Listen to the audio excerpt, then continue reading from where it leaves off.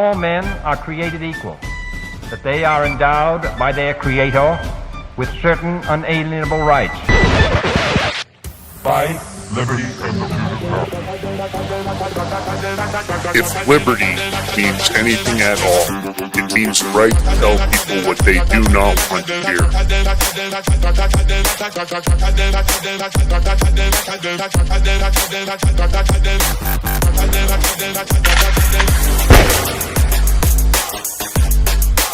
Make America great again.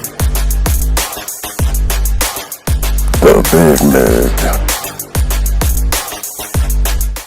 All men are created equal, that they are endowed by their Creator with certain unalienable rights. Life, liberty, and the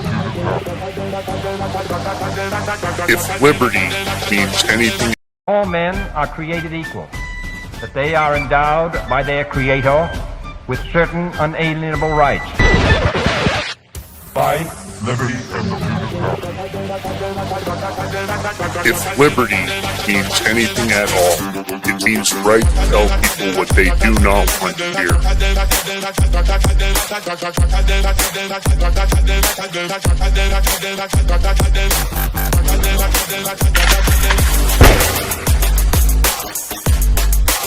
Make America great again.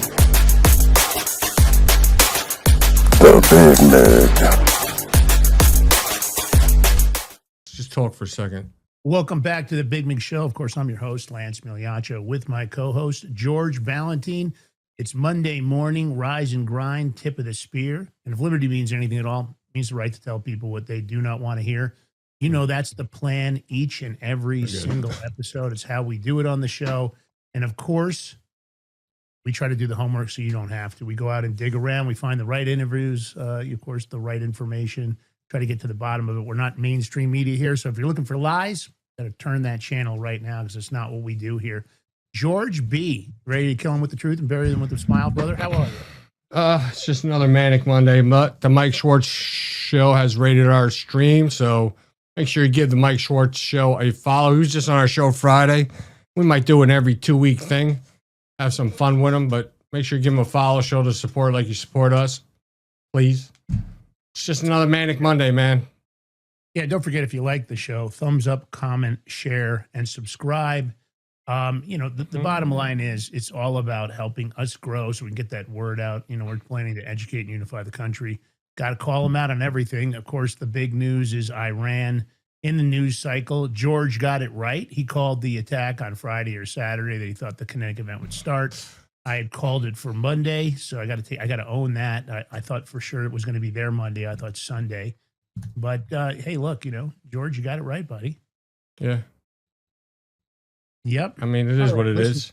Listen, we lost, 4 soldiers so far. So right now it's, say some prayers for our military, their families, and the ones that have lost their lives. Yeah. As sadly as it is, I mean, they know that joining the military, but we don't like to lose anybody. But, let's just pray for their families right now and the other soldiers to keep them safe out of harm's way. Yeah. Yeah, no doubt. I appreciate that. All right, and if you'd like to sponsor the show, you can hit us up over at info@thebigmig.com.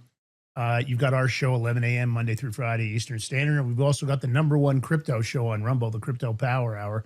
That is Wednesdays at 7 a.m. and Fridays at 7 a.m. So you can contact us at the info, and we'll connect with you. And if we like the product that you're talking about, then we'll further the discussions.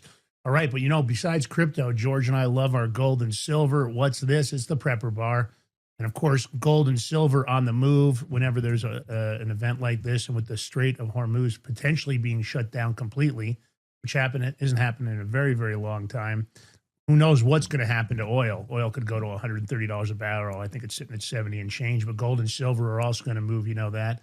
Not financial advice, just real information.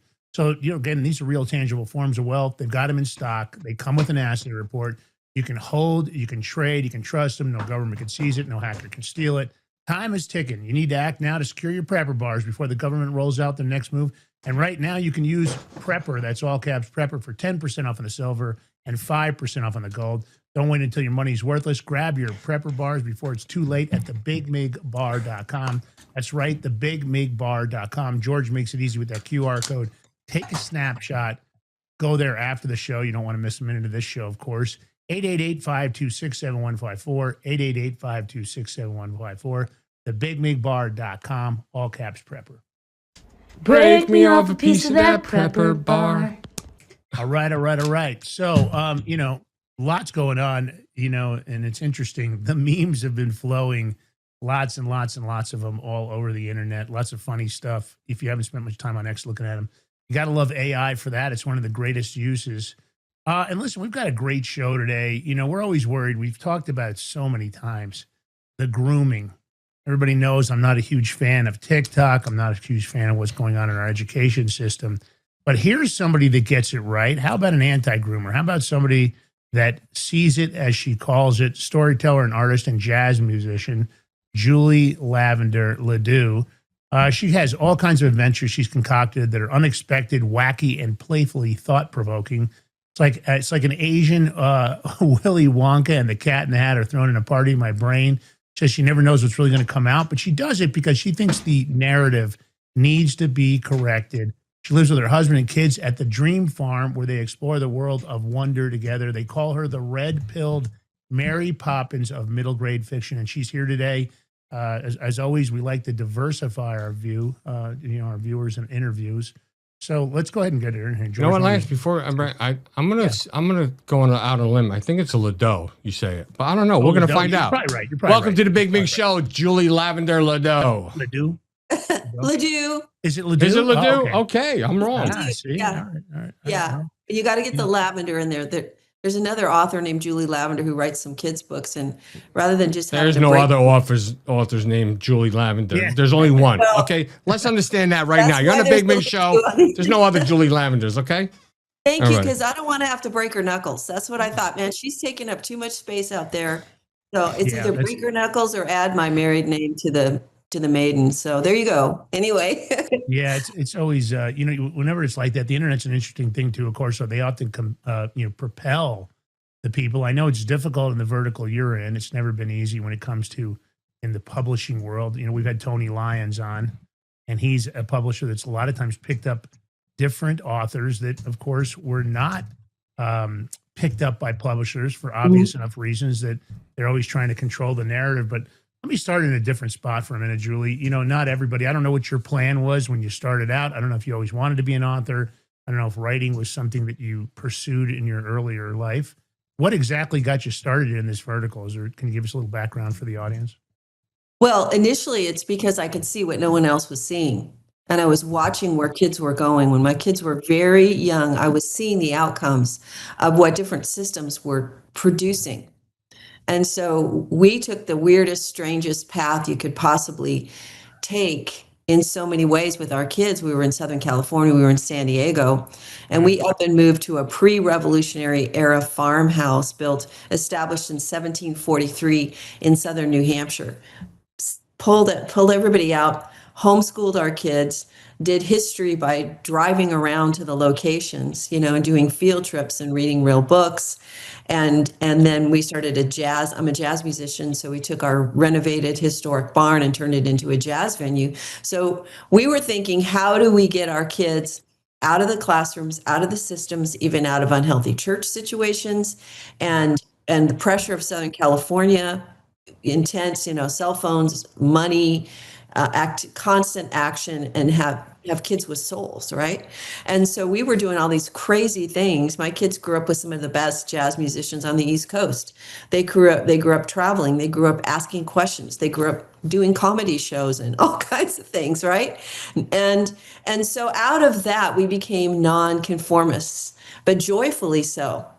And so I began to write books about a nonconformist family, and because I'm interested in the topic. And this was around 2019. There was an author who loved my concept and encouraged me to write a series. And so I'm writing, I'll just throw it up here real quick. I'm writing the first book, Constance in the Battle for Wonder.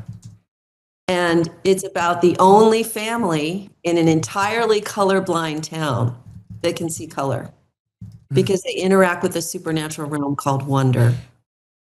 And because of that, they won't conform to something called the prescribed order, which makes everyone colorblind over time. And they're the evil elders of the order behind the scenes. So I'm writing this just because I'm interested in the topic of how to produce kids with souls, kids who can stand, kids who are different. And then guess what happens? 2020, I wake up in a prison planet. You wake up in a freaking prison planet. Yeah. And I could see it the minute they hauled out the masks. I could see it. I knew it.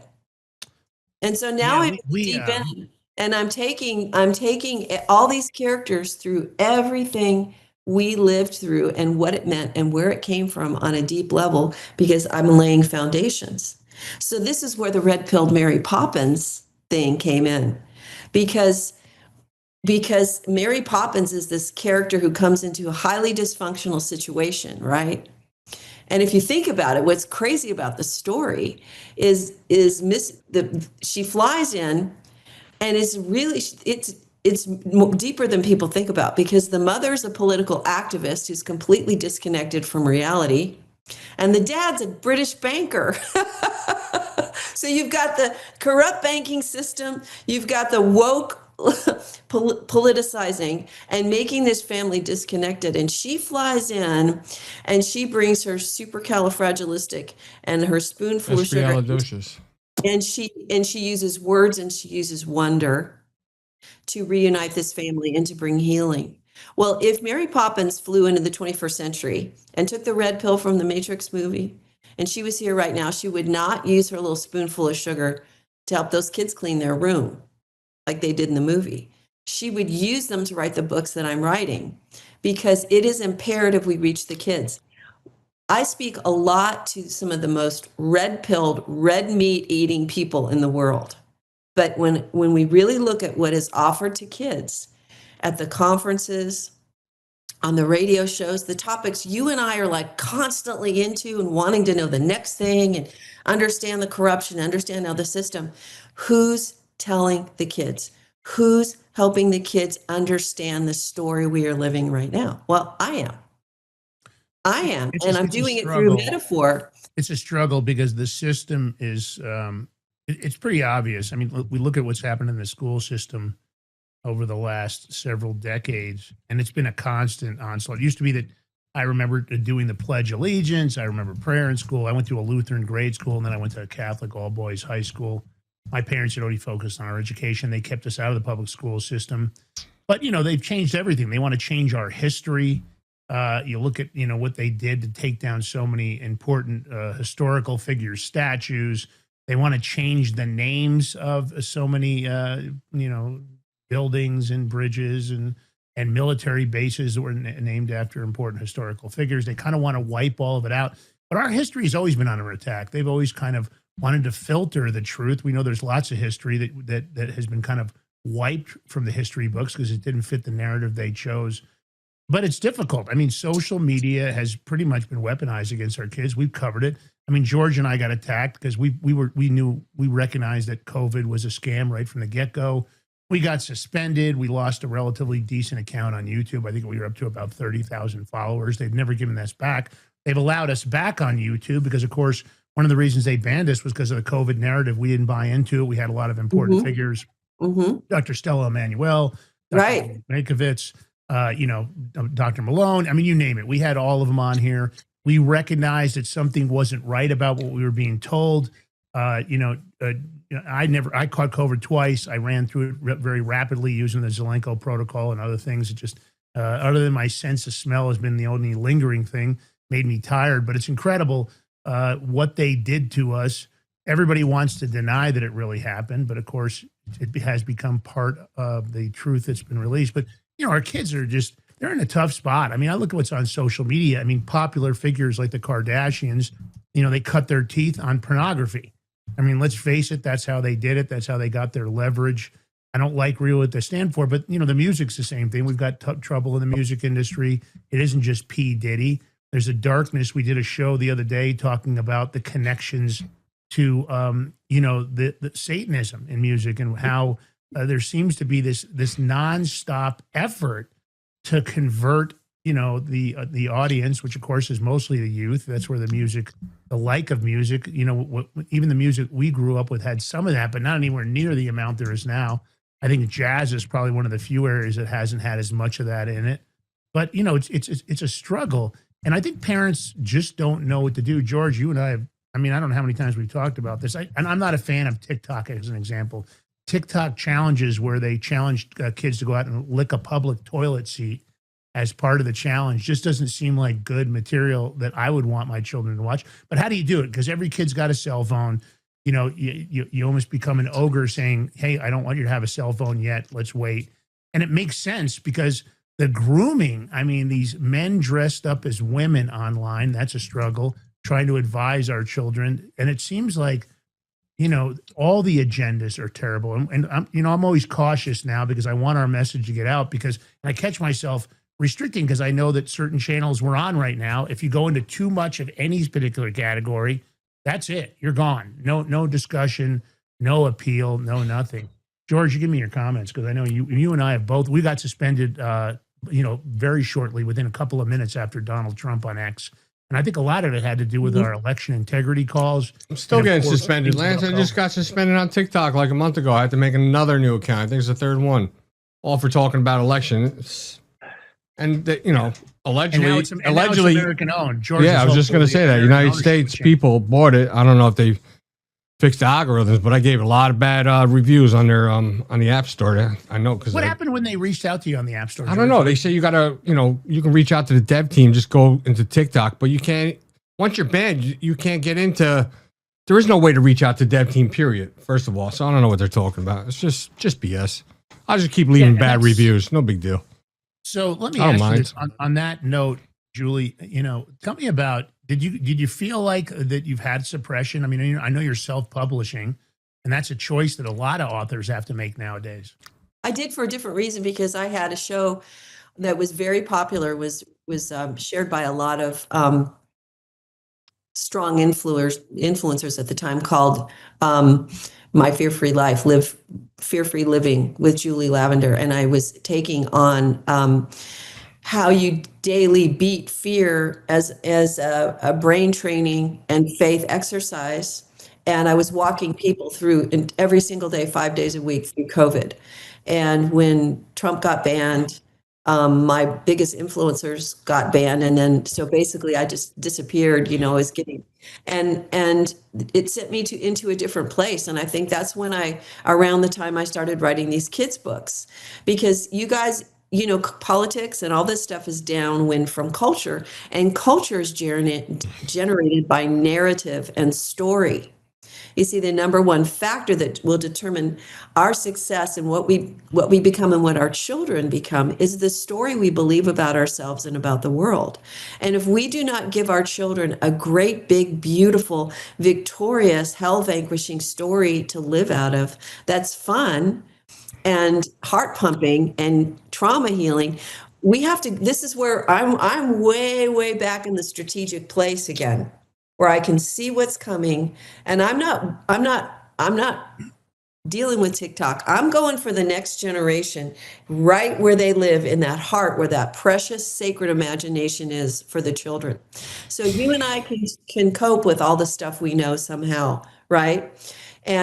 But I'm appealing to your listeners to take a break and give the children in your life something that will preempt the narrative. I'm a highly subversive person. I understand subversion. I understand going into systems and seeing what's going on and planting good seeds, good subversion, good, to give kids an underpinning. And so I'm teaching them about the supernatural realm of wonder in my books and how these kids can go there. And it's a metaphor. It's a metaphor for everything good and beautiful and that heaven has for us. And how this one family that interacts with wonder is bringing solutions, and for the greatest issues of our time, because I take on the abuse of education, the abuse of science, propaganda in the media, mind control. By book 4, I take on the whole issue with injuries from medical procedures that are forced on people. And by book 5, I take on the World Economic Forum, the Great Reset, and weather weaponry. All in 5 books, I tell the story, the truth story of what's happened to us in the 21st century. My books are history books, because I'm telling history and metaphor. One thing, and they're written to last. They're not consumables. They're not just throwaway books. I've got study guides. The vocabulary is intense. Remember, I homeschooled, so I understand about creating conversation and educating kids and doing it through fun and imagination and excitement, because you have to write good stories. So these books are for kids 10 to 14. But you know what? Adults love them too, because they're trauma healing books. We have been highly, highly traumatized and controlled, manipulated through trauma. So you have to reach the heart and soul of children and the childlike hearts within adults who need to find healing in the midst of all the trauma we're living through and all the disappointment, right?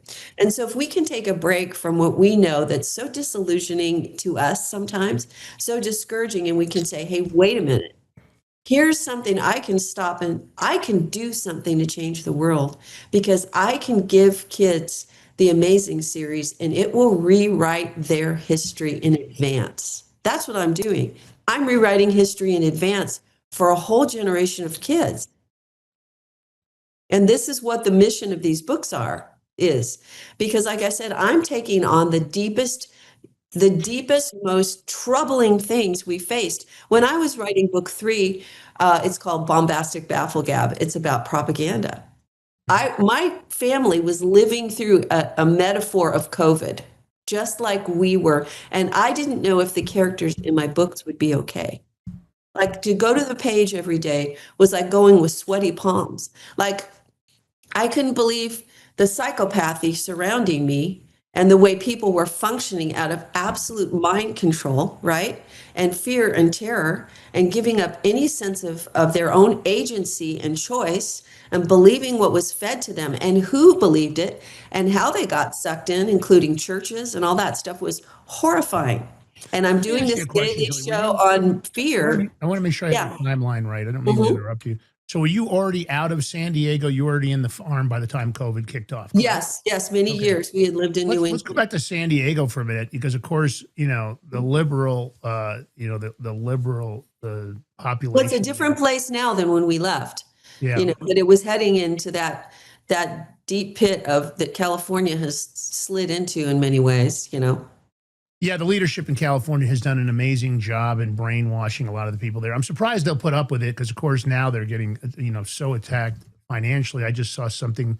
California was going to talk about some kind of a tax you'd have to pay when you sell your house. I didn't look at the full article. Something like $60,000 when you go to sell your home, additional on top of any capital gains or anything else, which is incredible. They were already well funded, but of course they waste the money. They can't even track what they did with the high-speed rail money.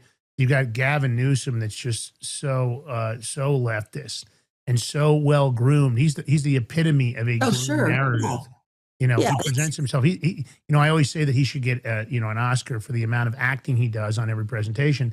And he even acknowledged that. I think he said he only got an 800 score on his SATs total. Which he says he can't read. He says he doesn't even know how to read. Yeah, he admitted that on an interview the other day. Which in itself, we always talk about leadership and IQ. And George, you and I, say how incredible that it is that we've got so many low IQ individuals in spots of leadership. But of course, those are the easiest people to have installed in leadership. If they're very low IQ, they're easier to manipulate. They're not thinkers. But when I think about, Ilhan Omar, I think about AOC, and it's not just one side of the aisle. This show is very specific. We go after everybody. Because even if you're not actively trying to destroy the country, which it appears that seems to be the main role of the Democrats, I hate to even say Democrat or Republican, because on the other side is this party that alleges they're going to do this, this, and this, and they stomp their feet. But their inactivity, they're just as guilty. We can't get anything passed in Congress. And the school system is so horrible. I don't know how the school system, you took your children out. Did you even try to use the school system when you moved, or did you just right away identify? No, we knew. We have in a small, kind of religious type school. But even that, the kids there were so programmed. It was hard. Homeschoolers didn't look cool to me. I didn't want to do that. But then I saw it and I realized we can be ourselves while we do this, which took us into art, which took us into jazz, and all I did as a recording artist and all those kinds of things. Now, So your jazz background, is it instruments or do you sing? I don't know what you both, do. yeah. I play guitar, okay. piano, and I write and I sing. But again, we have to pull up and think, what seeds are you and I planting today in the next generation? Mhm. So I'm with you. There's probably nothing you can say on this show that I'm not like, oh, yep, yeah, that's true. But you see, children have to understand where we are. We could do all of this. We could do all we're doing. We could do at the conferences I go to, those parents, those adults are working really hard. Their eyes are open. They're red-pilled. But they'll go home and have very little resources that they can give to their children that will immunize them against the disease of the corruption we're seeing. Yeah. And the books that I write are the immunizations in one sense, because if you capture a child's sense of self through story and they see the larger story, is our story a doom story? No, absolutely not. I think this is the most amazing time to be alive in the history of the world. This is why they released COVID, because think of the yellow jacket people. We're all out in the streets. People were waking up, so they had to clap back. And that awakening is not receding. It's increasing. And guess what? Our children have to understand. They need to be able to process this. Think for a minute. There's certain things you can't avoid telling your kids. The dog died. Grandma's sick with cancer, or God forbid, your mother and I are getting a divorce. You do not avoid those conversations. You can't. So if there really is a group of ghouls out there trying to kill us, trying to destroy our lives, trying to take all the tyranny, trying to ruin the justice system and succeeding in many ways, what makes us think we can avoid telling the kids? But most people have no idea how they're going to tell kids this. So they avoid it. They memory hole it. They don't want to talk about COVID. And then guess what? The kids don't want to hear a left brain version of what we've been hearing all day in our podcasts. They need story. They need narrative. They need to know what's amazing about being alive. And they need to believe it's possible to live in victory, to live in wonder, in peace, in overcoming, power and authority. And this is what I'm teaching. I'm teaching every book line upon line as I take on the most serious issues of the day. And did I tell you? Your question? I want to stop you there for a minute. Yeah. Of all, of course, because it's a bold choice to do homeschooling. It's time consuming. I didn't do it not because of that. I was basically a single dad. My mom was helping me a lot. You don't have patience for that, Lance. Let's just say. Well, it's not so much the patience. The problem was during that time period, my business, I was traveling a lot. I was flying 120, 130,000 miles a year. So I was thankful I had my mom, because my ex at that time had kind of disappeared out of the picture. She came back into my daughter's life later, which I think was good for my daughter. It was a positive thing. I don't think it was negative. Although, ideology wise, sure, I'm probably the other end of the spectrum. I don't think my ex was ever really political. And I really wasn't that political. To be honest with you, I wasn't that concerned. I always thought that making money was the solution, that having a large amount of money would solve any of the issues I had, because I could take myself out of what needed. And at least that was my mindset then. Maybe not recognizing, although I'd early on read, The Creature from Jekyll Island and so many other books like that, because I was always looking for alternative message. I was a proficient reader. My mom had been really, I think, forward thinking enough that she put me in speed reading when I was a young child, and I gained a lot of, and I had a very high retention rate because I have a marginally photogenic memory. So I'm able to retain things, and I go back and look and say, this doesn't make any sense. I was always questioning. I did a lot of that even as a child. I was always one of those kids is why? I don't understand. What's the reason behind that? Why do we have to do it like that? Mm-hmm. I never really accepted things the way they are, but not every child is like that. During this, because you're in this fight clearly for the, the hearts and minds of children. Your own were the first reason. Were there different moments, like maybe where, your children were questioning, like, well, Mom, I don't understand. You seem to really think it's like this, but my friends are saying that. I don't know how much interaction they had with other children on the farm. I don't know in your neighborhood what it was like. we had in my neighborhood when I was a kid, and George, I don't know if you, I assume you had this. In New York, when we were kids, everybody played outside. Like you've seen the message. It's 10 o'clock. Do you know where your children were? Because pretty much you were out till a certain time, and then you better get your ass home, or you might get the wooden spoon or a fly swatter. Who knew if you weren't paying attention to the policies? But in our neighborhood, we were playing kickball, stickball. We were out playing hide and seek. I lived when we moved out of the city, when we moved out of Fordham Road, we ended up in White Plains, and I lived in a very historical area, Battle Hill. So Alexander Avenue, of course, lots of Revolutionary War history, even to the point that we had a metal detector early on. And if you went out in our yards, you could find, musket balls and all kinds of crazy stuff, because we were all going out in other people's yards looking for all kinds of stuff, buttons from uniforms. You could find all kinds of stuff. The point is that, you still had this infrastructure of other children around you that might have been influenced one way or another. And we all had different childhoods. Did you find a lot of times you were in a battle with other parents, or did you, as you were doing this homeschooling, your children were probably getting a much higher level of education than all the other kids around them? I'm assuming they were very articulate, extremely intelligent. Was there a conflict? Did you have a lot of that? Because that's what parents get into, right? They've got an issue. They love the message that somebody like you brings out, but then they get this pushback, and they find themselves pulling back a little bit because they're not trying to get their children alienated. How did you deal with that? If you dealt with it at all? Resource-wise, this is why I've written what I've written, because this is the books that I give people, and the approach is pulling kids even up to age 14, and then I have older age books, and into story that's so gripping. They're receiving message in depth without you beating it into their heads, right? Which is important. So the thing I loved about homeschooling, and look, there's a lot of ways to do it. People are terrified of it. They think it's harder than it is. It's way easier to me. It was to have my kids around, and I knew exactly what was happening for the most part, and I could coach in to the experiences that they are going to have with everyone who disagrees with them, and the debates with the neighbors. And I'm in New England. Did you find other parents pulling away from you because of your ideologies? Well, I pulled away from them in some ways, because I'm looking for cream of the crop relationships. I don't have time for everybody. Even there were a lot of people we drew into our circle because it was an opportunity to outreach and to help kids in stress. So we had some experiences, with a couple of kids we brought into our home for periods of time that were really, really messed up and distressed. And so that was very intentional. We're very intentional about what we do. We weren't Amish, so we were out and about, and my husband was in government and all kinds of things, and in business. And so it wasn't about pulling away, but it was about being present and coaching through each opportunity, right? And so this is where I think what is so diabolical about sending your children away for 6 to 8 hours a day is you have no idea how early on they will switch loyalty.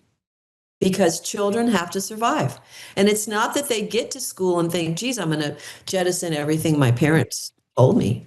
It's the fact that they intuitively, psychologically realize they're in a classroom. You're not there.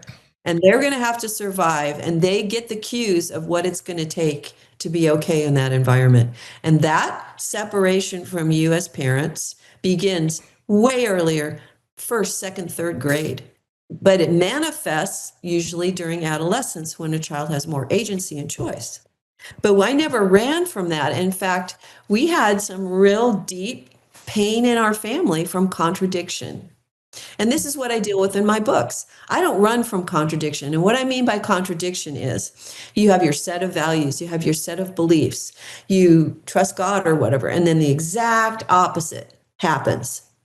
And it sucks, and it hurts, and it's disillusioning. Mm-hmm. We had one of our children sexually abused by another Christian homeschool child. That is called a contradiction to your faith. Okay, so I do not run from trauma in terms of hiding it, and I do not run from contradiction or difficulty or debate. And so we're building an environment where here it comes. I'm homeschooling on a pre-revolutionary era farmhouse, and one of my children is sexually abused right there. Okay, now this is what I'm saying, but this is what people are dealing with, the level of trauma, the level of pain. And so this is why I particularly wrote these books, not only to be educational, but to be healing books, because we need to be emotionally whole enough to do what's waiting for us to conquer the next day, right?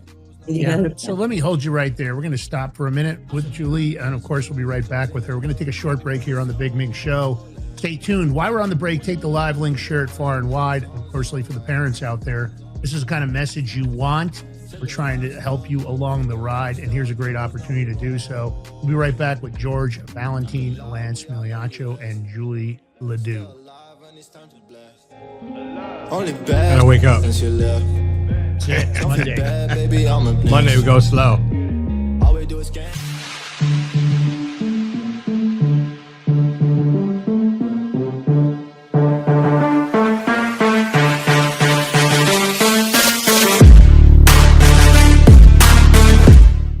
Are you ready to stand up for your community and support your local sheriff?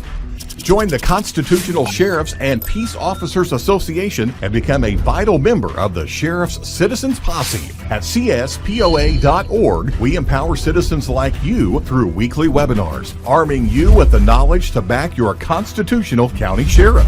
Together, we can uphold our Constitution and ensure liberty and justice for all. Your community needs you now more than ever. Visit cspoa.org and join the Sheriff's Citizens Posse today. Make a difference. Stand for freedom. That's cspoa.org. Your country, your fight, your future.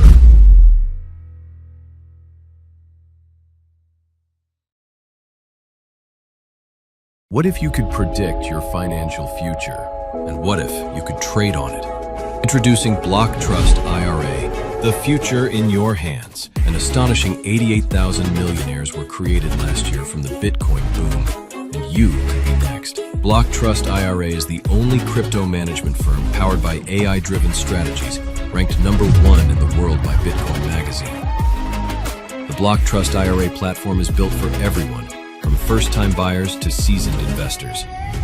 Predictive AI technology that was once only reserved for insiders and elites is now available to you. It's time to leave the old buy and hold strategies behind. Your assets are protected with military-grade security, offline cold storage, and $200 million in insurance. Visit blocktrustira.com to book your free consultation and ask how to claim up to $2,500 in deposit bonuses today. Bitcoin changed the game. AI changes the strategy.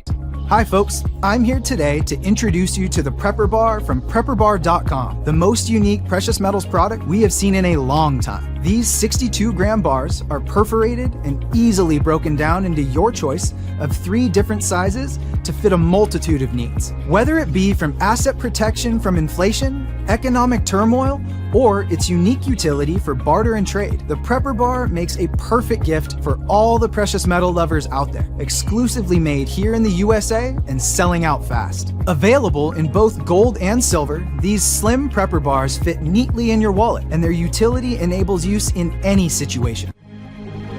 Forged through rigorous training and honed by the finest instructors on earth, these canine units serve beside our nation's warriors as they fight to preserve what we cherish. When these warriors complete their duty, the Warrior Dog Foundation provides them with a home deserving of the service they've given us all. At our state-of-the-art kennels, they receive rehabilitation and care suitable for heroes, because that's what they are. Be a part of giving them a future today. Visit warriordogfoundation.org.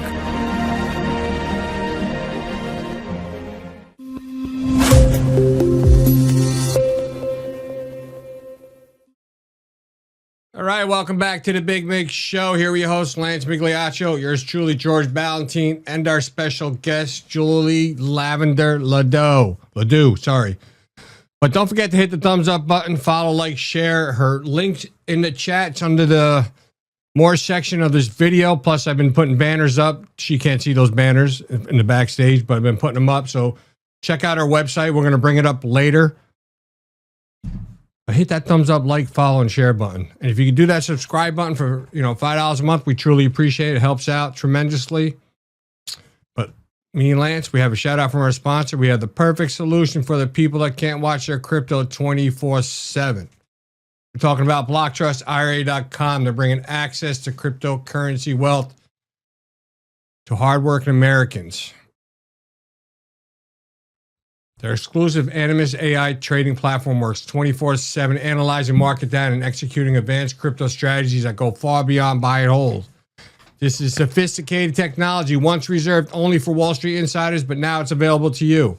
And it's no surprise this system was named #1 crypto technology platform by Bitcoin Magazine out of more than 1,500 global competitors. And our clients are already seeing over 250% returns on their investment, all military-grade security, and $200 million insurance. Your wealth is fully protected. So don't wait. Visit BigMigCrypto.com today, and you can actually get up to $2,500 of free crypto. Once again, visit BigMigCrypto.com today. QR code's right here on the screen. Take a screenshot, save it to your photo files. But go there later, because we got more stuff to talk about, Julie. And Julie, I have a question. We see it more and more that the liberals, these elites, they're indoctrinating our kids now from an even younger age. They're trying to do it from like kindergarten and up. Mm-hmm. And I know your books, it says tailored to kids like 10 to 14. Are you thinking about doing anything for even younger age? Well, I think, there's already some pretty good resources out there for littler kids. Like if you are aware of the homeschool community, but then there's that book club that, all the stars write for them. And I'll think of the name, but the problem with a lot of the resources, them. It's like Elephants Are Not Birds, the book about gender, is a famous company. Anyway, they had some big names writing for them, and then they put them out, and they're targeted for that age. Okay, and so there are good resources for that, but the real hole, to be honest with you, is in the age group that I've been targeting, and most parents still feel like they can pretty much keep their hands in protection and get their values to those younger kids, although they're not realizing what a classroom situation will do to the psyche of a child in many ways. But it begins to manifest right around the time that they're processing their ideas, starting 10, 12, 13, 14, right? And then my books are going up into the YA age group for high school. And I do have younger kids read the books and love them. But the ideas are very deep. This is why I have study guides available. This is why, if you get the books on my site, you get the audiobooks for free. So that you get this great package, and then parents can listen to the books in the car or whatever, have your kids read them, and you now are engaging with the same ideas so you can have conversations. And, Lance, you mentioned something about parents who homeschool and them trying to integrate into other settings with, people who school differently or they have their kids in sports. Look, this is the whole point. This is the difficulty that we're facing, how to be a nonconformist, but to have such compellingly great ideas that you are not threatened by the challenges that must inevitably come for your children and yourself when they're different. And this is the thing, how different are we willing to be? We can all have our platforms, and I had one. I have my daily podcast, Fear-Free Living with Julie Lavender, and right during COVID, really massive amount of people, engaging with these ideas. But when the lights go off and you and I are home with our kids and there are people in conflict with us, that's where the rubber meets the road. That's where the story we believe about ourselves is manifest. Whether we can graciously and firmly say, no, I'm not headed where you're headed, but here's why I behave with more grace, with more dignity, with more security and self-confidence, because I do have a higher set of values. And so any kind of child rearing is not for sissies. And if we think we're going to plug into a system that's going to get us all the way from kindergarten all the way up to prom, and our kids are going to be fine, those days are over. I'm not sure they ever really existed the way we thought they did. So my hope is that by talking to red meat eating, red pilled audiences like yours, people who are awake that they'll take the time to plant the seeds into the next generation with just the kinds of books I'm writing, because they are. What I want to jump in here for a second, because parents are under the family that we all hoped we would have, right? And early on, it's already started that they're under attack. I mean, I mentioned earlier that I think my parents paid $9,600 for their house in White Plains, New York, when we moved out of Fordham Road in the Bronx. And that's the thing. Right now, it's gotten so tough. I mean, Donald Trump's come out and said, "Oh, it's gotten cheaper at the grocery store. It's gotten better. Eggs are cheaper." And some things have gone down, but lots of things haven't. We're seeing higher prices than ever, and it's really created this attack on the family, because you find most homes have to have both parents working. They're not connected. So what happens is they've used TV and cell phones and iPads as a babysitter. And the struggle is real, really, at the end of the day. And that's the hard part about all this. You guys made a very competent choice, but some people feel trapped. Maybe they couldn't leave. And again, it's not that they couldn't leave, but it's hard to leave. Let's say San Diego, you've got both parents working. They've both got amazing income streams, and it's making life easier because things have gotten so much more expensive now. We allowed, and Donald Trump says he's passed some policies. I don't know if they're in place or not. Kind of like they were going to lower interest rates. We heard that credit cards are going to be maxed for at least a year, 10%. That went right out the window. He mentioned it was going to happen February 20th. That shit never got delivered. Single family homes, we've allowed all these major companies to buy these houses up, a lot of them coming out of foreclosure and distress sales. So, to get a house nowadays, it's so expensive. And that's the struggle that parents have, that financially they find themselves both having to work. And that's where it gets tricky. You guys had the ability to make that move, and really a great move. It sounds like amazing, with the jazz center and music and everything else. You had your children surrounded. And I asked you during the break, I wanted to ask if your children participated in sports, and if so, maybe you can mention how you did that. But that's the hard part, right? We want our family to, everybody wants that. They want their own home, and they want the ability to live in a certain way, But look, even cars. I mean, I remember we had a brand new Volkswagen Bug, and I gotta say, I think it was under $1,000 car my parents had bought at one point. It was the only brand new car we ever owned as a child. My parents always bought used cars because we weren't that financially well off. We were probably lower middle class financially, and so it's interesting when I hear somebody that made the commitment that you did, and I always wonder. You guys had that ability that you bought the farmhouse, you went in, and I don't know. Did you say your husband was, you mentioned about the book, but was your husband in banking? Was that what he was doing when you met No, him? he is a supplement manufacturer and has a plant in San Diego County still.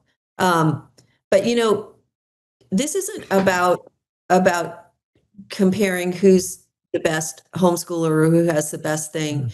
I mean, this is about the fact that God calls each of us to take a risk of faith into that sweaty palm, moment where you're not going to be in control. You may not have enough, but you better get your key and core values aligned right quick with what will matter in eternity. Yeah. And no matter what it costs you here, and then it's a trust, it's a step of faith. Every year we homeschooled. I had no idea how we were going to do it. I had no idea how we were going to, my kids are all 5 years apart. I'm not a math teacher. I'm not this, I'm not that. I have some strengths. There are serious weaknesses. Yeah. And how were we going to get through high school biology? How are we going to meet this? How was I going to deal with the child that wasted so much time? How was I going to deal with the child with the sexual abuse trauma? How was I going to deal with the culture we were in? And how old are your children now? Can you share that? Right now, 34, 30, and 24. Wow. And Go ahead. so I mean, I'm not making it wasn't Little House on the Prairie, you guys. It was hard. It was every day I got up and I prayed, God, how are we going to do this today? How are we going to have the time, the energy, the money? What if I fail? What if I ruin them? All the things. And did we do sports? Every state's a little different, but in New Hampshire, you, as a homeschooling person, you could avail yourself of certain classes in the school, and on and off campus basis, and you could do sports and things like that. Homeschooling people are getting very, very, very, very, very creative. And there are a lot of doors opening for them. And there are people even who do a thing called unschooling. where they believe that No, I've never heard of that. Me either. you shouldn't try to curriculize your kid into anything. You should just let them go and watch what they're interested in and give them resources to discover. And want to know something, even unschooling kids are doing a lot better than those in the traditional settings. So I read a book called Idiot's Guide to Homeschooling when I was thinking about it. And I was so overwhelmed because I have friends who are military homeschoolers, and they terrified me because they started with a flag exactly at 7:45 every morning. And then they had snack, and then we had this, we had that. I'm like, whoa, what are you going to do? I'm an artist, blah, blah, blah. Get your butt out of bed. What do and wasting time and messing up. And then this contradiction of the pain my kids went through, and pornography invaded, right? Yeah. All these things, even in a homeschool setting, pornography, issues with betrayal, loss, friendships, crisis, was all there. But this is why I'm not just trying to make a sale here. I'm trying to help people understand the scope of what story can do. The narrative you live out of, why those early stories you give your children are essential for their mental well-being. I'm teaching kids that there's a supernatural realm called wonder, and it's real. It's not just an idea. That if they will access, they will have the resources they need to stand up to the most difficult and horrifying circumstances we're facing. But always with humor. I mean, I got characters in my books that are so hilarious because they're mirroring who we lived with. I have a character named Ms. Anthropomorphia Slouchy. She's the she's the commissioner of the Center for Color Control, the CCC, who mandates that color could kill you. And because of that, you have to wear gray glasses on your eyes at all time to see you from seeing a speck of color because there's a disease. And you have to be locked in your houses until you take our safety drops for your eyes to make you permanently colorblind so you can come out. But Ms. Slouchy, aka Fauci, and the CDC shows up as the CCC in my books. So I'm not backing away, and I'm not giving away easy little Skittle answers. I'm like, come kids, let's step into reality. And let me give you an example of how this works. You guys watch The Wizard of Oz? Did you know that was a complete metaphor book about gold-backed currency versus silver-backed currency? Yeah. Hank Oz was trying to wake the world up to what was happening, and he was using metaphor. The Grimm's fairy tales were telling the truth story about the heinous crimes happening to children and others during that period of time.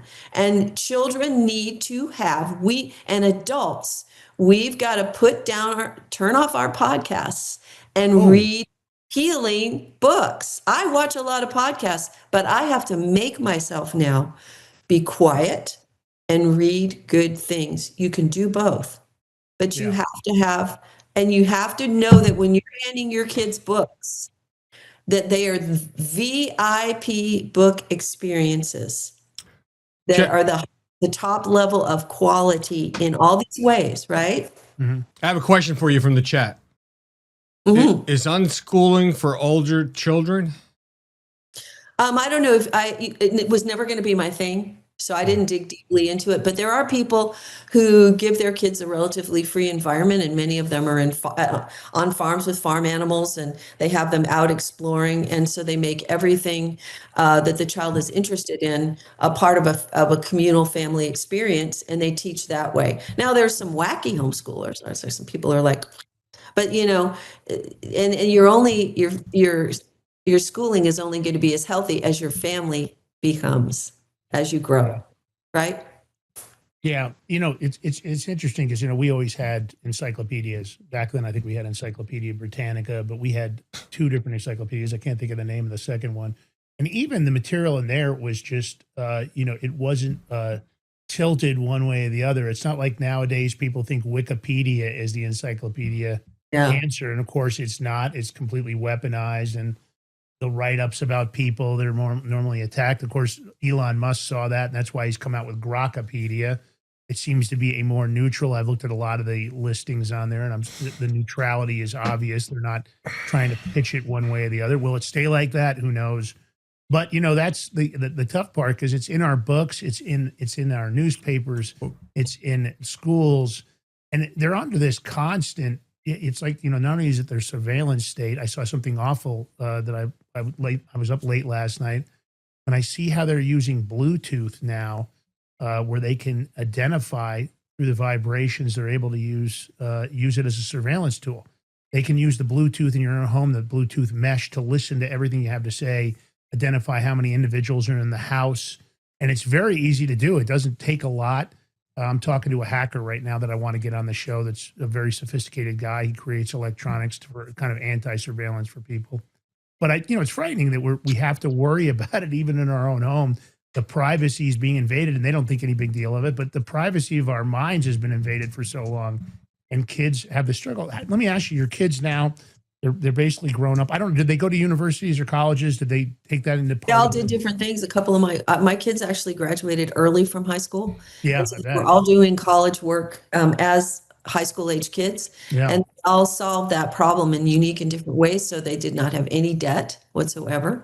Great. And our third child went through college primarily, and then decided that was going to be a waste of time. And now she's an entrepreneur and, has her own publication. And so we realized we were going to have to let go of all of our comfort historic choices about what it would all look like in the end, because remember you thought, when I'm done, my kid's going to have a college degree and going to have this kind of job. And we're outside of Boston. So a lot of the people in our neighborhoods we have kids that went to MIT and shot for Harvard, and they were in that really, really intense our kids had friends who were in the very academic circles and completely sold out to the Boston leftist, but brainiac academy. Mm-hmm. And part of the process I think anybody has to go through to survive and thrive is real humility.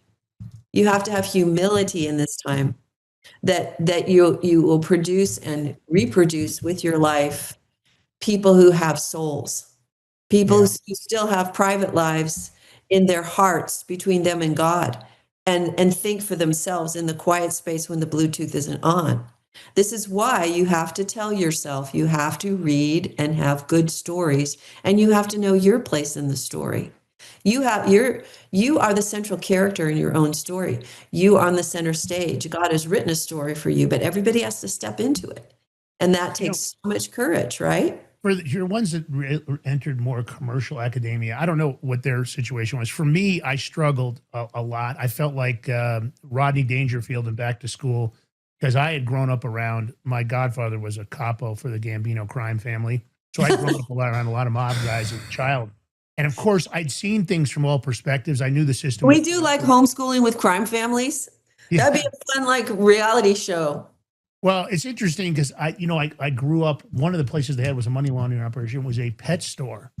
You can teach a lot of math through money laundering. Well, I have to tell you, I grew up around, of course, he ran a crew. He had a whole lot of guys around him. So I was around there a lot as a child. And, I learned a lot. He was a great salesman, funny guy. And there was a lot I learned from that. But the other end of it was when I got to college and, of course, high school, I'd always had the opportunity, and they were constantly hijacking trucks. So I was making money by selling those goods to the Catholic priests, to the other parents, especially around Christmas time. They'd ask me what I had available as they would buy this stuff out of the trunk of my car. But the point was, when I got to college, I struggled with these professors because I had a dual major, and I was I always gotten really, really good grades in school. My parents had always seen to that, of course, with private schooling, and of course my parents also a lot of reading, in that environment. My dad had been a kind of a Broadway star at that time, so a lot of music in our home. He was also an opera singer, so we grew up in that environment. But the part that I had seen, because I'd seen the real world, operations of different businesses on all levels, because they had legitimate operations that were in the forefront. Of course, they laundered money through it, and there was lots of other things going on.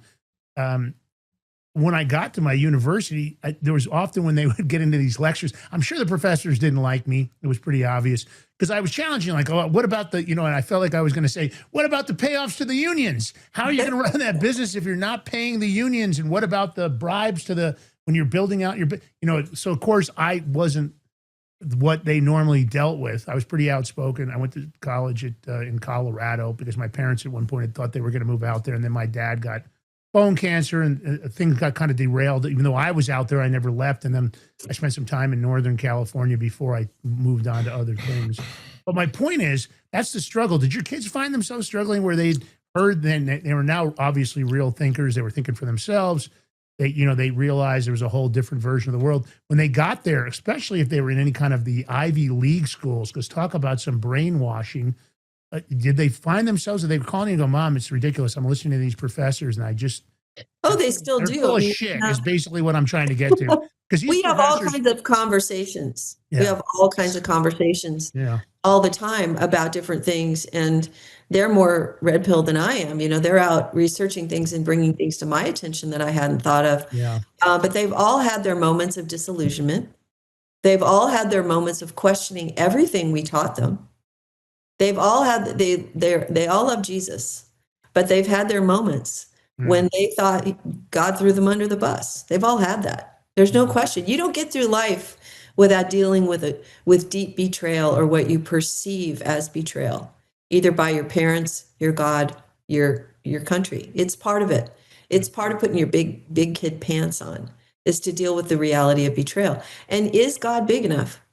Is he big enough? Is wonder, the reality of the wonder of who he is, the resources he has, is that big enough for your issue? This is where it all lands. This is what I'm teaching into. This is what I speak into. This is how I reach people. I even have written a book that is a family guide to trauma healing during story time. Or we haven't talked about that, but it's on my website. I take the kids. On that note, let's because of that. Yeah. Let's take people in here. Let's go into the websites right now. I don't want to run out of time and not cover this. So kind of take us through here. That's an interesting guide you just brought up, but let's talk about what's it. Well, what you're going to see here is right now, the books 1 through 3 of the Amazing series, where we get all the way through the propaganda and the plague, the COVID narrative in books 1 through 3. They are available now in print, gorgeous illustrations, gorgeous, beautiful illustrations and quality archival. Do you do the illustrations or do you work with No, but I work closely on every part of the output of this project.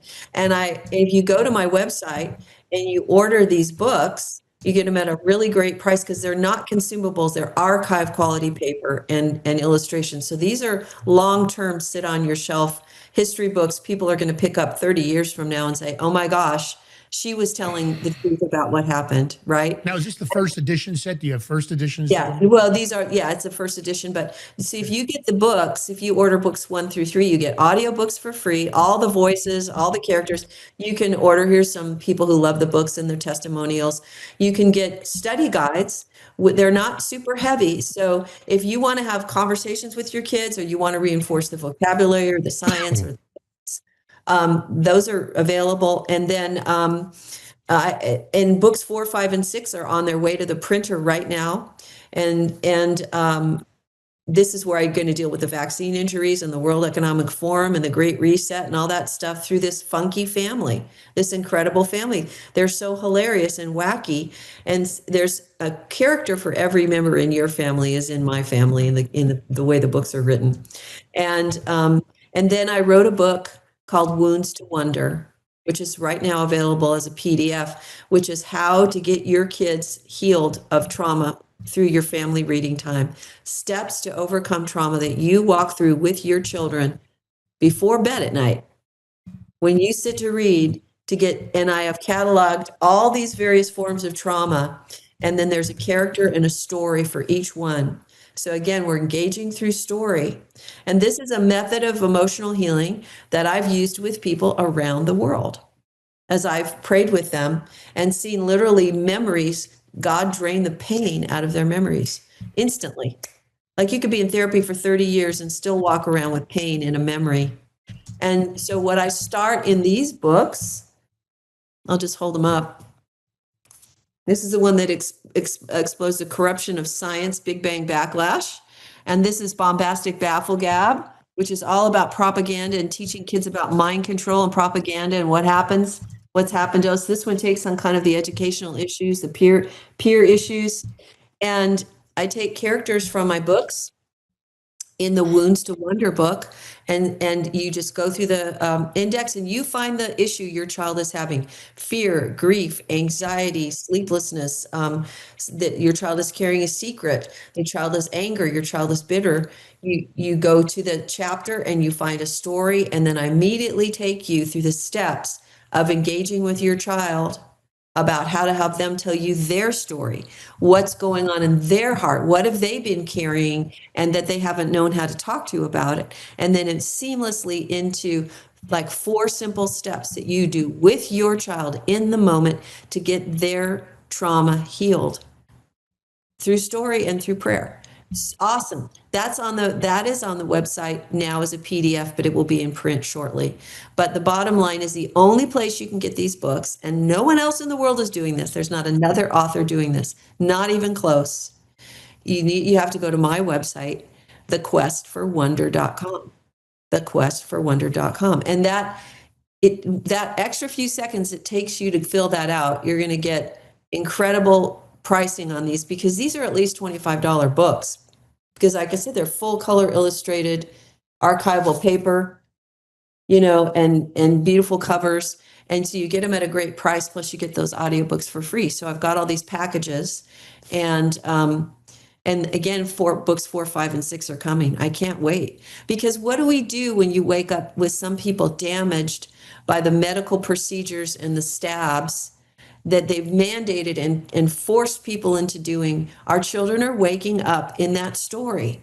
They're waking up locked in our houses, things slapped on their faces, told they could kill grandma, right? This is deep psychological trauma that we've all lived through. And then I cover that in book 3. By book 4, what do you do when you wake up and people have been physically damaged and harmed, when the authorities have told you, we're just looking out for you. We just want you to be safe. And how do you talk to your children about that? People don't know how to talk to their children about that. Yeah. People, like parents, are like, wow, of course I want my kids to be educated, but I have no idea how to do it. And I go, I've got you. I've done it for you. I've done the work. I've got a whole series to unpack these issues, plus study guides, plus audiobooks, all the things, right? And so I'm not running to Amazon so you guys can self-publish, print off a crappy book. Like these are high quality things. They deserve to be in your family library for years and years and years. People pick up these books. Like when I speak at conferences about trauma and I speak about this issue and these issues, kids will pull on their mom and dad's shirt and say, Mom, that's like what we went through. And that's how you heal, guys. Okay, all the stuff, the disappointments with the DOJ and the this and the that and the wars and the things, the disappointments, the crushing amount of corruption we're seeing. How do you get up in the morning with a healed soul? How do your children wake up every day with wholeness in their hearts for the challenges? It is through living out of God's story. And not everybody knows how to help you hear God's story. This is a gift I've been given. It's a God story for you and your family. And I've written them so anybody, anywhere could pick up these books, and if they want a good story, it's going to deliver. And the more they read, the deeper it sinks, because I'm not writing for a subculture. I don't want to preach to the choir. I don't want to write Christian books. I don't want to write conservative books. I don't want to write these books. I want to be the Mary Poppins that comes into the most dysfunctional and painful situations and brings truth through words and story. And then on the way out the door of healing and empowering families, gives you a tea party on the ceiling. Yeah. This is what Mary Poppins did. And that's what I'm doing for this generation and for the adults that also love these books as well. Well, I think it's great. I think it's a lot of opportunity. We try to give people all sides of the coin when you're trying to unify a country that's surrounded by people intending to divide us and keep us divisional.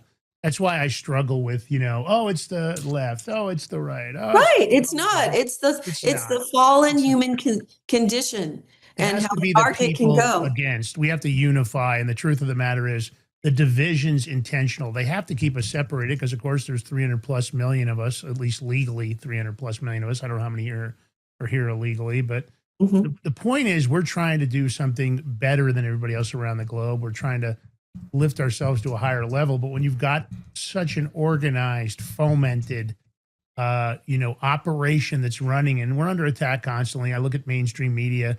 I saw some reporter getting into a battle with his supervisors because he went to some rallies where there were Israelis and Iranians at the same rally, and they were rejoicing. And that's not what the media channel wanted. So they said, "Oh, just get out of there. It's not what we were looking for." Because of course they only wanted to present that somehow this action by Donald Trump was so excessive. Yet they never talked about when Obama. Well, see, there's a perfect example, Lance. Yeah. They substituted the good story for the manipulative story. So I'm going to give you and your family the good stories that's going to empower you.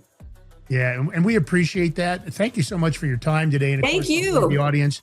If you like the show, take the short form, take the long form, head over to Julie's website, The Quest for Wonder. If you're looking for the perfect gift for birthdays, holidays, Christmas, or just because you want to give them a different version of the world, here's an opportunity to do it. Get over there, check it out, follow her on social media. It's what we do here. And of course, if you love the show, do the $5 subscription, support the show, do a Rumble Rant tip, because we bring you all the different interviews, and we give you all versions on this show. We want to unify the country. I don't care whether you're a liberal or a conservative, that's your title. Here on this show, it's all about being, patriotic Americans, being people that want a better life for you and your families. George, last words on the way out of the gate, my brother. It's Monday, right? It's just Monday. I don't know. Have a great day. Stay blessed. Stay safe out there. Watch out. There's some crazy people doing some dumb shit out in the United States because of the Iran war. So just be vigilant. Later, Gators. I might have to let it drop. Said got a hella big head, but it like said had a big head. Are you ready to stand up for your community and support your local sheriff? Join the Constitutional Sheriffs and Peace Officers Association and become a vital member of the Sheriff's Citizens Posse. At CSPOA.org, we empower citizens like you through weekly webinars, arming you with the knowledge to back your constitutional county sheriff.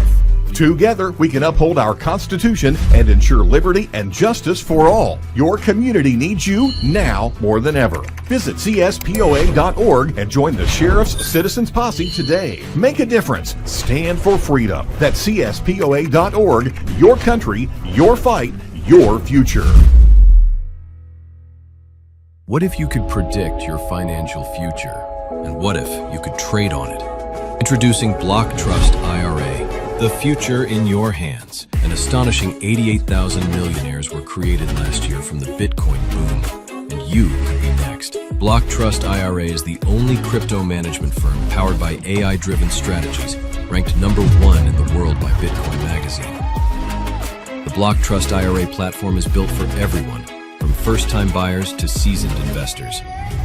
Predictive AI technology that was once only reserved for insiders and elites is now available to you. It's time to leave the old buy and hold strategies behind. Your assets are protected with military-grade security, offline cold storage, and $200 million in insurance. Visit BlockTrustIRA.com to book your free consultation and ask how to claim up to $2,500 in deposit bonuses today. Bitcoin changed the game. AI changes the strategy. Hi folks, I'm here today to introduce you to the Prepper Bar from PrepperBar.com, the most unique precious metals product we have seen in a long time. These 62-gram bars are perforated and easily broken down into your choice of 3 different sizes to fit a multitude of needs. Whether it be from asset protection from inflation, economic turmoil, or its unique utility for barter and trade, the Prepper Bar makes a perfect gift for all the precious metal lovers out there. Exclusively made here in the USA and selling out fast. Available in both gold and silver, these slim Prepper Bars fit neatly in your wallet, and their utility enables use in any situation. Forged through rigorous training and honed by the finest instructors on Earth, these canine units serve beside our nation's warriors as they fight to preserve what we cherish. When these warriors complete their duty, the Warrior Dog Foundation provides them with a home deserving of the service they've given us all. At our state-of-the-art kennels, they receive rehabilitation and care suitable for heroes, because that's what they are. Be a part of giving them a future today. Visit warriordogfoundation.org.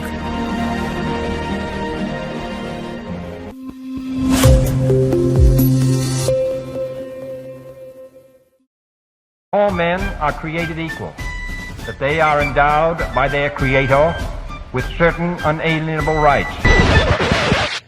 Life, liberty, and the If liberty means anything at all, it means the right to tell people what they do not want to hear.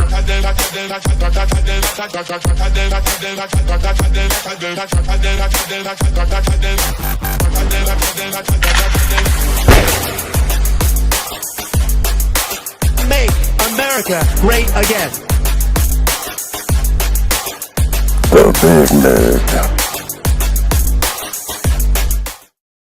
All right, good morning and welcome back to the Big Mig Show. Of course, I'm your host, Lance Miliaccio, with my co-host, George Valentine.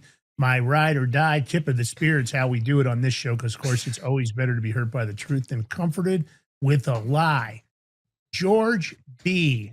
Yes, Lance. What's going on, bro? Well, first, I want to thank the Mike Schwartz Show because he just rated our stream, so we appreciate him. He's one of our brothers. He's a friend of ours, if you know what I mean. So make sure you go follow and support his show. Make sure you go follow and support his show, the Mike Schwartz Show. And I promise you, he's not Jewish. He's Italian. Just saying. Yeah. Didn't we change his name? I thought we changed his name on our last show. Oh, Schwartzeroni or something, yeah. Schwartzeroni, isn't it? That was Video Pizza that did that. Came up with that one. Yeah, that was good. Schwartzeroni's good. I think he needs a vowel on the end. That's the problem. People aren't used to an Italian name without a vowel on the end. You know, that's always been the identifier, is the vowel on the end. Yep. So we're gonna have to work on that. We'll have to get Mike. Maybe we can do a little crowdfunding campaign. Get him an attorney for a name change. We can make it official. Get him officially so everybody knows he's Italian and it's designated officially. The Mike Schwartzeroni Show. It has a nice ring. Hey, it has a nice ring. All right. Well, anyway, look. Oh, man. We're here. We're doing what we do. You know how it goes on this show. We go after everybody. We're going to keep talking about Epstein until somebody besides Maxwell gets arrested. I don't care whether there's a war in Iran or not. At the end of the day, it is what it is. We're going to go all in constantly. So you can count on us for that. Of course, if you like the show, you know what to do. Thumbs up, comment, share, subscribe. One of the most important things you can do for us while the show's going on is sharing that live link on your.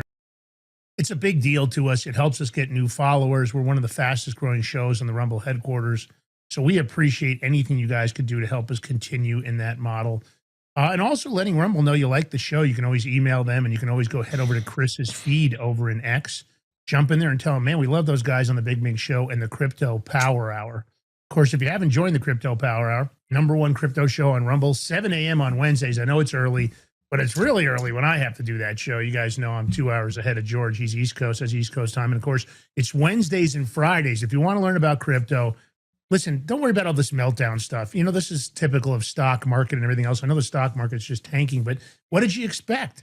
Strait of Hormuz. I mean, you knew this was going to happen. I mean, at the end of the day, what do you mean it's tanking? Stock market. Not tanking. We'll take a look. It was down today. I'm pretty sure that's what I read earlier. Okay, but it's not tanking. Down, okay. It's understandable, but not tanking, bro. Come on. I don't know. They said they wiped out a bunch of money this morning. I saw somebody talking about it. Big numbers got wiped out. But anyway, it doesn't matter. That's stocks. That's crypto. Going to get up and down. You got to be into the buy and hold strategy. You know, at the end of the day, buy the projects that matter, just like buying the stocks that matter. I know they're all talking about how oil is going to go through the roof. Of course, that sucks because our gas just went down, right? We just got it down at the pumps. Now we're going to go back up. You know, that's the problem. Of course, when things like this happen, that's part of it. At the end of the day, it is what it is. And, you know, George and I love our crypto, but we also love our gold and silver. One of our longest sponsors, the Genesis Gold Group, guys. We love them. If you're buying gold or silver for your IRA, if you're buying gold and silver just to hold, these are the guys to go to. And add a few of these into your mix. This is the Prepper Bar, 62.2 grams of gold or silver. And you can see as I tilt it there, you can break it down. You can just snap off a small piece if you make the payment. Much better way to make payments because, of course, what are you going to do? Carry around those tin snips or some way to chop up a 1 ounce coin if you had to make payments with it? No. It's great to have some of these in the mix. And I don't care whether it's for diversification, asset protection from inflation, economic turmoil, or it's extremely unique utility for barter and trade. Prepper Bar, it's perfect gift. Nobody's going to be unhappy about gold and silver. And you know, when there's uncertainty, gold and silver always goes up. Silver's back going up, gold's going up. You know, let me tell you something. These are great for everybody. It's not just precious metal lovers. So these are mined and minted in the great US of A. They always sell out fast. They've got them in stock. I checked this morning like I usually do before I come on the show. And they come with an assay report. So no counterfeit crap loads. And I do mean crap loads of counterfeit gold and silver up on eBay. You have to be extremely cautious of who you're buying your gold and silver from. They're salting the bars. So even when you test them, they kind of seem real until you go to one of the big firms to sell it. And of course, they're going to test it much more conclusively. They've got better equipment. What happens? You got counterfeit, you got nothing, you got ungats. So these are available right now. You can head over to thebigmigbar.com. That's right, thebigmigbar.com. You can use all caps Prepper, P-R-E-P-P-E-R. That's P-R-E-P-P-R. That'll get you 10% off on the silver and 5% off on the gold, which 5% off on the gold is a big number. So thebigmigbar.com, or you can call them 888-526-7154, 888-526-7154, or take a snapshot of that QR code. You know, George does it the technical way. Go there after the show. Pick up a few. It'll give you some peace of mind. Stick them in the gun safe, you know, or wherever you're going to hide your stuff, and to have them just in case. It's always a good backup plan. Thebigmigbar.com. Break me off a piece of that Prepper Bar. Lance, I have a breaking news announcement. Hold on, let me just put it up on the screen so that people can see it. Yes. We have a new supporter. C. Killian 67 Schwartz BW. Whatever that means, I don't know. That's a long name. Dude, that's like a long code Might name. have to just change it to 67 Schwartzeroni, maybe. If it's one of the Schwartz crew. I don't know. Just saying. You know, I'd like to see some people change their handles to Schwartzeroni in his show. Just that would be fun. I mean, not that I'm telling you guys to do it, but you might want to add G65 classified to the end of that handle. It's so long, it feels like it's a code name for some operation. It does feel like a code name. All right, listen, we've got a couple of items here. You know, and you know, it's interesting. We you know, right now the sets the moods are always difficult because a lot of them have copyrighted music. I can't tell you how many funny things George and I find, and you know, some of these channels on a copyrighted music, they just jack you. Well, it's everybody's music. Anybody, a musician that puts out music, of course they're going to copyright. I mean, you would do the same thing, bro. I mean, it is what it is. No, I get it, but it's tough, you know, because there's so many great clips out there. But snap! Here's one. Hold on. We just got. Go ahead. I'm sorry. Real Rat Dog is in the house. The Rat Stir. Hey, Rat Dog, what's up? Nice to see you. It's been a while, but we're happy you're here. I know. Man, give her a bark or something, bro. Hey, Rat Dog, how you doing? Nice to see you. Oh, you want to bark? Forget it. That sounds like a bitch ass bark, bro. She needs a real bitch forget ass it. little dogs. What did you expect? Are you saying you're a bitch ass little dog? Hey, I just bark like my dogs. It's embarrassing actually, but I've dealt with it for years. My wife collects, for anybody out there, we collect little rescue dogs. It's like the Franklin Mint. You have to have the entire fucking set. I've got 5 little rescues, and like every time somebody comes to the house, George hears it. It sucks. You know, they're on high security alert for anybody that's in a 30-foot proximity of the home. It's irritating, especially if it's Amazon, over and over again. All right, let's start it off. Breaking news, I've got a leaked video of U.S.-Iran negotiations.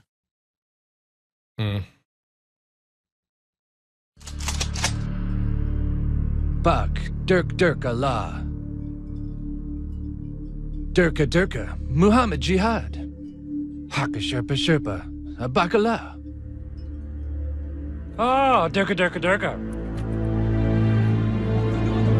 All right, Gary! Told you he was Top Gun. I've never seen acting that good. He's amazing.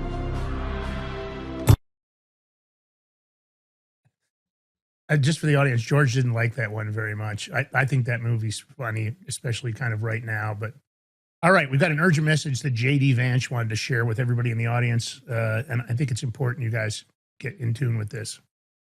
Get the fuck out of bed, bitch. Go.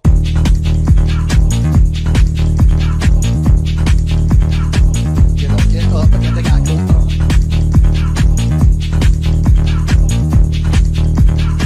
Time to wake up, bitch, get up.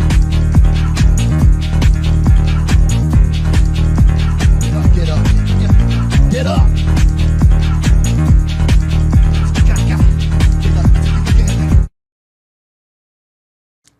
I like that. Gotta pump it up. Yeah. George liked that one. But George loves good music. I always think that's a classic. The fat JD Vance will go down in history as one of the top memes. I don't know how many memes have been made with the fat. Of course, that was kind of a Drewski takeoff, and then they turned it into Vance. Drewski did his little impersonation of a fat redneck white guy, which was pretty funny. Got to give him credit. But look, George, we all had high hopes. I know we did. I know you had high hopes. I had high hopes. We kind of hoped that the FBI was going to get, closed and started afresh, started anew. We were hoping this administration maybe would take a page out of JFK's book when he said he wanted to scatter the CIA to the winds. He wanted to close it down. He knew how nefarious they were. He'd seen lots of stuff from the Rockefeller Committee and other investigations, and that was only the tip of it. They covered up most of it. But what I think is really horrible, and we're talking about this because we just had some republishing of some declassified information, but there's lots of stuff. Even in the declassified, it's funny how there's multiple links about this, and you can see that the CIA tried to cover this up.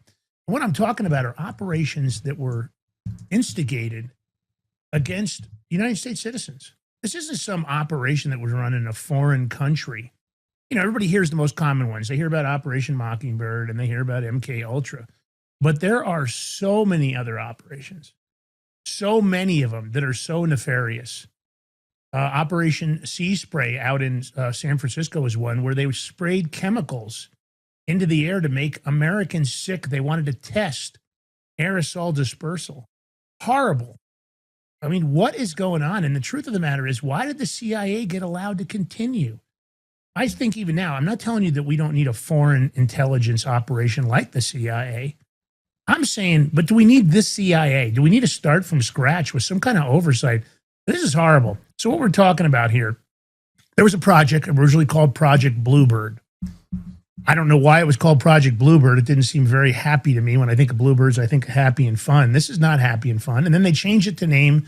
The name that it finally got tagged with was Project Artichoke, also known as Operation Artichoke. Now, this is serious stuff here, George. When you talk about a secret government program designed to manipulate Americans' minds through covert drugging and hypnosis with with vaccines. Now, the vaccine thing really stood out to me because, of course, after COVID, you're like, what? They used vaccines to weaponize against Americans? And what they were trying to do was to create these mind-controlled, behavior modified individuals that could be like Manchurian candidates, basically. If you've seen the movie, they would be like sleepers, sleeper assassins. They could be government officials. They could be regular American citizens. Now, George, I looked at all these files, and it got worse and worse the more I looked. I mean, give me your thoughts, man, because when I start seeing shit like this, it fucking pisses me off. Because, again, we're not talking, and again, I'm not necessarily agreeing that this should be run on foreign individuals either, an operation like this, because you're converting somebody. Maybe, let's say George was foreign or domestic, and somehow he fell into this program. Sorry, I got to check something. Go ahead. Yeah. So let's say he was drugged into this program. Let's say they identified George, said, yeah, we're going to go after Ballantine, whatever. We're going to use him as one of our Manchurian candidates.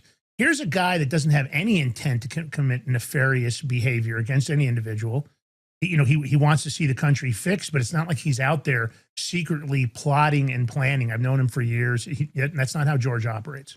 I would be the more likely one to do something like that. And I'm not doing it. So the point is the fact that they could take a guy like George, they could drug him up, they could use hypnosis, they could use all kinds of other electric shock therapy, and then turn him into this Manchurian style candidate and then activate him years later where all of a sudden he commits an assassination or attempts to commit an assassination. He ends up all over the news, and yet it wasn't anything to do with anything George ever believed, that he was manipulated by a U.S. government agency. Now, I don't know how you guys feel about that, but I think it's absolutely fucking disgusting. Like, this is the kind of stuff that makes me just want to go in and shut down everything. Because, we hear the good work the CIA does, but what about all this crap? And here's my point. I'm concerned. George, do you think we still have programs like this going on? Yeah, probably. Yeah, we probably do. I'm just checking because some people are saying it's breaking up Rumble. I'm not getting it on my end, people. So maybe refresh. I don't know. All right. Well, it's got to be Rumble. Let's talk about what this is. So Project Artichoke. You said. Yeah, I'm sorry. Go ahead. Just to give you and everybody out there, listen. I only allow you and everybody else out there to know what I want them to know about me. Remember that. No, I know that. I know that about you. But at the same time, I also know that you like to fix the country legally. You would like to do it legally, and I agree with you. I think it has to be done. But the problem is, how do we fix it legally? Is there a system? You can't trust the courts. I mean, the courts are weaponized. I'm not saying all of them, but I bet you 85% of the judges that are sitting on benches are weaponized politically. Mostly, it's usually the Democrat, judicial members. But I'm not saying there aren't some Republicans that are also weaponized. I just want fair and equal application of the law, and I want the judges to do it the same way. The law is the law. It should be very simple to follow. It shouldn't take some extreme action. I'm not asking them to do anything but do what the description of their job is, George. How do you fix it legally? And we're going to go into this here in a minute, but I just don't know if it can be fixed legally. Well, listen. Yes, I would like to do it legally, but if I had the letter, I mean, we're going to get in trouble. The immunity letter? Yeah. Listen, I would do the I would do it the other way because it'd be faster and a lot less time consuming. We get shit done. But unfortunately, what George is talking I don't about think is I'm going a to get letter that of letter. Presidential immunity. Basically, with that letter, if it was designated in there that you were authorized to clean up the U.S. government in any means possible, that would be your free get out of jail card, right? That would be the one that could get you out. They would have a hard time overcoming it. Well, let's talk about Project Artichoke. So in my opinion, this is the precursor to MK Ultra. Now, and I'm not saying one was better or worse than the other. I'm saying they're both absolutely horrendous. So this went on from 1951 to 56. It was a secret Cold War program.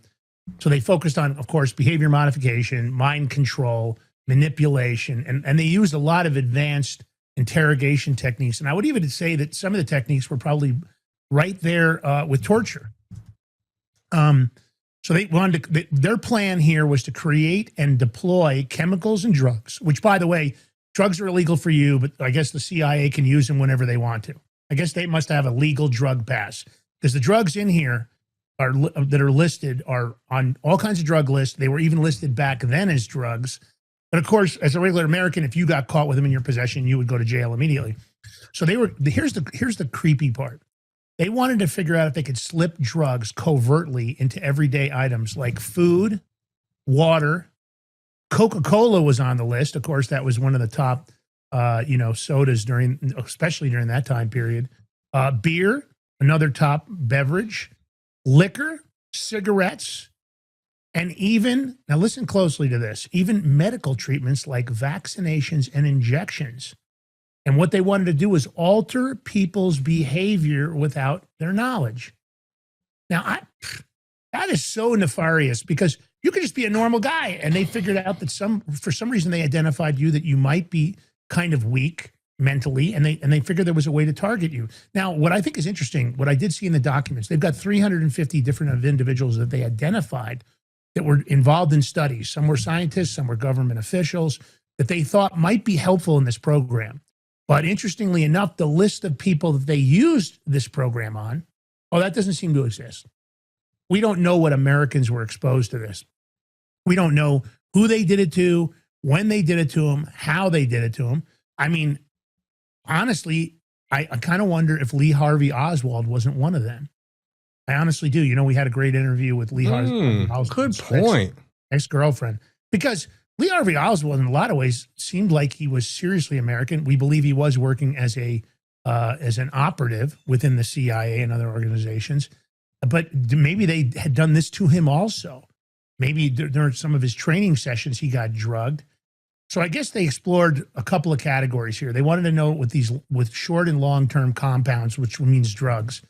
They wanted to know if they could agitate people, cause anxiety and nervousness and tension, which I guess made them more susceptible to suggestive reasoning.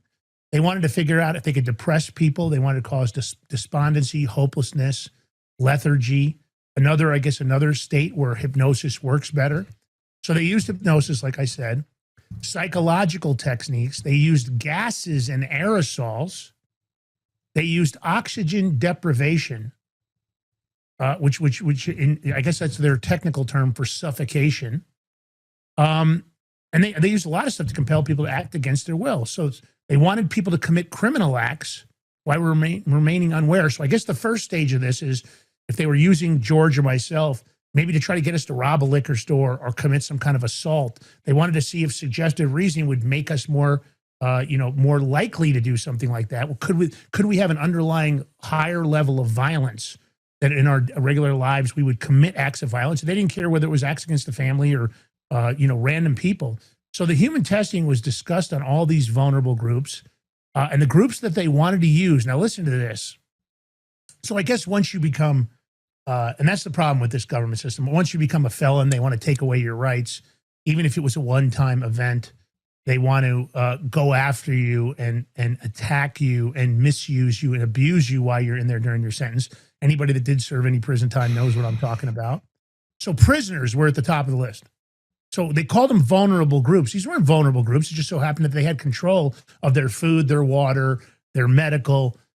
They were vulnerable because they could just abuse them if they chose to. Same thing goes for soldiers. Soldiers were the second on the list. Can you imagine using the people that have sworn an oath to defend this country from all enemies, foreign and domestic? Can you imagine, George, how awful it is that they said, oh, well, we can use the soldiers because we have total control of them. Not treating those guys at a higher level. They just said, oh, yeah, we're going to use soldiers.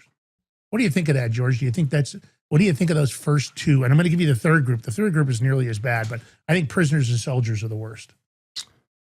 Well, definitely our soldiers. I mean, taking anybody is bad, but I know they'll drive around in like paneled vans looking for maybe homeless or not so much homeless, but stray people, runaways and stuff, and you're hit. You want to know why so many people disappear and you never find them? Those are the reasons why. But well, George, you're kind of over the target because they listed psychiatric patients as the third top category to go after. Oh, thank God they never took me. Yeah, and those psychiatric patients included people that they thought had psychotic issues, which could have been homeless people. We're talking about people that might have had PTSD or might have had some other schizophrenia or something else, and maybe were living on the street. But how about so prisoners, soldiers, and psychiatric patients? So, by the way, those are all Americans, first off. The disgusting nature of this alone for me, if I was president and I really started to investigate these different operations, and there's many of them, that would be it. I'd say, yeah, we're going to start from scratch. Everybody would get fired, and then they would reapply for the job, and I would try to figure out some sort of an independent oversight agency to interview these people. And any people that were involved, I'm not saying a lot of these people are still around, because a lot of these operations are a long time ago. So they may be dead. They might not be with the agency any longer. But this is what your own government thinks of you. That somehow you're a guinea pig if you become a felon, if you become a soldier, or if you have psychiatric issues. That in itself seems like enough. Now, of course, Lee Harvey Oswald was a soldier. He was initially a soldier, that he was trained.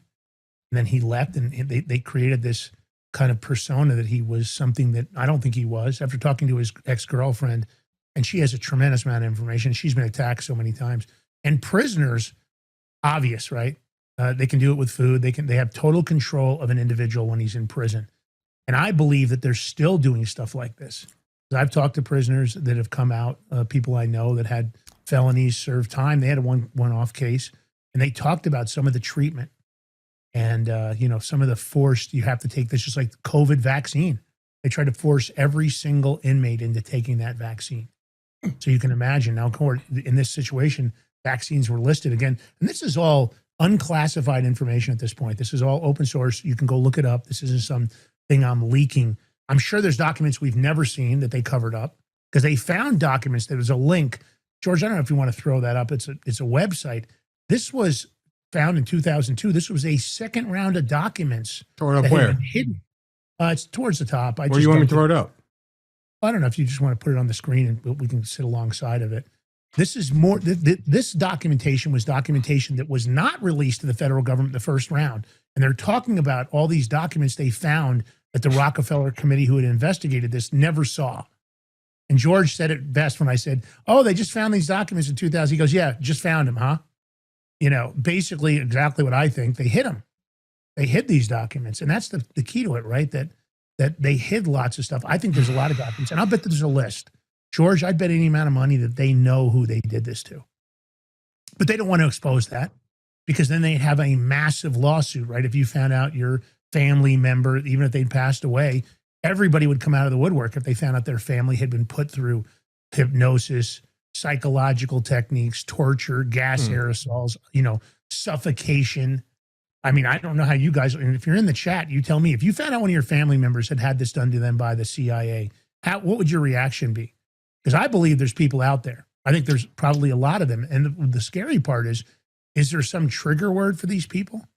What if they did it to somebody really young? Let's face it, there's a lot of people that are still in their 80s, 70s. What if some of these people where we see some kind of horrendous event occurred? What if this is a trigger? So these are some a lot of what ifs, man. A lot of what ifs, but yeah. I mean, but am I right? What do you think? Well, you have to think like what is the code word to set them off? There's got to be something. Yeah. Or a phrase or something to all of a sudden just take them out of whatever mode they're into, like assassin mode. There has to be.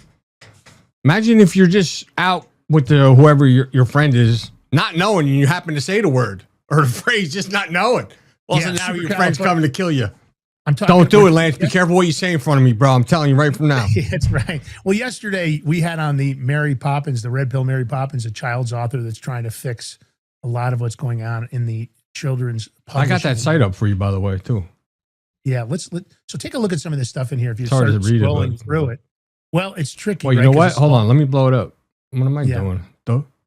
So this is what it says. They found 18 cartons that had never been released before. They were in the CIA storage agency archive. Sure they were. And they immediately brought them forward in 2000. This is 2002 now. Now, we're not talking about the recent republishing. We're talking about 2002. And it's got to do with Project Artichoke, also known as Project Bluebird, which had not previously been furnished to either the Rockefeller Commission or the Congressional Committee during their inquiries. Things that make you go, why didn't they release these documents? So there's a summary. This is a summary and description of what was in these boxes that somehow they just, I don't know what happened. We just forgot to give them to you. Sorry, we're going to do it now. So they found project literature on behavior control and drugs of interest to Project Artichoke Bluebird. And it lists a smorgasbord of psychiatric and manipulative drugs. And I'll go over those here in a minute.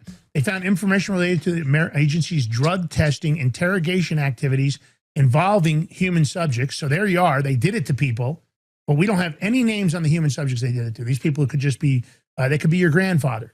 He could have been one of them. We don't know. A lot of people out there claim they were part of the MK They're probably Ultra. Dead, those people. They probably killed them. Could be. Yeah, could be. I wouldn't doubt that you're right about that. Some of it was still redacted, they released, so they blocked it out. I guess they believed, some of this stuff is from all the way back. They started doing this. So listen to some of these drugs they used. Benzedrine, caffeine. Now, here's one, George, we just talked about. Devil's breath. They use scopolamine. Fuck is that? Which is the same. That's the drug that just came back into the news about Epstein. Where are you seeing that? What page? It's on the second page after the big line. You'll see it there. It says it starts with to 46 with various drugs believed to aid in interrogation. You talking about the one that I'm on? The site? Yeah, you're on that site. I'm looking at it right now. It's right after the one with the big line on it. You go to the one with the big line, and it's the next. No, go up. Yeah, there it is. That next page after the big that line, that page is what I'm on right now. All right. Okay. So you first just heard paragraph. you just heard about devil's breath. You just heard about Epstein growing it because he wanted to use it, because this is the drug. A lot of guys go to Colombia because there's hot girls, and they go to Colombia and they think, oh, I'm a rich American, I'll meet all these hot girls. And I guess one of the operations is the cartels down there use hot girls, and then scopolamine is basically called devil's breath. And what it does is it puts you in a zombie-like state where you can be walked around, manipulated, sexually abused, but in this case, they're just trying to rob you. And sometimes if you give somebody too much scopolamine, you die. But it turns you into a very easy to manipulate zombie. So here's the CIA admitting they use scopolamine. Now, probably, who knows, maybe Epstein read this paper and said, hey, here's something we should try. Let's use this on some people. Of course, they could give it even to somebody that attended the party. Let's say that somebody attended that party that didn't know about what Epstein was up to, and they really weren't going to be part of it. They weren't interested in young girls because, you know, if somehow I'd gone to a party like that, I wouldn't be interested in young girls. I'm not, man, just keep away with me, that shit. I would have left, but who knows? Maybe they drugged me with scopolamine. Now they put you on a bed and they take some pictures of you with young children. And now, guess what? You're in the net. You've been compromised. Now here comes the blackmail and here comes the control. I'm not saying that happened to everybody that went there. I'm saying that it could be used, just like they could use GHB, they could use ecstasy. There's a lot of drugs out there that might aid in that process. They used alcohol. They used, I'm not, tetrahydrocannabinol acetate, which I have no idea what the hell that is. I'm assuming because it says cannabis, it's some kind of a cannabinoid. But there's more. LSD, mescaline, indicia, which I think must be maybe meth is pretty. If you take it right, some fucked up shit. It's pretty good. Yeah. So meth again, and this goes on and on. Now LSD. Can you imagine? I mean, people that didn't know. Well, we knew they were doing LSD, Lance. I mean, that's nothing. Like we knew that. That's not a big surprise. Now I guess they also used it on a notorious New York gangster, but they don't give the name. One of the OSS was working with the CIA on this project, and in 1943, they gave it unknowingly to a notorious New York gangster. Now, I don't know what they gave him or what they did to him. Don't know. But listen, in this dump that happened, this hidden dump, they had films, tapes, files. They had videotapes of people being hypnotized. And there's a lot of reference material, a lot of stuff from other investigations. These other two pages. I'm sorry, what? You killers right here. The other two are, yeah. So let me just finish here. We'll wrap this because I'm going to run out of pages here. So there was a budget, there was planning, the administration was involved. All this went into, this was a pretty sophisticated project. And they have a box listed personnel, but they only talk about personnel that they were interested in maybe having, doctors and psychiatrists and chemists, hypnotists who were doing work or were acknowledged as experts in areas of interest to Bluebird and Artichoke. Now, this included also officials, U.S. government agencies such as NIH. Yeah, there's an organization we'd like to hear about. So NIH was one of the organizations that was doing research that was beneficial to this program. I don't know what that means, but you can read into that what you want. How about this, George? Here's another one. FDA. The FDA was involved. The U.S. military was involved. Now, I guess they say the review of this material is only partially complete, and the total number of names which appear throughout this material has not been determined. So they never really come out. They kind of leave a limited amount. Now, there's references to work that was being financed by the MK Ultra budget. So MK Ultra was running parallel. So that, everybody kind of knows that program. But of course, they said they found a number of items that were contained in the collection of newly found material, which did not readily fit into the above categories. So it doesn't seem like they released that. They've got the film. They have these lists of people. But I guess there's a bunch of photos. They say they're typical tourist photos that they don't know why they took them, but maybe they were identifying people they wanted to use this on. And they talk about the drugs that were on hand. They kept these drugs in the office, and I guess there was other ones that weren't listed here, but these drugs include... and again, some of these I have no idea what they are, but I'll tell you what they do. Rodixin, described as a whole root of rofinol, like roolfin, which I believe is probably like rufinol.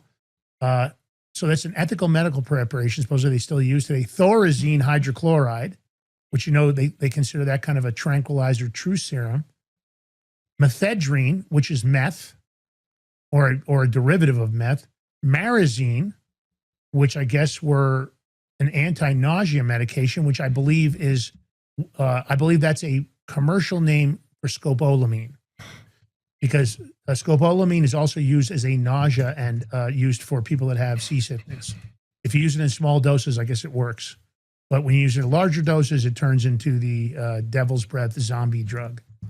Another one, Daprazole, some kind of a analgesic, which I don't know what, barbiturate, that they used. And I guess, and they've got more, hyoscine, artane, theoporin, pamperin. I guess some of our people in the medical audience could tell us. Rebelon, Vinabel, Tolserol, which is a muscle relaxant, Benadryl, which I guess they used for allergies, but I guess it had some other positive effects for the study. Dexedrine, which is also considered, I think an antihistamine, but they also use it as a stimulant. I mean, this is what I'm going to say. We'll go on to what George has got. Crazy. Drugging Americans so they could turn them into Manchurian candidates.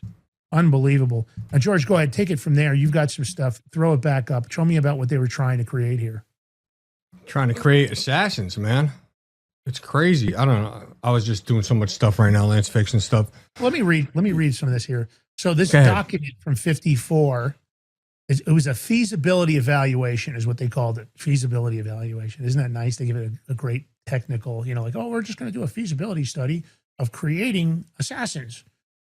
They wanted to see if a subject could be involuntarily induced through a single uncontrolled social encounter to attempt the assassination of a prominent politician using artichoke techniques, which included what I said, the drug, the hypnosis, the mind control, the torture.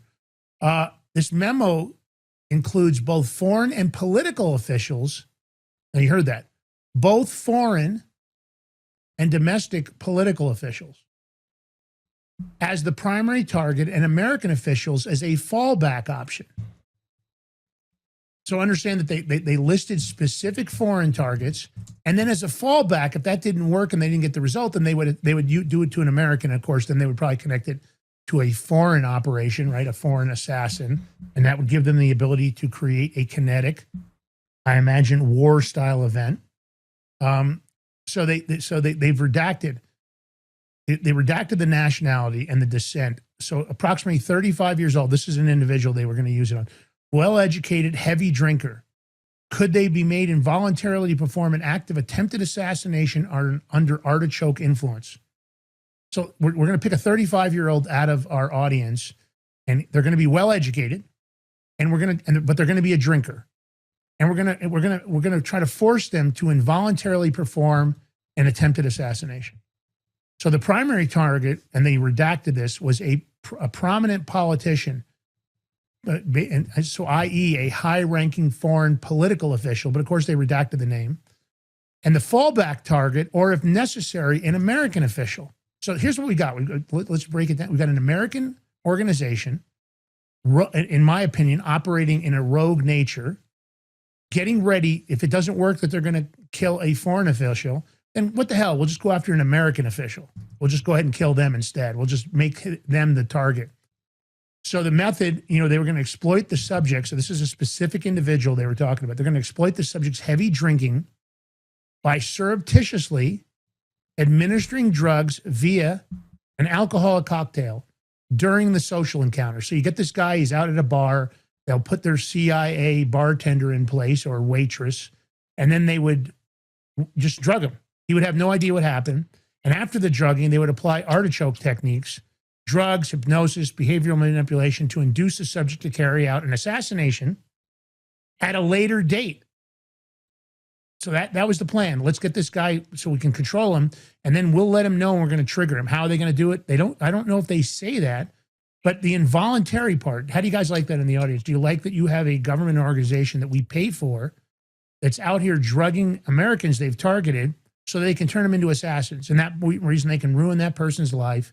They can ruin their family's life. They can cause a major political event. This is a nice group of people here we got. This is a very nice organization, really. Nice people, right? I mean, thank the U.S. government, man. Yeah. And it's disgusting. And guys, you can go down these rabbit holes. You can look, there's a lot of declassified information. There's information on Project MK Ultra you can look at, obviously covert illegal human experimentation, just like this. How about Operation Chaos? Here's another one, which was a domestic spying operation authorized by President Johnson and Nixon, which involved CIA agents infiltrating anti-war movements, that means protesters, and radical groups, creating files on over 7,000 Americans to prove foreign influence. By the way, they never found all the documentation, and they never found all the people that they supposedly targeted. They don't. Well, we don't know. They're just some people. We have no idea who they are.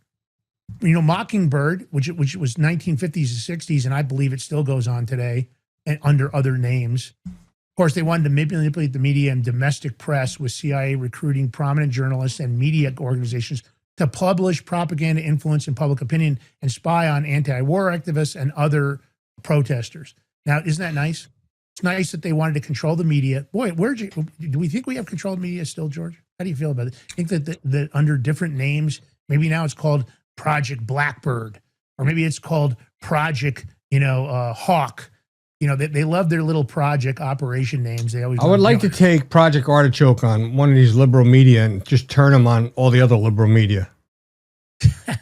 Do us a favor, right? I mean, why not? They could clean it up quickly. Fuck. Yeah. Code name cleanse. Yeah. Yeah. You know, George the other day mentioned supercalifragilisticexpialidocious on the show, and I thought, and when I was reading this stuff, I thought, oh my God, maybe that's the trigger word. Yeah, you just don't know what it is, right? And if it's a trigger word, or how they get them to control. How about Operation Resistance?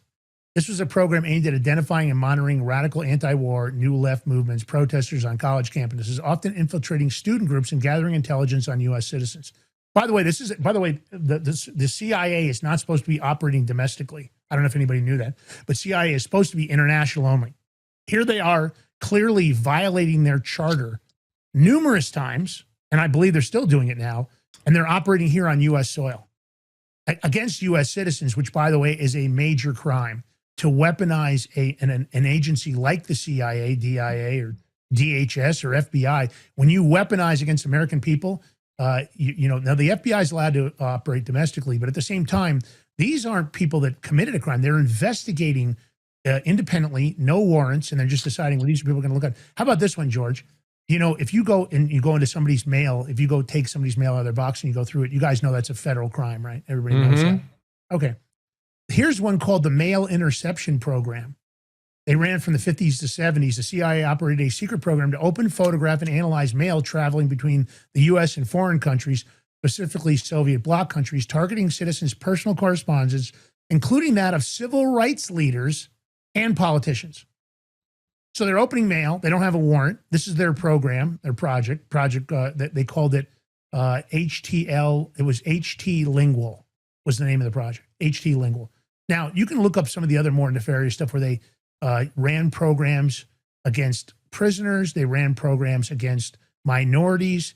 They sprayed people in, San Francisco, like I told you about, see if they'd catch disease rapidly from spraying. And it's a fact. They did stuff in Miami, about where they were going to act like Cubans had invaded the U.S. and they were going to kill American citizens. That was a CIA operation. It was just going to be Americans committing crimes against Americans. Of course, they wouldn't be found guilty. I don't know if they'd kill them or not, but they were going to kill Americans so they could justify invading Cuba. I mean, does this seem like, let's just ask this, you guys in the chat, does this seem like an organization that should be allowed to continue its operation? Because their history is that of thinking they can do whatever the frick they want, whenever the frick they want it, against American citizens, committing multiple crimes. Does this, to me, this alone, let's forget what they're doing now. I believe they're doing lots of stuff now. I have reason to believe it for a number of different things I can't necessarily discuss. I think they're still involved in a lot of shit. Why is this not a bigger deal? And now we just know that they participated in the execution of JFK. We know it for a fact now by the releases. And by the way, I do not believe this administration has released all the JFK files, because I know somebody very well, I won't say who it is, who's seen JFK files because of their involvement in the U.S. government. They saw more files than probably anybody else, even before they were declassified. And I believe, they told me that there's stuff that they saw that they know is not in these drops. that there are documents and stuff that has never been released. Do I ever think it'll be released? You know, this administration has proven that it only gives us partial answers, right? We're going to release the Epstein documents. We're already hearing there's a lot of stuff that hasn't been released. We know a lot of people haven't been arrested. My point is that's what we're getting from this. We're getting partial answers. There's lots of things this administration is doing right. I'm not going to attack it nonstop, but I'm going to say stop with the bullshit. There's too much information out here. Stop with the fucking lies. Let's get those 9/11 files. Let's get Seth Rich truth. Let's get it all out there. And if somebody's guilty, let's wrap their asses up. And if you don't have the right people inside the FBI, if they can't pull the trigger, if they're afraid or whatever, let's get them out of there. Same thing goes for the Department of Justice. I don't know if Pam Bondi, if the story I heard is true. You know, I'll just say it might be about, you know, that she wants to release stuff, but that the administration is being manipulated by deep staters. You've heard it come from Kristi Noem and Tulsi Gabbard about deep staters. George, you tell me, what's the solution for all this garbage here? Because at the end of the day, I feel like this should be enough to just close the CIA down right now. I know it's an old case. Oh, well, those people aren't here any longer. I don't give a fuck. I don't care if they're not there any longer. I don't want somebody like that. How do I know that when I go out to eat with my wife, that they're not going to target me? How can I trust them that they're not going to drug my food? And I'm not saying I have any reason for them to do that. I'm saying, but what if they wanted to? What if they want to turn me into a rogue assassin so that they can put me all over the press, discredit all the work that George and I have ever done, act like I've always been plotting and planning to do this? How do I know that? I mean, how do you trust? Here's what I'll say. George, you tell me, can you trust the CIA? I'm going to just make the answer easy. I don't trust anything that has to do with the government. Okay. How's that? For the audience in the chat right now, everybody that's watching the show, get in the chat and you can just say yes or no. Do you guys trust the CIA? And I guarantee you, if you start reading all these different documents, and there's a lot of declassified stuff where they've been doing crazy shit to us. I just want a yes or no from everybody watching the show in the chat right now. When we come back from the break, we're going to take a look at that. My answer is a resounding no. They can't be trusted. All right, we're going to stay tuned. We'll be right back with G. Ballantine, El Miliacho, the Big Mig Show, baby. We're dropping the hammer, calling for transparency, accountability, and consequences. Stay tuned. While we're on the break, take the live link, share it far and wide. Help us grow. If you've never done it before, you just take the link, you go into your social media. Hey, if you guys haven't joined this show, these guys are great. Come on over. If you feel like that, I'm not asking you to do something you don't want to do. I'm not trying to Manchurian candidate your social media. That's not what we do here on the show. All right, stay tuned. We'll be right back.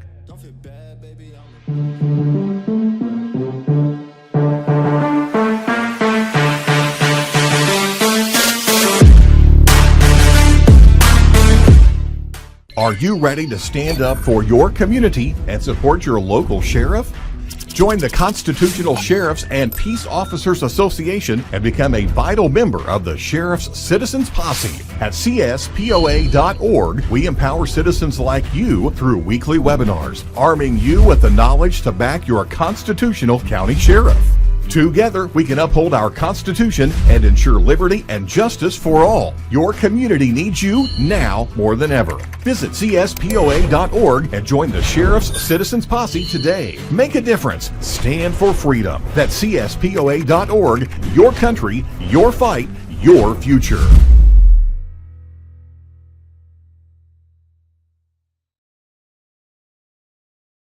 What if you could predict your financial future? And what if you could trade on it? Introducing Block Trust IRA, the future in your hands. An astonishing 88,000 millionaires were created last year from the Bitcoin boom, and you could be next. Block Trust IRA is the only crypto management firm powered by AI-driven strategies, ranked #1 in the world by Bitcoin Magazine. The Block Trust IRA platform is built for everyone, from first-time buyers to seasoned investors. Predictive AI technology that was once only reserved for insiders and elites is now available to you. It's time to leave the old buy and hold strategies behind. Your assets are protected with military-grade security, offline cold storage, and $200 million in insurance. Visit BlockTrustIRA.com to book your free consultation and ask how to claim up to $2,500 in deposit bonuses today. Bitcoin changed the game. AI changes the strategy. Hi folks, I'm here today to introduce you to the Prepper Bar from PrepperBar.com, the most unique precious metals product we have seen in a long time. These 62-gram bars are perforated and easily broken down into your choice of 3 different sizes to fit a multitude of needs. Whether it be from asset protection from inflation, economic turmoil, or its unique utility for barter and trade, the Prepper Bar makes a perfect gift for all the precious metal lovers out there. Exclusively made here in the USA and selling out fast. Available in both gold and silver, these slim Prepper Bars fit neatly in your wallet, and their utility enables use in any situation.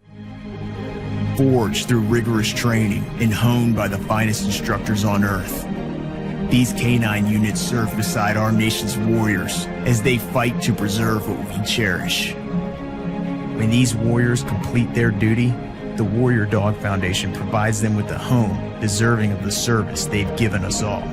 At our state-of-the-art kennels, they receive rehabilitation and care suitable for heroes, because that's what they are. Be a part of giving them a future today. Visit warriordogfoundation.org.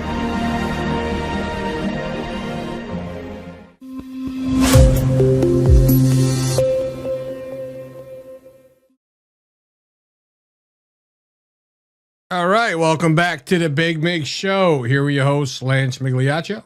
Yours truly, George Ballantine. Big Mig Mafia in the chat, Big Mig Army out there watching, creeping up on you. Listen, if you can, if you're out there watching or listening, if you can join the chat, please do. If you're at work, I don't want you to get in trouble. I know people listening at work, so don't get in trouble. Don't lose your job. But if you can hit that thumbs up, like button, follow, we appreciate it. Even the subscribe button, $5 a month, we appreciate it too. But we just, most importantly, we appreciate you just being here. Your support is greatly appreciated, and I love you guys for that. But Lance and I, we got to talk about another sponsor because we got the perfect solution for the people that can't watch their crypto 24/7. That's why I'm here to tell you about BlockTrustIRA.com. They're bringing access to cryptocurrency wealth to everyday people. Their exclusive Animus AI trading platform works 24/7, analyzing market data and executing advanced crypto strategies that go far beyond buy and hold. And it's no surprise that this system was named #1 crypto technology platform by Bitcoin Magazine out of more than 1,500 global competitors. And clients are already seeing over 250% returns on their investments, all with military-grade security and up to $200 million insurance. Your wealth is fully protected. So don't wait. Visit BigMigCrypto.com today and see how you can join this financial revolution that's finally giving everyday Americans access to a crypto opportunity of a lifetime. Once again, visit BigMigCrypto.com today. You can get up to $2,500 of free crypto. QR code's right here. Take a screenshot, save it to your photo files. But don't go there now because I got a little surprise. Even Lance doesn't even see this one coming. Well, I had it, and I'm like, you know what? I don't know. I just need to break it up a little bit. Listen to Daddy right now, everybody. You know when I say trust the science? I'm imploring you to trust the science on this one. Please, trust the science. Somehow we're yesterday's conversation in the chat, and I seen this. I'm like, oh, this is perfect. All right, here we go. Trust the science. Squeezing your girlfriend's butts can make you live longer, and it's not about lust. It is a biological necessity for your nervous system. Primal biology dictates that contact with soft tissue is the fastest trigger to signal safety to the male brain. It activates specific mechanoreceptors that bypass logic and directly stimulate the vagus nerve. Most men live in a chronic state of fight or flight. This tactile interaction acts as a biological circuit breaker. It crashes high cortisol levels instantly, lowering blood pressure and reducing strain on the cardiovascular system. Simultaneously, it releases a massive dose of oxytocin. Think of it as grounding your electrical stress into a safe connection. It dissolves subconscious anxiety faster than medication. Over time, this cumulative stress reduction protects your heart and significantly lowers the risk of cardiac events. So, gentlemen, consider this your permanent medical clearance. Do not treat it as a luxury. Treat it as a daily survival requirement. For the sake of your cardiovascular longevity, keep your hands busy. That's real, like by it. the way. That's I like it. You can send me that link. Yo, if you're experiencing problems with the stream, it's not on my end. I just, while on break, I went over everything, my CPU, my upload download speed. I'm A-okay on my end, so it's something to do with Rumble. I heard somebody else say it too, but whatever. It is what it is. Did you know that last night, I think it was yesterday, last night? No, the night before last, that it was the largest traffic ever on X. They hit traffic numbers they'd never hit before. The biggest amount of traffic ever on the platform X. So congratulations to Elon Musk. All right. This is horrible. It's horrible for a lot of reasons. Everybody knows that we're really, the country is divided on Israel. If this is true, it doesn't surprise me, Lance, if this is true, because Israel's been known to do this. I don't know if the whole country's divided. I mean, for any women that are opposing the bombing of Iran, just think about all the women there under Sharia law that have to stay covered up, that have no rights. And you're over here always protesting this for that, this and that. You should be happy we're doing it. Like, it's sad that, we're down to 6 soldiers that lost their lives. It sucks. But, I don't think Iran even had the capability, Lance, of having nuclear weapons at this point. They probably would in the future. Mm-hmm. But it was probably a good time just to get rid of them. Because you get rid of Iran, you're going to stabilize a lot of that region. Because they were the ones that were funding a lot of the terrorists over there, Hamas, Hezbollah, all the little proxy wars. They were funding it all. So, and they fucked up. They bombed Saudi Arabia, UAE, Dubai over there, Bahrain, Qatar. Now they all want to get on it. They just bombed an English hit at an English base. I don't know if it's in Afghanistan, wherever it was. Now they want to get in. What's that telling you? But it's over with. Iran's done. Yeah, Iran's done. I say they should, once they conquer Iran, get rid of the name Iran, bring it back to Persia. Yeah. Let the people be free. But if Tucker Carlson, if he's saying, if this is true, have you been known, Lance, have you known Tucker to say stuff that really wasn't? He vets everything. I know some people that have tried to get on the Tucker Carlson show, and if he finds anything that isn't parallel to the story of the individuals coming on, he will immediately. I know somebody that books for Tucker. I talk to him all the time, as a matter of fact, and they book lots of guests for Tucker. And the second his show finds out even the slightest anomaly, because of course he's got to protect his brand. His brand is of a truth guy. So for Tucker Carlson to come out and reveal that Qatar and Saudi Arabia caught Mossad agents planting bombs to massacre local citizens, I would think it would be unlikely that Tucker would put his reputation on the line and make a statement like that if he didn't have the absolute goods, if he didn't have the sauce. Let's play the clip. You guys in the audience, listen to this yourselves. If this is true, man, the administration ought to be distancing themselves from this particular state. They should, first of all, acknowledge that they've vetted it and it's true. And they should probably make some public statements about how they feel about this, because this is horrible. All right. Somebody just said my voice going in and out. It could be if I walk away from my microphone because I leave it up close, but I got you guys. Thanks. Now, that wasn't a risk from the Israeli standpoint. That was the point. That was the point. They wanted to diminish the Gulf, and in 2 days they have. And I think anyone who likes decency and order and cleanliness is hoping that the Gulf will recover. The Gulf is not a threat to us. We have military bases in these countries. These are some of our closest allies. All of them are closer allies than Israel, by far. They're our friends, but they've been really hurt. And in a place like Dubai, which is basically part of a country, it's an emirate within the United Arab Emirates, but it's also a luxury brand, basically. People go to Dubai because it's beautiful and rich and clean, and above all, because it's safe and orderly. It's got the busiest airport in the world. You start seeing video on Instagram of smoke in the Dubai airport, and you're like, I think I'm going to Cabo this year. Oh, sorry, drug cartels. Whatever.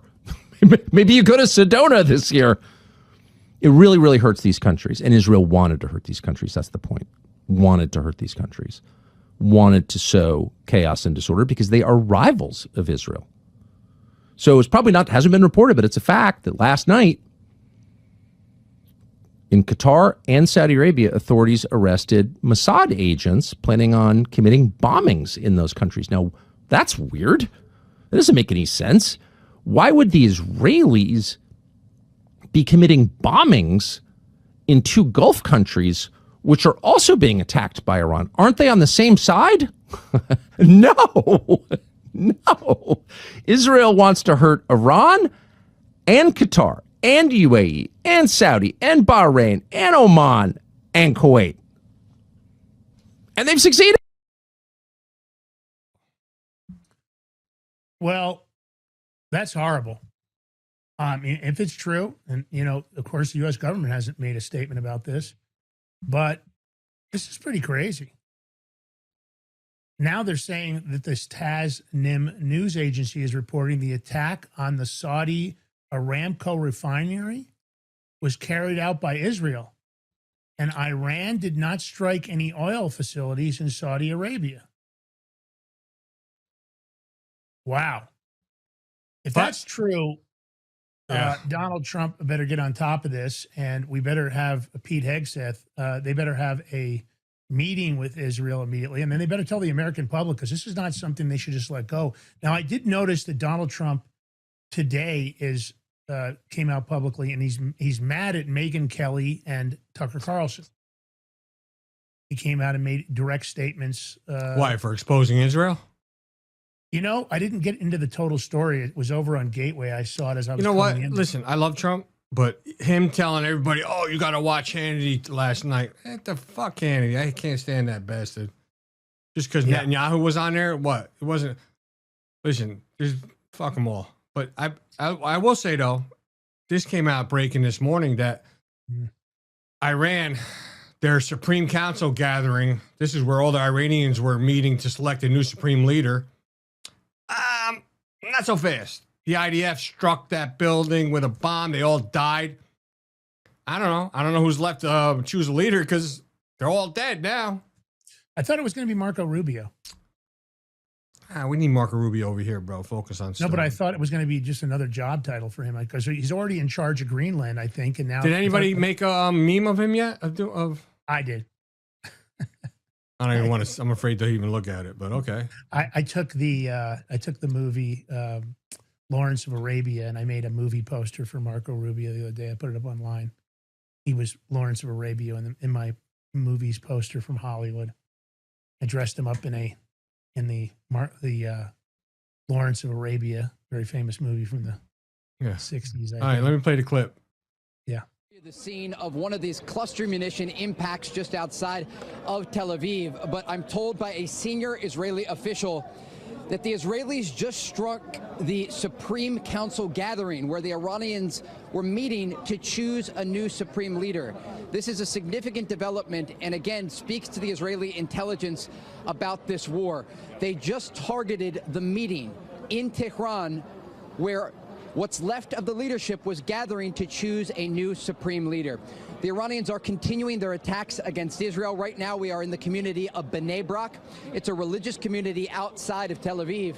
And you can see where the police and first responders.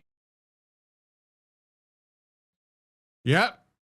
They should just keep bombing the shit out of it. I'm kind of upset that I have to, I always say, you knew the Mossad and U.S. knew where all of Iran's strategic targets were, where they're keeping all the missiles, but yet they're still firing their missiles and they're getting through. If you've seen some of the devastation or destruction Iran's been doing, and it's almost like I question them, are they allowing that to happen to justify more of what they're doing? I don't know, but you have all the damn Democrats saying, "Oh, he needs Congress to vote on it." I said, "No, you don't. You don't. He has 60 days. He could do it. Go out another country, whatever he wants in that sense. Not whatever he wants, but you know what I mean."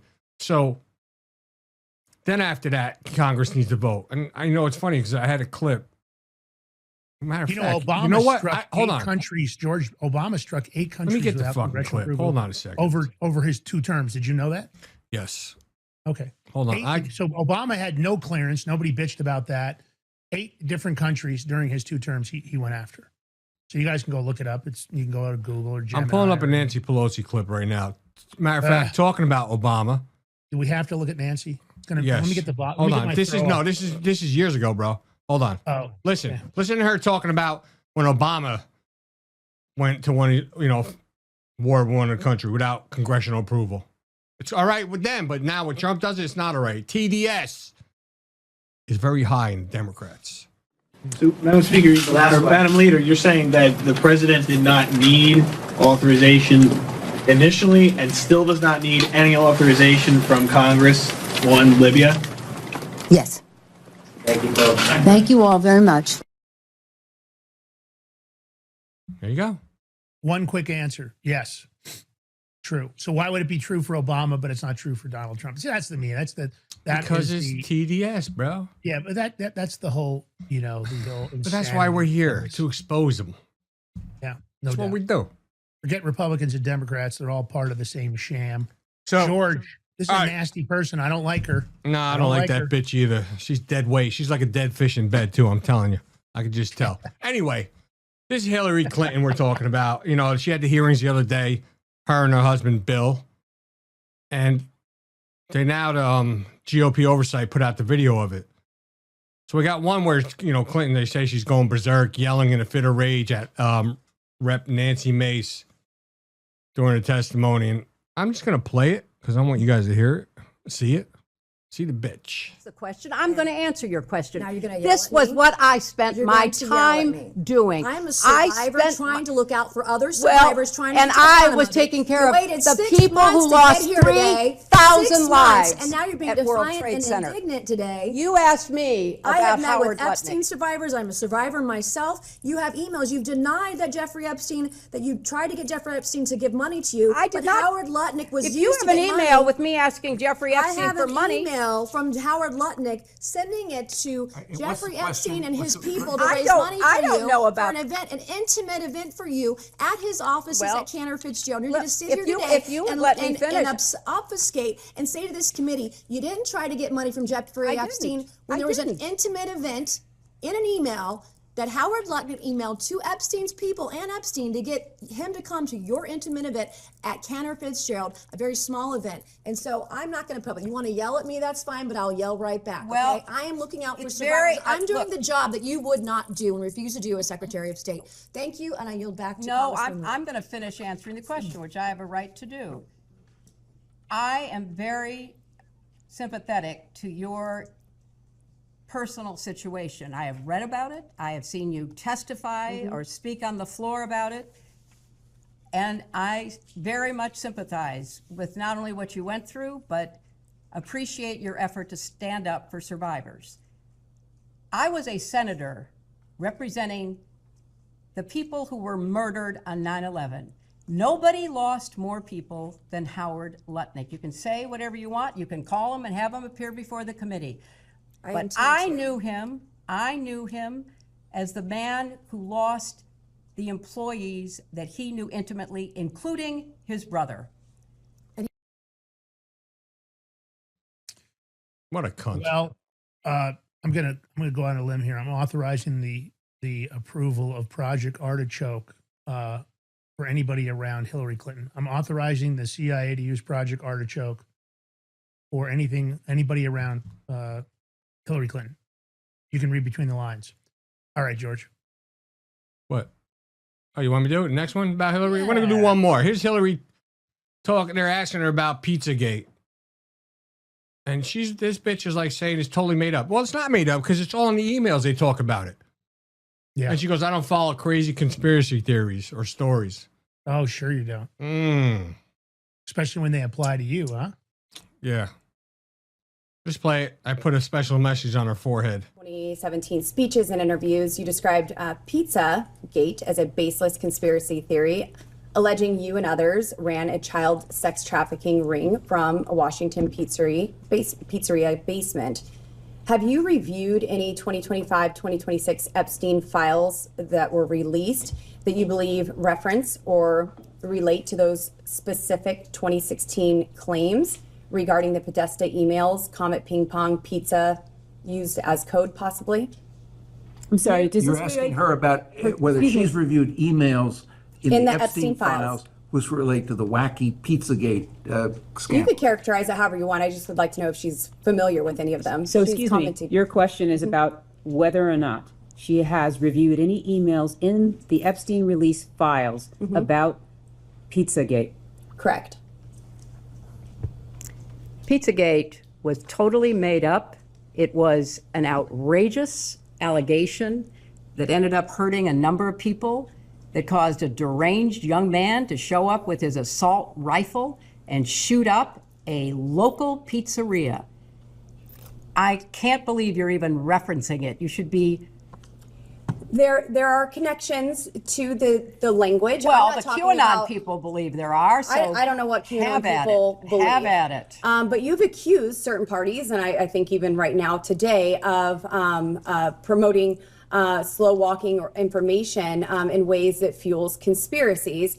In your view, did any Epstein-Maxwell related investigations or file handling pre or post 2019 contribute to or intersect with the spread of Pizzagate style theories about Democrat figures? Objection. I have no way of answering. That is the most speculation. Ridiculously. Have you or your representatives identified any Epstein file content that has been misinterpreted online to revive those claims? And what steps, if any, have you taken to clarify? Again, object on the ground of I think that this is all very reasonable. Well, first of all, I don't follow the crazy conspiracy stories that are online. I regret that anybody does. I find it quite sad, but also disturbing that people would believe some of what is put forth, like Pizzagate. So I have taken no steps to review anything that might have any connection to something which I think is totally bogus. Shut up, cunt. I don't know how the word got there on her forehead, but it mysteriously came. So we know that we only tip of the spear, only truth here, so must be some. But it's funny, like I didn't even get any Bill Clinton clips. I mean, just seeing her is bad enough, but their lawyers were going like scrambling because when Bill Clinton asked if he thinks Bill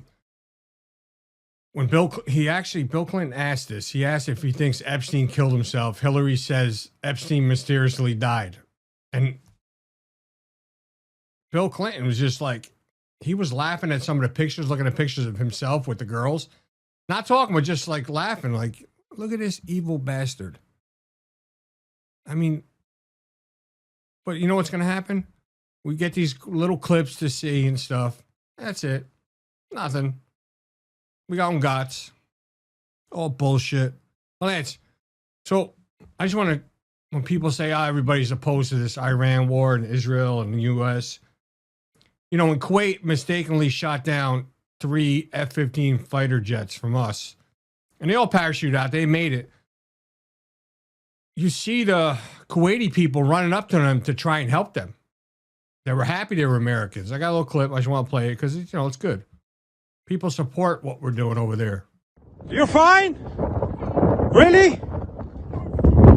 You need something to help you? No problem. You're safe. You're safe. Everything good? No problem. Thank you for helping us. Everything perfect? Yep. George, I'm going to throw a little curveball here. I was looking for it. It took me a minute. No. The end of the Hillary Clinton story, I'm going to dump it in here. Hillary Clinton loves the denial, right? That's what the best thing to do. She's a great liar. I think she's an incredible liar. Probably one of the best on the entire planet. What I think is interesting is if everybody doesn't remember that WikiLeaks released an email that people have often tried to act like isn't the truth or otherwise, where Hillary Clinton's talking about a hammer. Now, I just dumped it in there, George. She says, please bring the hammer and the toy I like to use to Comet, which is Comet Pizza tonight. Now, somebody tried to explain that email to me. This came out of the WikiLeaks drop. Of course, they went after Julian Assange brutally. Finally, Donald Trump did something about that. I mean, my point is, why did they, there's a lot of stuff. We've heard about videos on the dark web of Hillary removing a child's face. And I don't want to go into all the details because it's pretty dark. Somebody explain to me what this means. If it doesn't mean an actual hammer and some toy that she likes to use, and it says, also, if you have time, swing by the office and grab my inhaler. Nothing gets my heart going like sacrifice night. Now, let's just assume that Hillary's right. Pizzagate's a bunch of garbage. What does this email mean? It's been authenticated. What terminology does hammer and toy and sacrifice night? Somebody try to give me, are those code names for something else? Is this her code language?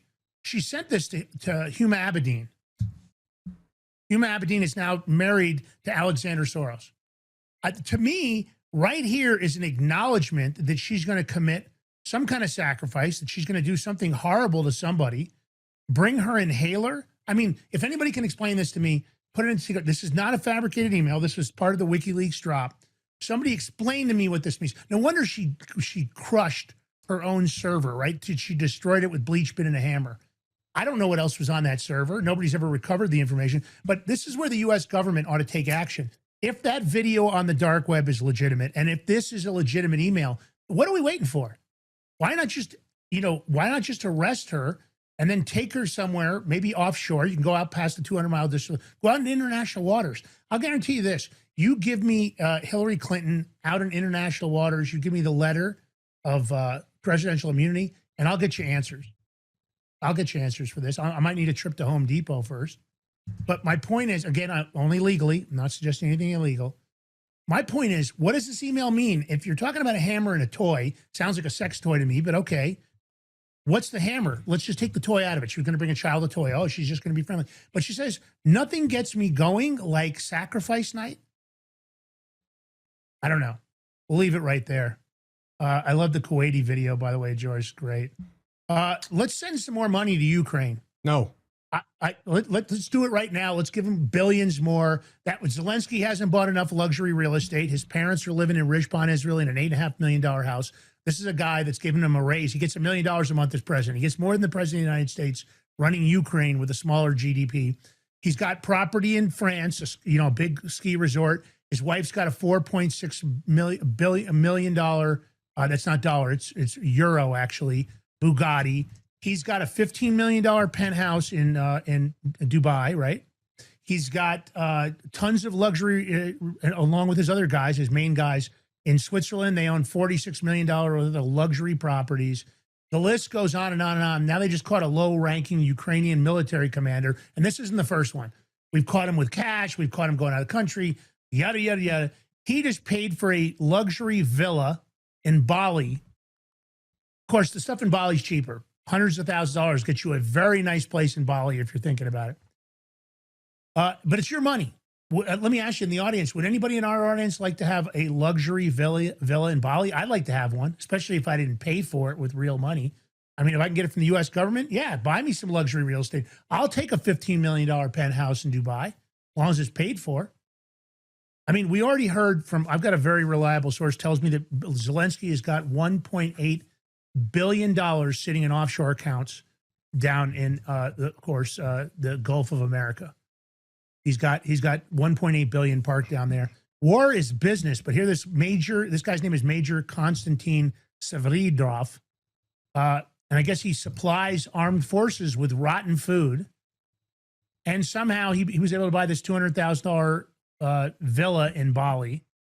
And all his relatives are driving brand new cars also, by the way. Let's show the clip. Here he is putting out the U.S. cash. By the way, that's your money on the table right there. That's your U.S. cash sitting there for everybody in the audience. Хорошо, давай начнем. Ты деньги отдал, что забудь. Сейчас я разберусь. Мы тебя хотим поздравить. Да. Не просто так, а вкусними, красивими традиціями. Значить так. Ми тобі дуже бажаємо, щоб ця інвестиція тобі була успішною, кайфовою, смачною в плані грошей. І щоб все, що ми робимо, воно було в кайф і в задоволення. Дай Бог. Это тебе от нас. Ух ты. Спасибо, девочки, спасибо. Открывай. Тут еще что-то большое? Да. Ну, вот там серьезные внутри. Прям можно было кормить.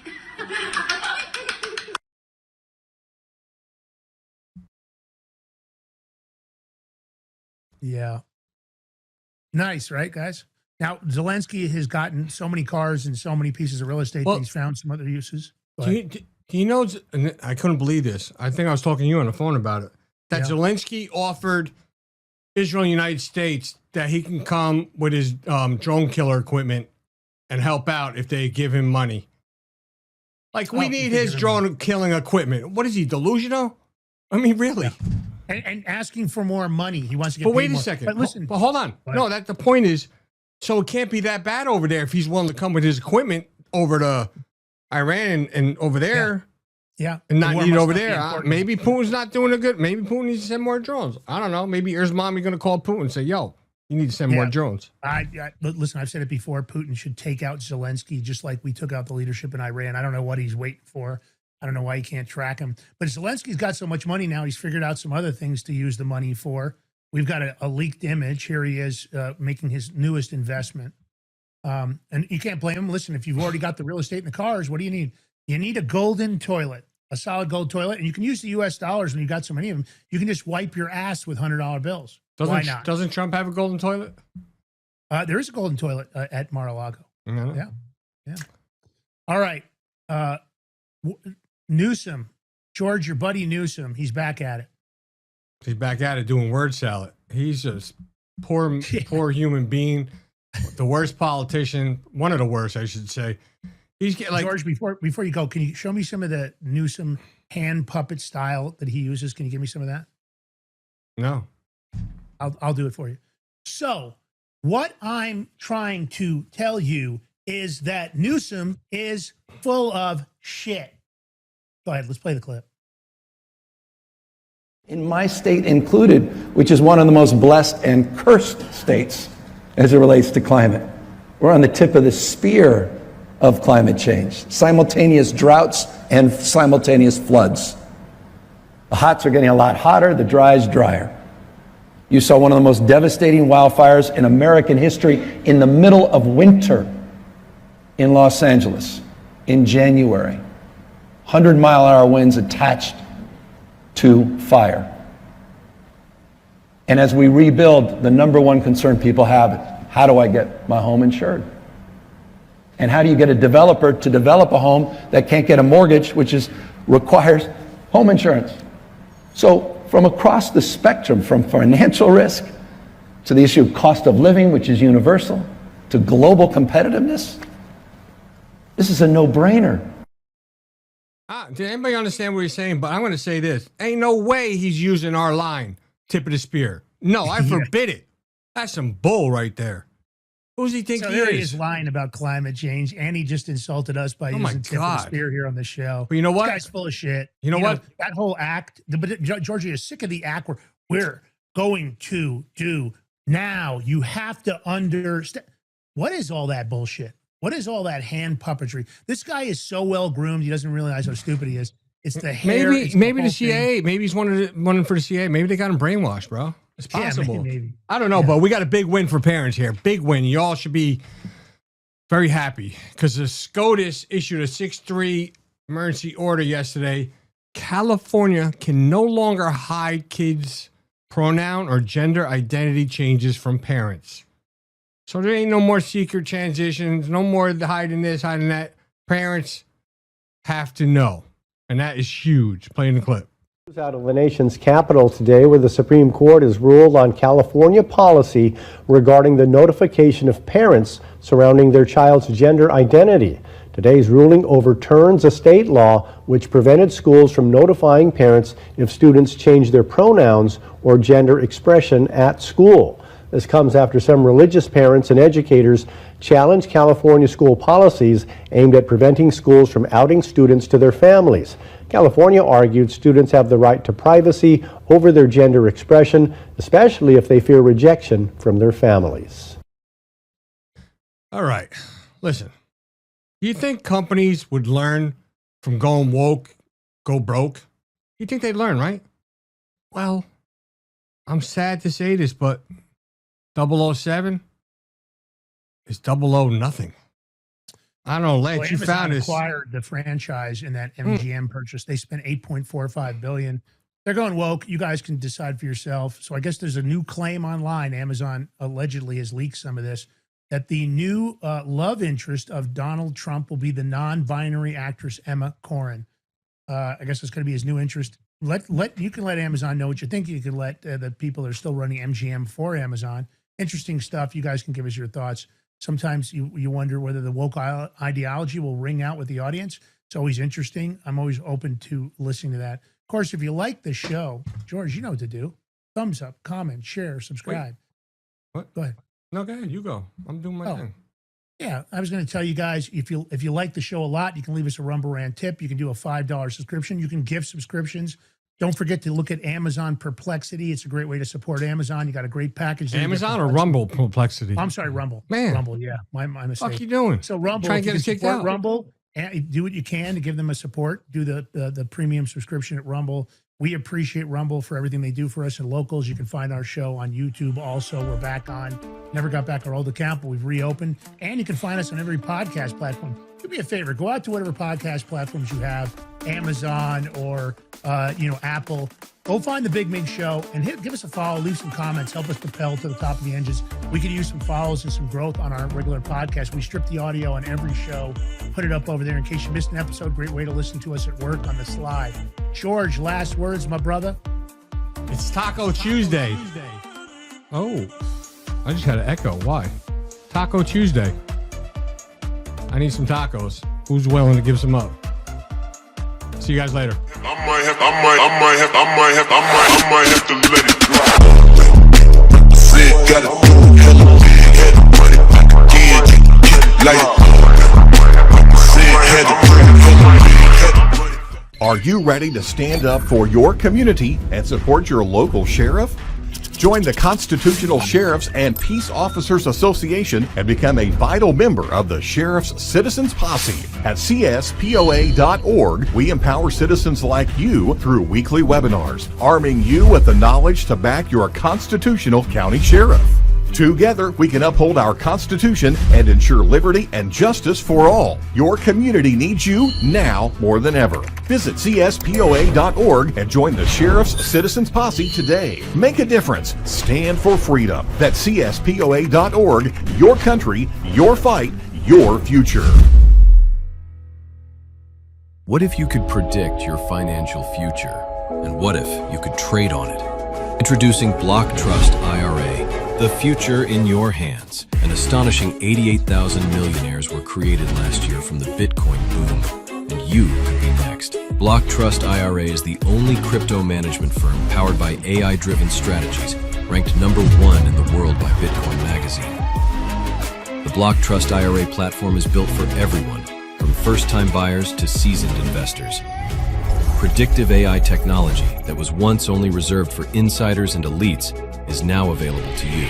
It's time to leave the old buy and hold strategies behind. Your assets are protected with military-grade security, offline cold storage, and $200 million in insurance. Visit BlockTrustIRA.com to book your free consultation and ask how to claim up to $2,500 in deposit bonuses today. Bitcoin changed the game. AI changes the strategy. Hi folks, I'm here today to introduce you to the Prepper Bar from PrepperBar.com, the most unique precious metals product we have seen in a long time. These 62-gram bars are perforated and easily broken down into your choice of 3 different sizes to fit a multitude of needs. Whether it be from asset protection from inflation, economic turmoil, or its unique utility for barter and trade, the Prepper Bar makes a perfect gift for all the precious metal lovers out there. Exclusively made here in the USA and selling out fast. Available in both gold and silver, these slim Prepper Bars fit neatly in your wallet, and their utility enables use in any situation. Forged through rigorous training and honed by the finest instructors on earth, these K9 units serve beside our nation's warriors as they fight to preserve what we cherish. When these warriors complete their duty, the Warrior Dog Foundation provides them with a home deserving of the service they've given us all. At our state-of-the-art kennels, they receive rehabilitation and care suitable for heroes, because that's what they are. Be a part of giving them a future today. Visit WarriorDogFoundation.org.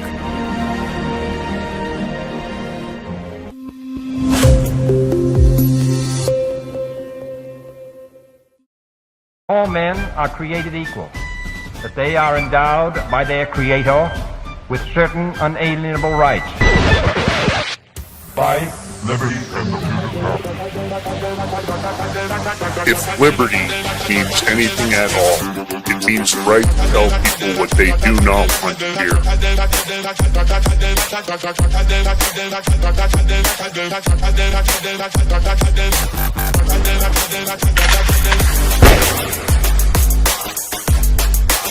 Make America great again.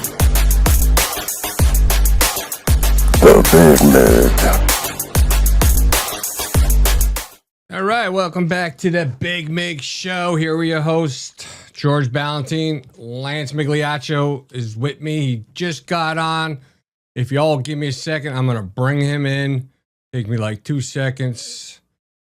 He must have got hit by the CIA or something. They didn't want him talking today, so they shot a bullet to his system. Here he is. Oh! Hey, I apologize for being late, guys. My computer had to reboot it, and it was acting. Don't worry about it. CIA, bro. Yeah, listen, it happens, whatever. You know how it is with the tech. Anyway, so welcome back to the Big Mig Show. Of course, I'm your host, Lance Migliaccio, with George B. Here he is, rise and grind, tip of the spear, doing what we do. Of course, this is a truth-telling show.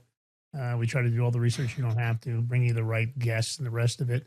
George, how are you, man? How are you this morning? Oh, I'm good. I've been watching the clown show hearings all morning with Tim Waltz and Keith Ellison. Just more waste of time and money as they just, banter back and forth and no consequences. Nothing gets done. Waste of time. Then we have, Iran getting bombed to hell. They, one of our submarines sank one of their ships with a torpedo, and that hasn't been done since World War II. I talk about making headway. Yeah, I saw that this morning. There's a lot going on, and it's funny. The news cycles are so full of phony stuff. Guys, be careful out there. Don't get sucked into any of these videos. A lot of game footage is being repurposed with AI. They're putting out a lot of false narratives. So watch what you're assuming is truth. I'm not even sure what to believe on some of it. We heard some stuff from Colonel McGregor last night. He was talking to Matt Gaetz and said that a lot of our bases have been destroyed. We haven't seen that in the news. I don't know if it's true. A lot of our bases? Yeah. Colonel McGregor was on Matt Gaetz. Destroyed? Yeah. Not destroyed. I mean, they hit in Qatar the base. I'm going off for just what I heard on the show. I don't care. Yeah. And I'm just telling you what I don't know. I know. McGregor's sources, but he does have some pretty good sources. He's been wrong too. He's a great guy, but he's been wrong too. But no, our base has not been destroyed. It was hit, the one in Qatar, but it's not destroyed. No live. Nobody was injured or nothing. CIA station in Saudi Arabia I was just was going hit. off of what McGregor said, assuming that he still got contacts within the military. He made a comment that seemed pretty on. I watched the interview. Got to tell you, I'm just going to say that it's possible. I don't know what they're covering up. There's a lot of stuff in the news that I don't think is true right now. This was last night. Last night. Yeah. So nothing's come you over. You can probably find the clip if you want to. Nothing comes over through the channels. No, I don't want to check it out. But as much as people, their credibility, I love Colonel McGregor. I think he's a very credible guy. Sometimes people go on shows, like Matt Gaetz. They embellish a little in order to get clicks and views and stuff. So base is not destroyed. But anyway, and it wasn't my uncle. I'll tell you what, my uncle lives in Qatar. The base is not destroyed. I didn't say Qatar.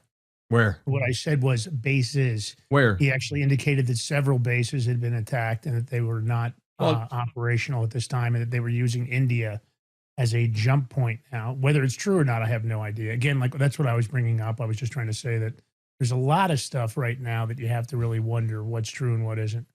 I don't know. I saw a lot of stuff last night that I validated that wasn't true, and it sure looked legitimate when they posted it. I don't know. We'll have to see. We'll keep an eye on it for you guys. Of course, let's give a shout out to our sponsors over at Genesis Gold Group, the Prepper Bar. George and I are gold and silver bugs. We love our gold and silver. This is the 62.2 gram Prepper Bar, perforated and easily broken down in your choice of 3 different denominations.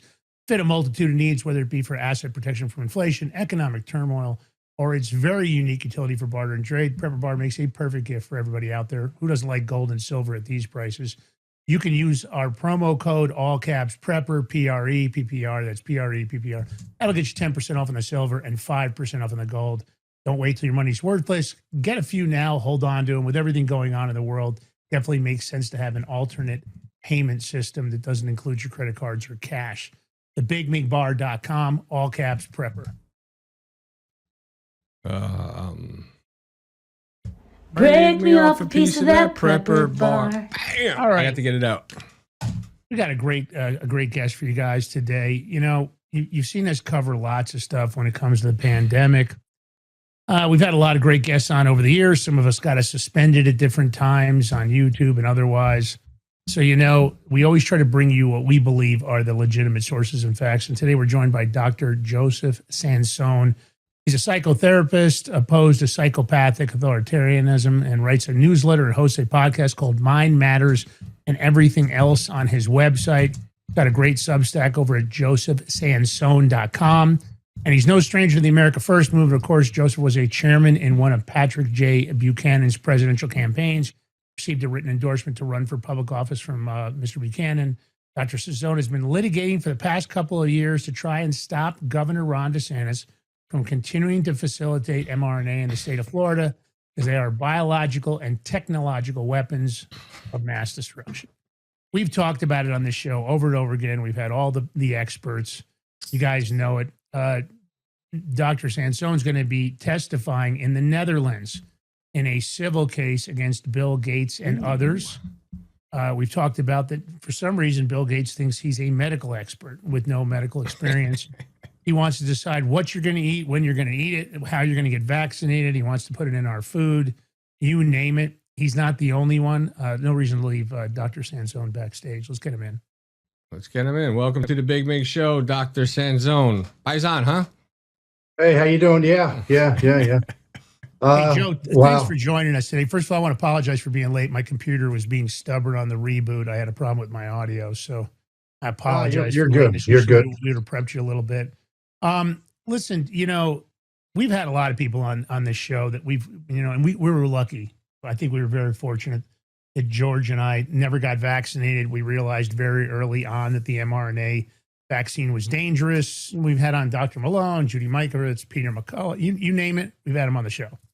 And when I got the opportunity to have you come on, I was extremely interested in what you've been doing, you know, over this entire time period. You seem like you've been fighting like crazy.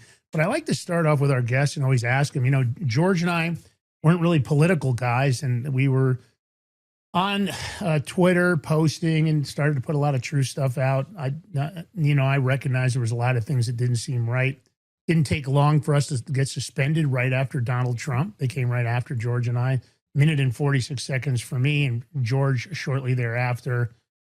You know, my question is, what kind of triggered you? I don't know if this was always an area of interest for you or not, but let's maybe give some people a little more background than what I gave them in your bio. Well, I guess because I was involved in the the Buchanan America First movement in the 90s, I was pretty much awake since 1991. Buchanan was like the first guy to openly campaign against the New World Order back then when he challenged George H.W. Bush in the Republican primary back then, and he ran 3 times. But so when 9/11 happened, like I kind of pretty quickly figured out that was an inside job and a false flag. So when COVID was coming down the line, it was just an easy play. It was the same playbook. They just want to make the whole country the airport, and so that alone had me realizing it was, something was up here. And, because a lot of the stuff we had talked about decades or two earlier, all of a sudden you see the stuff coming to fruition. I mean, not the specifics of the vaccine, although there were people out there, even as early as 2009, like Dr. Rima Lebo, talking about how they're going to hit us with a vaccine bioweapon. But I mean, I think, because I've had conversations about this, why were some people awake and other people weren't? The best I've come down to is it's something, because I am a therapist, so it's something in it's something in your experience caused you to question things in your prior life experience. And I joke around saying like the honor roll students are not the ones that are going to save the world. It's the reformed juvenile delinquents because they don't respect authority to the degree. And here's why a lot of doctors got conned. If you're a high IQ doctor, you've gone through your whole life getting those little stars when you're a little kid, getting all these little achievement awards, and a lot of it's ego inflation. It's easy to manipulate them because of their over reliance on their intelligence. And so it's like somebody who's over relying on their appearance. It's okay to feel good about how you look, but if your whole identity is wrapped up in your appearance, you're kind of screwed. It's the same thing with your intelligence because you're easily manipulated. And so they trust the authority that gave them good lives, basically. So I think that's a big part of why a lot of people got conned. They're making money. It's just easy to lie to yourself.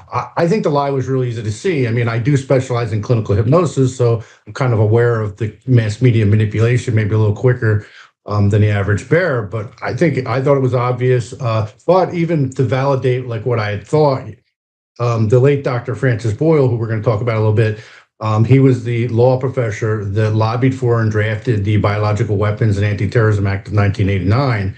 And he came out on Hervore Morick's podcast and then later on Infowars in January of 2020 saying that COVID itself was in fact a bioweapon.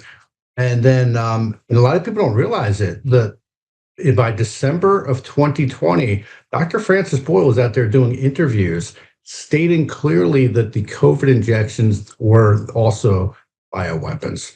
And this is important for people to realize because he gave me an affidavit in my case here in Florida as well. But his expert legal opinion is not just an expert legal opinion. It's legislative intent because he wrote the law.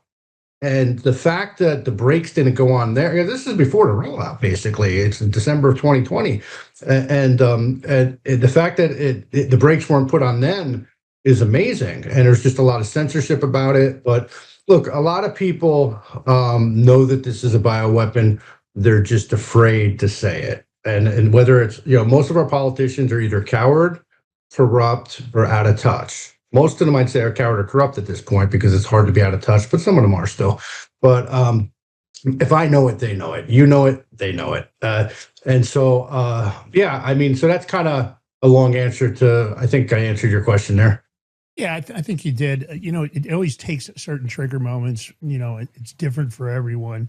But the disinformation industrial complex, that the way they're able to campaign so successfully, they've done a really good job. They've hit a lot of the narratives over the years. I don't think they counted on. I think the internet was supposed to be a different tool for them. I don't think they counted on the amount of truth that was coming out. I think they've tried to cope with it. They do a pretty good job with bots. They do a pretty good job with discrediting people, attacking people, suiciding people. There's lots of ways they silence people. But it's interesting, we were lucky enough to get connected with the right people very early. But it was shocking when I tried to, send people links to different, medical experts, real doctors. They were more willing to bring up, somebody like Bill Gates or somebody else, the CEO of Pfizer, or maybe some other government official that was supposedly, hey, you've got to get the vaccine and you'll get some free French fries if you do, and we'll give you free donuts. And, this is what's going to protect you. And more information was coming out. And of course, those people got brutally attacked. Dr. Stella Emanuel, they tried to take her medical license, and there was just so many of them. And, George and I were kind of on the forefront of all of it, putting out as much as we could. But the more you did it, the more you got suppressed. And even George put something out the other day on TikTok and got suspended. George, what was it you put out the other day? I can't remember what it was, but you put something out that was it was like innocuous, and they just suspended you. It was like a month now. It was talking about the FBI raid in Georgia about the election materials and stuff, and then talking about what was exposed in hearings and trials over there within the election system. The state board, they did their deep dive, talking about it, and boom. Yeah.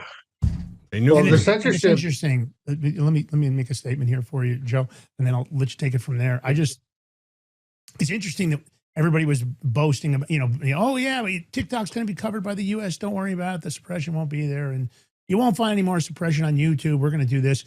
they finally gave us our channel back on YouTube, but not our channel. They let us reopen a channel, never giving it back to the original. And a lot of it had to do with us talking about CDC and VAERS information, which is supposed to be accurate. I'm not saying it is by any means. I don't think it is. But, let me ask you, as you started to go down this, did you feel personal attacks? Were there things that happened to you along, maybe even now, but I guess in the beginning, did they come after you right away when you came out so actively? Well, I guess, I don't really even, things kind of just bounce right off me, but I guess so. I did have the cable line to my house cut, and I was receiving death threats early on. So I started in May of 2020. I guess I could give you a little of the background. So I started in May of 2021. Like a lot of people, I'm walking around seeing people wearing face masks, following the little lines on the floor, the face diapers, the whole thing. And I mean, we had a lockdown here in Florida for maybe 4 months or so. And I'm just walking every day in the Publix, like the only guy without a mask. And, once in a while I'd see another guy without a mask. And I literally would be like, "Hey, normal guy, how you doing?" They'd laugh and keep walking on because I just wasn't going to bend. And Florida is a concealed carry state. So I was ready to defend myself if someone tried to force a mask on me. And so, yeah, it was just weird being in this kind of Twilight Zone reality. And so I started working like May of 2021. And what I was doing is we worked to replace our board at our county Republican Party. And I got it done like in a small window of time because the new people that came in flipped real quick, but they couldn't do anything at our first meeting. So it took 18 months. And basically in February of 2023, I got what I call the Ban the Jab resolution passed. It made national news briefly, and that's when I was getting the death threats and everything. But then it got blacked out because they started using the 1990s playbook. And they're like, "Oh wait, we don't do that anymore. We'll just cancel this." So, but the resolution was an official resolution by the county party declaring the COVID injections to be biological and technological weapons of mass destruction, and called on the governor of the state of Florida and the attorney general to act. And enforce our law, which in our case here in Florida, it would be Florida Statute 790.166, which is our weapons of mass destruction law. And so, and I got that passed in like 10 counties in Florida, 10 county parties in Florida, counties across the country, and eventually the Idaho Republican Party. And then even I reached out to Dan Schultz from Precinct Strategy, and we got the Arizona Republican Party to pass the resolution. But what happened here in Florida is the party kind of put a stop to it. Like they weren't allowing, they're pressuring the county chairs not to allow the resolution to come up. We get a lot of resistance here, a lot of ignorant resistance. Listen, a lot of people on the Liberty side of the aisle were kind of confused because they were having them thinking it's a choice. And it's like, dude, there's no choice on getting a bioweapon. That's like saying you have a choice to get raped. I mean, so anyway, so what happened then is on March of 2024, I filed what was called, but I mean, those resolutions had an impact, especially here in Florida, because it gave the Surgeon General a little cover to come out, and the Florida Department of Health called for a halt to the injections, and even said that they're a potential threat to the human genome, which means our species. So in March of 23, I filed what was called a writ of mandamus, and that literally means weak. It means weak command. I'm sorry. Go ahead. No, I'm familiar with that. I'm familiar with that. Yeah. Okay. And that I reached out to Karen Kingston, she let me use her research and had really good information in there. But long story short there, that was an attempt to force the governor and attorney general to enforce the law. But long story short there, there's kind of niche case law with mandamuses. So the court said you can only use it for what's called a ministerial duty. That's like the governor's got to appoint somebody in 60 days, or sometimes you can use it with the courts if they're not carrying out the duties. So then I lost the appeal on that. I did find cases, though, saying that if there's an abuse of discretionary duty, you can use a writ of mandamus. And I'm arguing if you're allowing them to hit us with bioweapons, it's but the appellate court didn't want to hear it. Unequivocally that you will find the judiciary, and whether or not if you're facing a defense counsel or a Department of Justice prosecutor, they will manipulate and they will act as though a legal document like a writ of mandamus or a writ of coram nobis or some other document, they will claim that procedurally that wasn't the right way to do this, or that and that's one of their first steps. They try to block you procedurally. They'll often, and I've been doing a lot of work with AI and kind of analyzing different rulings, judgments, motions by prosecutors. And they manipulate and falsify the law constantly. The writ of mandamus would have been perfectly, in my opinion, acceptable for what you used it for. But that's the first thing. Try to block you procedurally, try to time bar you, try to say you made an error, you didn't file on time. And then they, of course, they'll never really focus on the facts. Because if they focus on the facts, they would get beat, most of the time. But their best thing is just to avoid the facts. And that's kind of, when I look at if you put a lens on power, and you have a lot of clinical training, correct? In mental health? As a therapist, I'm not a medical doctor, but yeah. Yeah. So, how do you have to look at diagnosing? I think they call it psychopathic authoritarianism. And I'm always that's my. I'm actually. I've written a book. I haven't published it yet because I'm editing, but it's called Psychopathic Authoritarianism: Diseases of the Soul. So I call it PAD, Psychopathic Authoritarian Disorder. So it's very contagious. It's sweeping the globe. Global institutions. Let's kind of take the audience through that. Kind of explain Through some what? of the stuff you said. Let's talk about how that applies in the way the governments and global institutions might use it against the populace, specifically like a case like COVID. Oh, she's I'm giving spoilers for what'll be in my book. Okay, so what they and I do want to cycle back to my case too, because I did actually beat them on an appeal already. So what I argue is that some of these characteristics we all kind of possessed. One of them is sadism. It's like, I would say, the worst human quality anybody can possess. It's like taking pleasure in the pain of someone else. And, in its benign forms, we've got like, slapstick humor, like the Three Stooges. Someone slips and falls on the snow, you kind of chuckle. And then you see your friends okay, and you laugh, when they're okay, that kind of thing. It gets a little worse when you get into the gossip kind of stuff. It gets a little more abusive. But, you put someone in that gatekeeper role, like at motor vehicles or something like that, all of a sudden they go on a power trip. And so it's that sadism, and they tapped into it. They tapped into the everyday sadism of the average person. They obviously used a lot of fear too, but they tapped into that sadism. So the leaders have this sadistic quality because they know what they did. They know what they did, not just was psychologically tormenting to people, but they know that they've given people something that's going to cause chronic diseases and illnesses as we move into the future. Now, most people are going to die from these shots. They're going to have a shortened lifespan.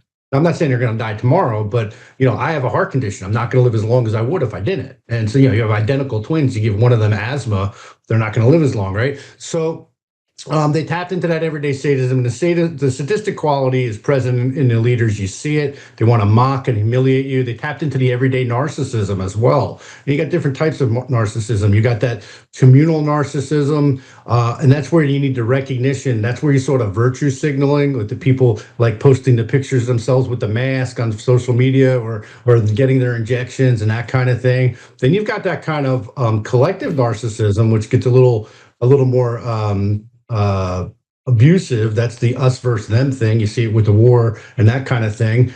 So you saw that a lot of that with COVID. You saw the young couple walking along the park or the beach, and then you saw the soccer moms, with their masks chasing them because they weren't wearing a mask or something like that. So I think they tapped into the everyday narcissism as well. And so on. So it's there. A lot of these qualities, the leaders possessed either grandiose narcissistic qualities or malignant narcissistic qualities, and so it's like those types of narcissists were manipulating the other type of narcissist a little bit there. And obviously fear was a big factor here. They terrified people, and I tell people, look, fear is a false god. It does not protect you in any way. You could worry about stuff, and it's like you're giving offerings or like to this false god. It's not going to protect you. Unless you're getting chased by the tiger and you're in fight or flight. Most of the time, fear does not in any way protect you. So yeah, you've got these kind of collective forces, and the mass media hypnosis. That really gets underestimated by people. Just the normal, straightforward power suggestion, constantly barraging people. We had a whole phony presidential election where in the presidential debates, one, DeSantis lied and said he didn't do a lockdown and nobody even called him out on it. I mean, if it were real, they would have called him out on it.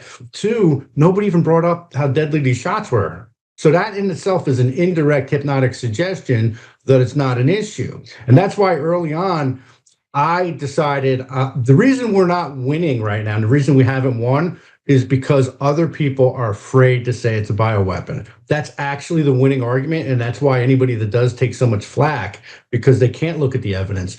And so because people are afraid of being canceled, afraid of looking stupid, that kind of thing, that's why we're losing. Because early on I realized if you're debating whether you can mandate a bioweapon or not, there's an indirect hypnotic suggestion there, an Ericksonian hypnotic suggestion that it's okay to target us with weapons of mass destruction. Look, and I got news for you. You cannot be America first and look the other way while your friends and neighbors, while Americans are being targeted with biological and technological weapons of mass destruction. I call total and complete bullshit on that. And there's no doubt that you're right. They've done a powerful job. I catch myself even, when we're streaming to YouTube, and we didn't stream to YouTube today. I catch myself making those kind of decisions that I would never normally make because of the manipulation. Of course, we're trying to keep a truth message out there. We're trying to get lots of exposure, but you catch yourself holding back at certain times because you've already been penalized. So it's kind of like Pavlov's dog. Of course, they ring the dinner bell. We all start to salivate. And that's the issue with so many of the people that have been fighting this from the get-go, because you've still got an administration that doesn't want to take, ownership in any manner of what probably really happened. We've seen the funding of the Wuhan labs. We know that Fauci was knee-deep. He became fabulously wealthy during COVID for a number of reasons. The World Health Organization, I'm not a fan, FDA. There's all these groups that are involved that continue to ply Americans with bad choices, whether it's nutritionally, whether it's through vaccines. We covered, a project, I don't know if you're familiar with it, Operation Artichoke, which was really originally called Operation Bluebird, which ran kind of before in parallel with MK Ultra, but their plot was to use everything, including vaccines, to weaponize individuals into kind of Manchurian candidate style assassins. This was a CIA program. It's been declassified. A lot of the information's out. I don't think all of it's out. But just thinking that the CIA, if you look at Operation Sea Spray, what they did in San Francisco, where they sprayed communities, aerosol released, toxins to see how successful they'd be. They used it against prisoners. They used it against, military. They went in and made these decisions to practice medical programming and all sorts of things because those people were, of course, the prisoners were easy. They were captured. They could control their food. They can control their medical. They control their environment. But it's, it's pretty horrendous. And I agree with you. The administration has yet to admit that maybe COVID wasn't what they thought. Donald Trump seems unwilling to embrace that and admit that he was ill-advised. I think a lot of it was advisement. I think there's still people around Donald Trump that are ill-advising him. Again, I'm not trying to release him of any responsibility, but it becomes it's kind of like a mass psychological manipulation where the government. I'm the government, and I'm here to help. Some of the most dangerous words you ever hear. But let's talk about mRNA. Let's talk about the biological and technological portion of it. You've done a really deep dive. You've spent a lot of time. Dr. Francis Boyle's legal analysis, who of course wrote the U.S. biological weapons law. He was the one that did it. And you classify the shots as weapons of mass destruction. Let's talk about what you discovered while you were on this path and really share with the audience maybe some of the worst things you found out about the vaccine. Sure. And I actually wrote an article recently about Dr. Francis Boyle's, like an overview of his legal view, which is very detailed. So I can give you kind of a quick overview of what his legal perspective was. But there's a lot of arguments about why these are biological weapons. So these are just his main core arguments. But you can look into the patents and the dual use technology. And, one of my colleagues, Dr. Anna Mahalchi, has done a lot of research with the dark field microscopy, looking at like the nanotech and that kind of thing, a lot about the shedding. The benzene sheeting, Yeah, there's a lot there. But Dr. Boyle's arguments, his core arguments were basically that, number one, he had four core arguments that I kind of reflect that he's saying. Ironically, I didn't really use these in my case, only one of them. But what he's saying is that the quote unquote virus was an illegal gain of function bioweapon, offensive weapon of biowarfare, because at the time there's a moratorium on it, and they used illegal they outsourced it and did illegal gain of function research on it. And there's a paper in 2015 that he cites. I linked to it in that article, but it was like coronavirus bat something or other.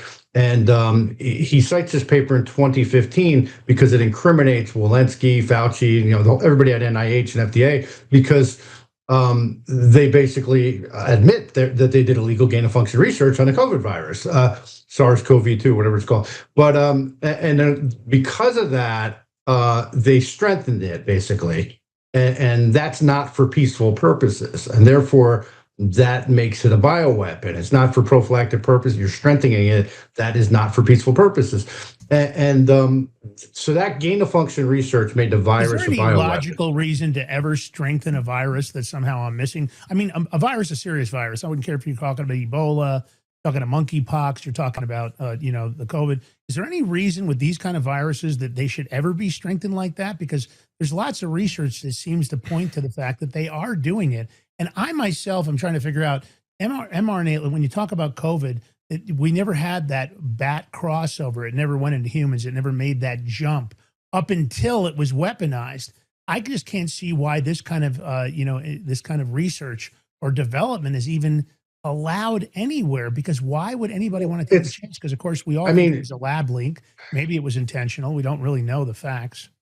Well, Lance, it's really not. I mean, it does violate the Biological Weapons Convention. That's what, because the Biological Weapons and Anti-Terrorism Act of '89 that Boyle wrote was the U.S. domestic legislation of the Biological Weapons Convention. Mm-hmm. And so their cover argument might be, well, we want to strengthen it, it's tested, so this way we'll be prepared to deal with any evolutionary leaps of it or something like that. But I think that's just all BS. But don't viruses normally get weaker as they're out and they're tested? When they get released and all of a sudden they make the crossover to the human population, they don't normally get stronger. They actually go in the reverse because our immune systems start to attack. We develop some kind of immunity. Right. It seems like they normally start to do that. Is that not? Am I not right about that? Maybe I'm not. That's my understanding. That's my understanding too. But I'm not a virologist either. Yeah. That's my understanding as well. But so his argument was the virus was developed through illegal gain of function research, offensive bioweapon. Right. The derivatives of that were in the COVID injections. That makes the COVID injections a bioweapon, like the spike protein and so on. The derivatives of that were in the COVID injection. And the beauty of this argument is so simple, is that it shows specific intent. Now, under the specific intent kind of umbrella, he also argues that the lipid nanoparticles was Pentagon developed dual use technology through DARPA. So he's arguing that's for specific intent too. In fact, in his affidavit, the transcript of the interview that he included with it in my case, he is literally talking about how they aerosolized the virus itself early on with nanotechnology. But okay, so that's the specific intent argument. It's very simple, but I think it's a very clean argument showing specific intent. He did also support the knowingness argument of intent. So you got specific intent here, knowingness is a little down here. So I rely on the knowingness kind of standard a lot in my case, in my second case that I filed here that's pending right now. And what I'm saying... Is that the Sansone DeSantis case, or is that a different case? Yeah, so the first. So is that in the appellate court right now, or have you already? Correct. And I'm gonna give you Boyle's arguments. I'll cycle back to that, but basically, yes, my mandamus. I lost the appeal in October of 2024. Filed a new case in December 1 of 2024. Went through the appellate court. Won an appeal. Back in the trial court. Back in the appellate court, and I'll detail that in a minute. But so that's the specific argument. The knowingness standard of intent is basically that, okay, these shots are killing people, they're causing disabilities, disease, and so on. Not only is there no prophylactic effect, the study showed there's a negative efficacy, and so yet you're still out there saying it's safe and effective and lying to people. And, according to the Pfizer versus cancer case, it was early as December of 2020 that, your typical deep state bureaucrats knew that these were harmful and they lied about it. And now I think it's pre-planned and part of a broader depopulation transhumanist agenda, but just going on that right there, that shows knowingness. And I use that in my case also regarding RFK Jr. But so that's basically the knowingness standard. I'm condensing. And then he also supported what was called malice aforethought. Now this goes with from common law, and basically that's a reckless disregard for human life. Like you knew this was dangerous, you went forward with it, you knew it was dangerous anyway. And he argues in his book, Resisting Medical Tyranny, that you could literally charge Fauci, Burla, the heads, all the pharmaceutical companies, you could charge them because of malice aforethought with murder and conspiracy to commit murder. And I think it goes a step further, because if they had knowledge and they still went forward, let's assume for a moment that Fauci knew it was dangerous for a number of reasons he went forward anyway. That would be mens rea of a crime. That would be the knowingness. That would be the knowingness standard of intent, where specific intent is like you can show that you and I, there's an email saying, hey, Lance, let's unleash this next week. Although the gain of function is showing specific intent by their actions. Because it ended up in the quote unquote vaccine. And then the fourth main argument, and I'm not saying that Dr. Boyle did not support other arguments, these are just his main arguments that he did. And the fourth argument that he put out there was the Nuremberg Code and informed consent. And even while the Nuremberg Code itself isn't binding, every state or country has a informed consent law of some kind. In fact, I don't know the statute, I really got to look it up, but Dr. Rima Lebo recently told me that the Nuremberg Code was actually based on a U.S. federal statute on informed consent. I didn't know we had a statute before the law, and she's saying that there's actually capital punishment in there. So I do want to look up that law. But I think that would be important. George, let me ask you, anybody in the chat asking any specific questions about what we're discussing, or do you have anything you want to add to where we're at? No questions yet in the chat. I'm just working on something back end, Lance, with Rumble. Okay. I just want to make sure. I don't want to let you think I wanted to leave you out of this. Because George is interesting. He had extremely high immunity, never had any issues. I caught COVID twice, at least based on the saliva test. I never did any of those, nasal brain probing tests. I was always concerned about people sticking that swab way up into my nasal cavity. I'd heard a lot of stories about that, but I'd done some saliva tests when they came out, and really it wasn't a big deal. I took the protocols, got right through it. George actually lost a family member because they used remdesivir. On this show, we call it Run Death is Near. Put him on a vent, and of course, that liquefied his organs. Things didn't go well. And that was another thing that they pushed across the country. Let's get these ventilators in every hospital. Even Donald Trump raved about how he's going to get ventilators in every hospital. But, I don't know how much I can blame him. I personally believe there was a lot of advisement around him. I don't know what his knowledge base was. I don't think he ever claimed that he was knowledgeable. Well, let's talk about the Sansone mRNA Bioweapons Prohibition Act. But when we come back, I know we got to take a short break. We'll take a break. We'll be right back with Dr.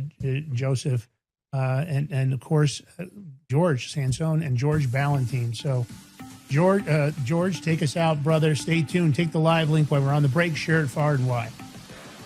Be right back.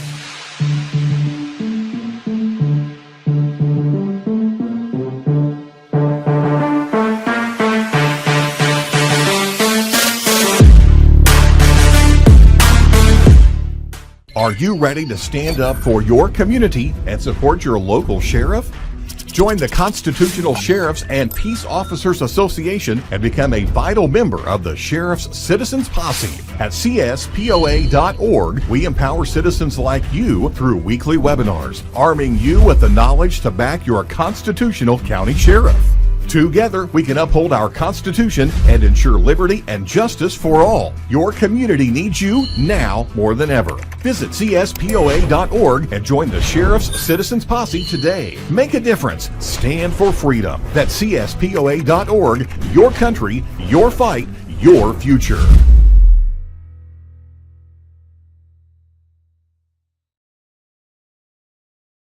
What if you could predict your financial future? And what if you could trade on it? Introducing Block Trust IRA, the future in your hands. An astonishing 88,000 millionaires were created last year from the Bitcoin boom, and you could be next. Block Trust IRA is the only crypto management firm powered by AI-driven strategies, ranked #1 in the world by Bitcoin Magazine. The Block Trust IRA platform is built for everyone, from first-time buyers to seasoned investors. Predictive AI technology that was once only reserved for insiders and elites is now available to you. It's time to leave the old buy and hold strategies behind. Your assets are protected with military-grade security, offline cold storage, and $200 million in insurance. Visit BlockTrustIRA.com to book your free consultation and ask how to claim up to $2,500 in deposit bonuses today. Bitcoin changed the game. AI changes the strategy. Hi folks, I'm here today to introduce you to the Prepper Bar from PrepperBar.com, the most unique precious metals product we have seen in a long time. These 62-gram bars are perforated and easily broken down into your choice of 3 different sizes to fit a multitude of needs. Whether it be from asset protection from inflation, economic turmoil, or its unique utility for barter and trade, the Prepper Bar makes a perfect gift for all the precious metal lovers out there. Exclusively made here in the USA and selling out fast. Available in both gold and silver, these slim Prepper Bars fit neatly in your wallet, and their utility enables use in any situation. Forged through rigorous training and honed by the finest instructors on earth, these K9 units serve beside our nation's warriors as they fight to preserve what we cherish. When these warriors complete their duty, the Warrior Dog Foundation provides them with a home deserving of the service they've given us all. At our state-of-the-art kennels, they receive rehabilitation and care suitable for heroes, because that's what they are. Be a part of giving them a future today. Visit warriordogfoundation.org.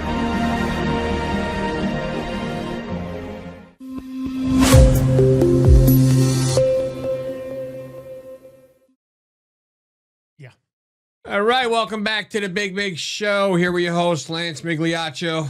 Yours truly, George Ballantine. Our guest, Dr. Joseph Sansone, another Paisan. He's a friend of ours now. That's it. He's Big Mig Mafia. And speaking of them, they're in the chat. So if you're watching or listening out there, join the chat. And don't forget to hit the thumbs up button, follow, like, share, subscribe. Do it all. Just do it. Hit them all. It's easy.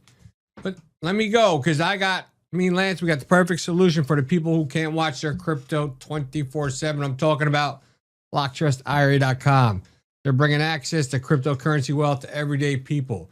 Their exclusive Animus AI trading platform works 24/7, analyzing market data and executing advanced crypto strategies that go far beyond buy and hold.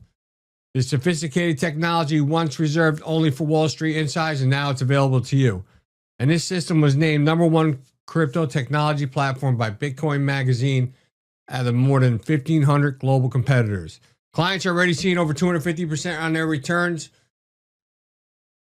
on their investments too, actually. All with military-grade security and up to $200 million insurance. Your wealth is fully protected. So don't wait. Visit BigMigCrypto.com today, and you can get up to $2,500 of free crypto. Once again, that's BigMigCrypto.com.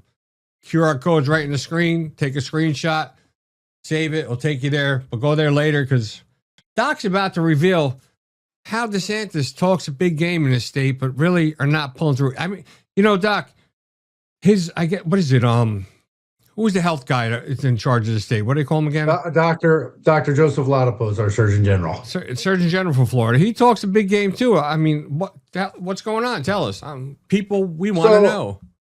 All right, so I lost that appeal on that first writ of mandamus, so I filed a new case on December 1st of 2024. It was a complaint seeking an injunction to prohibit the governor and attorney general not surgeon general, from continuing to facilitate the mRNA injections because they're biological and technological weapons of mass destruction in Florida and violating our weapons of mass destruction law here in Florida. And then I was also seeking declaratory judgments. What I argued in my case is back in 2023, in April 2023, I didn't let anybody know it at the time until afterward, but I had on April 1st, I woke up in congestive heart failure. I couldn't breathe, like 3:30 in the morning, went into the ER, and I ended up on the 10th of April having triple bypass heart surgery. In fact, while I was in the hospital, I was doing 2 things. One, I was getting unvaccinated blood in case I needed it, which I didn't. And then the other thing is I got Dr. Francis Boyle, who already supported my ban and jab resolution. I got him to publicly endorse it and got him on a really big podcast. I actually got him on a podcast at the same exact time I was getting operated on. I figured it'd be a good party shot. But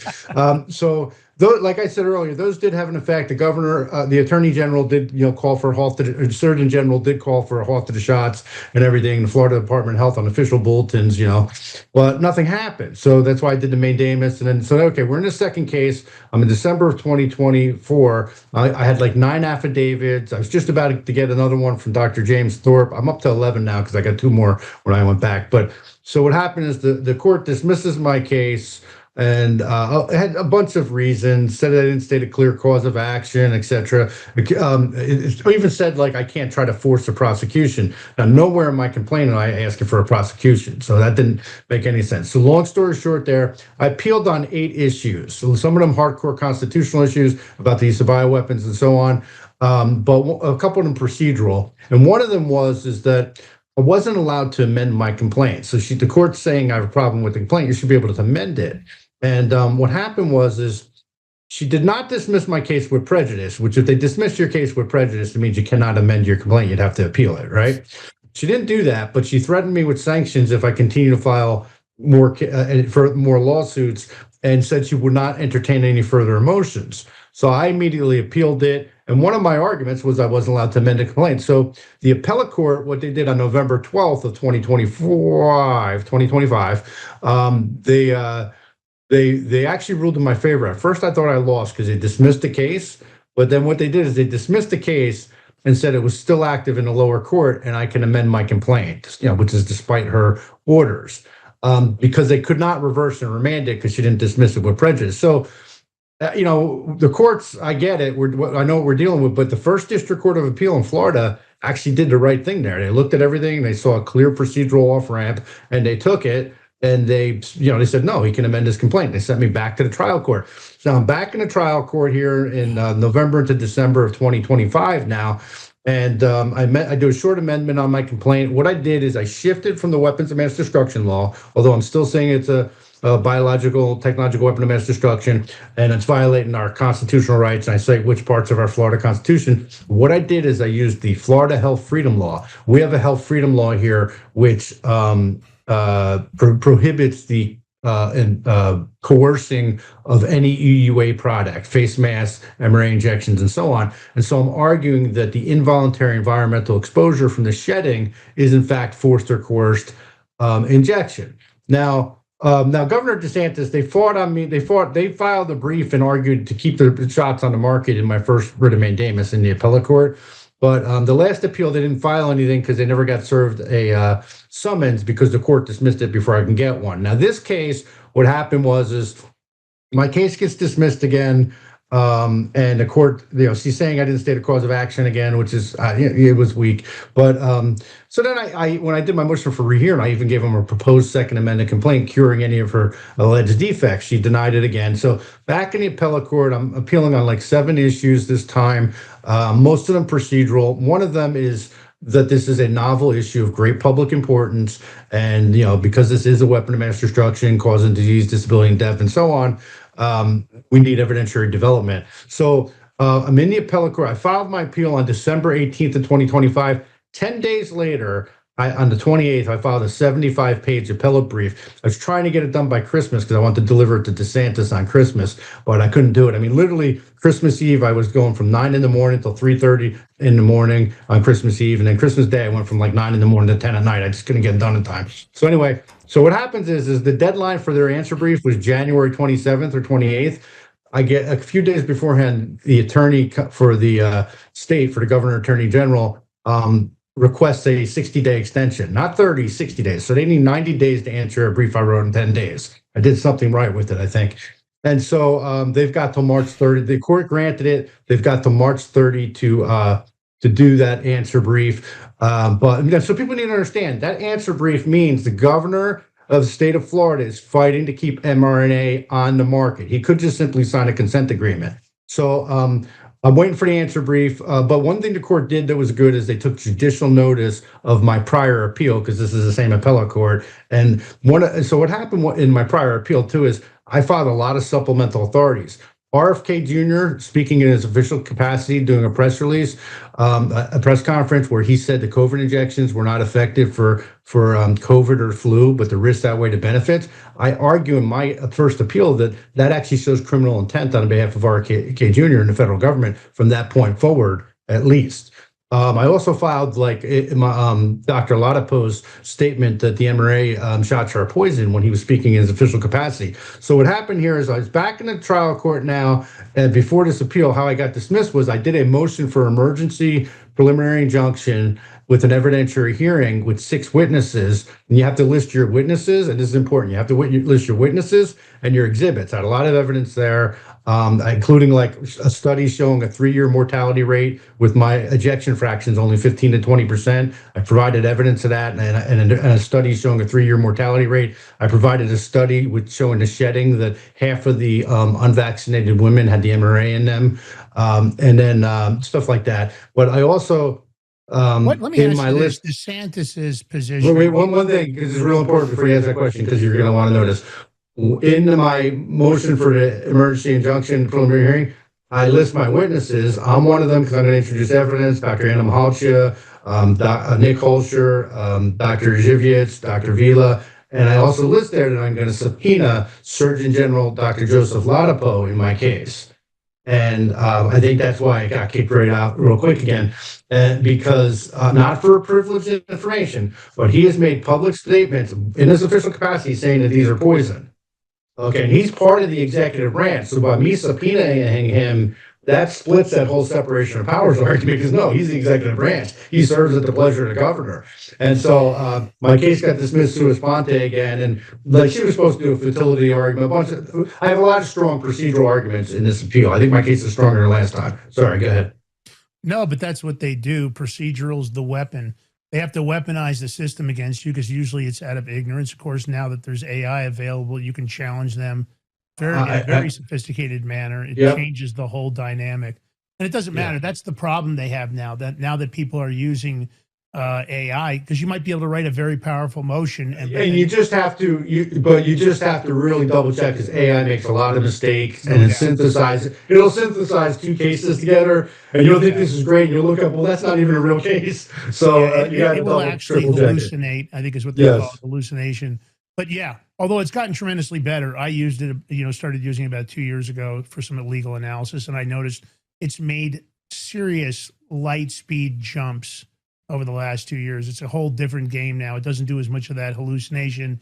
It's pretty accurate. Yeah, you should always no matter what, you should always check your citations. You never want to take a chance that it's misquoted. But they do a lot of that. They'll misquote the law. They'll misinterpret.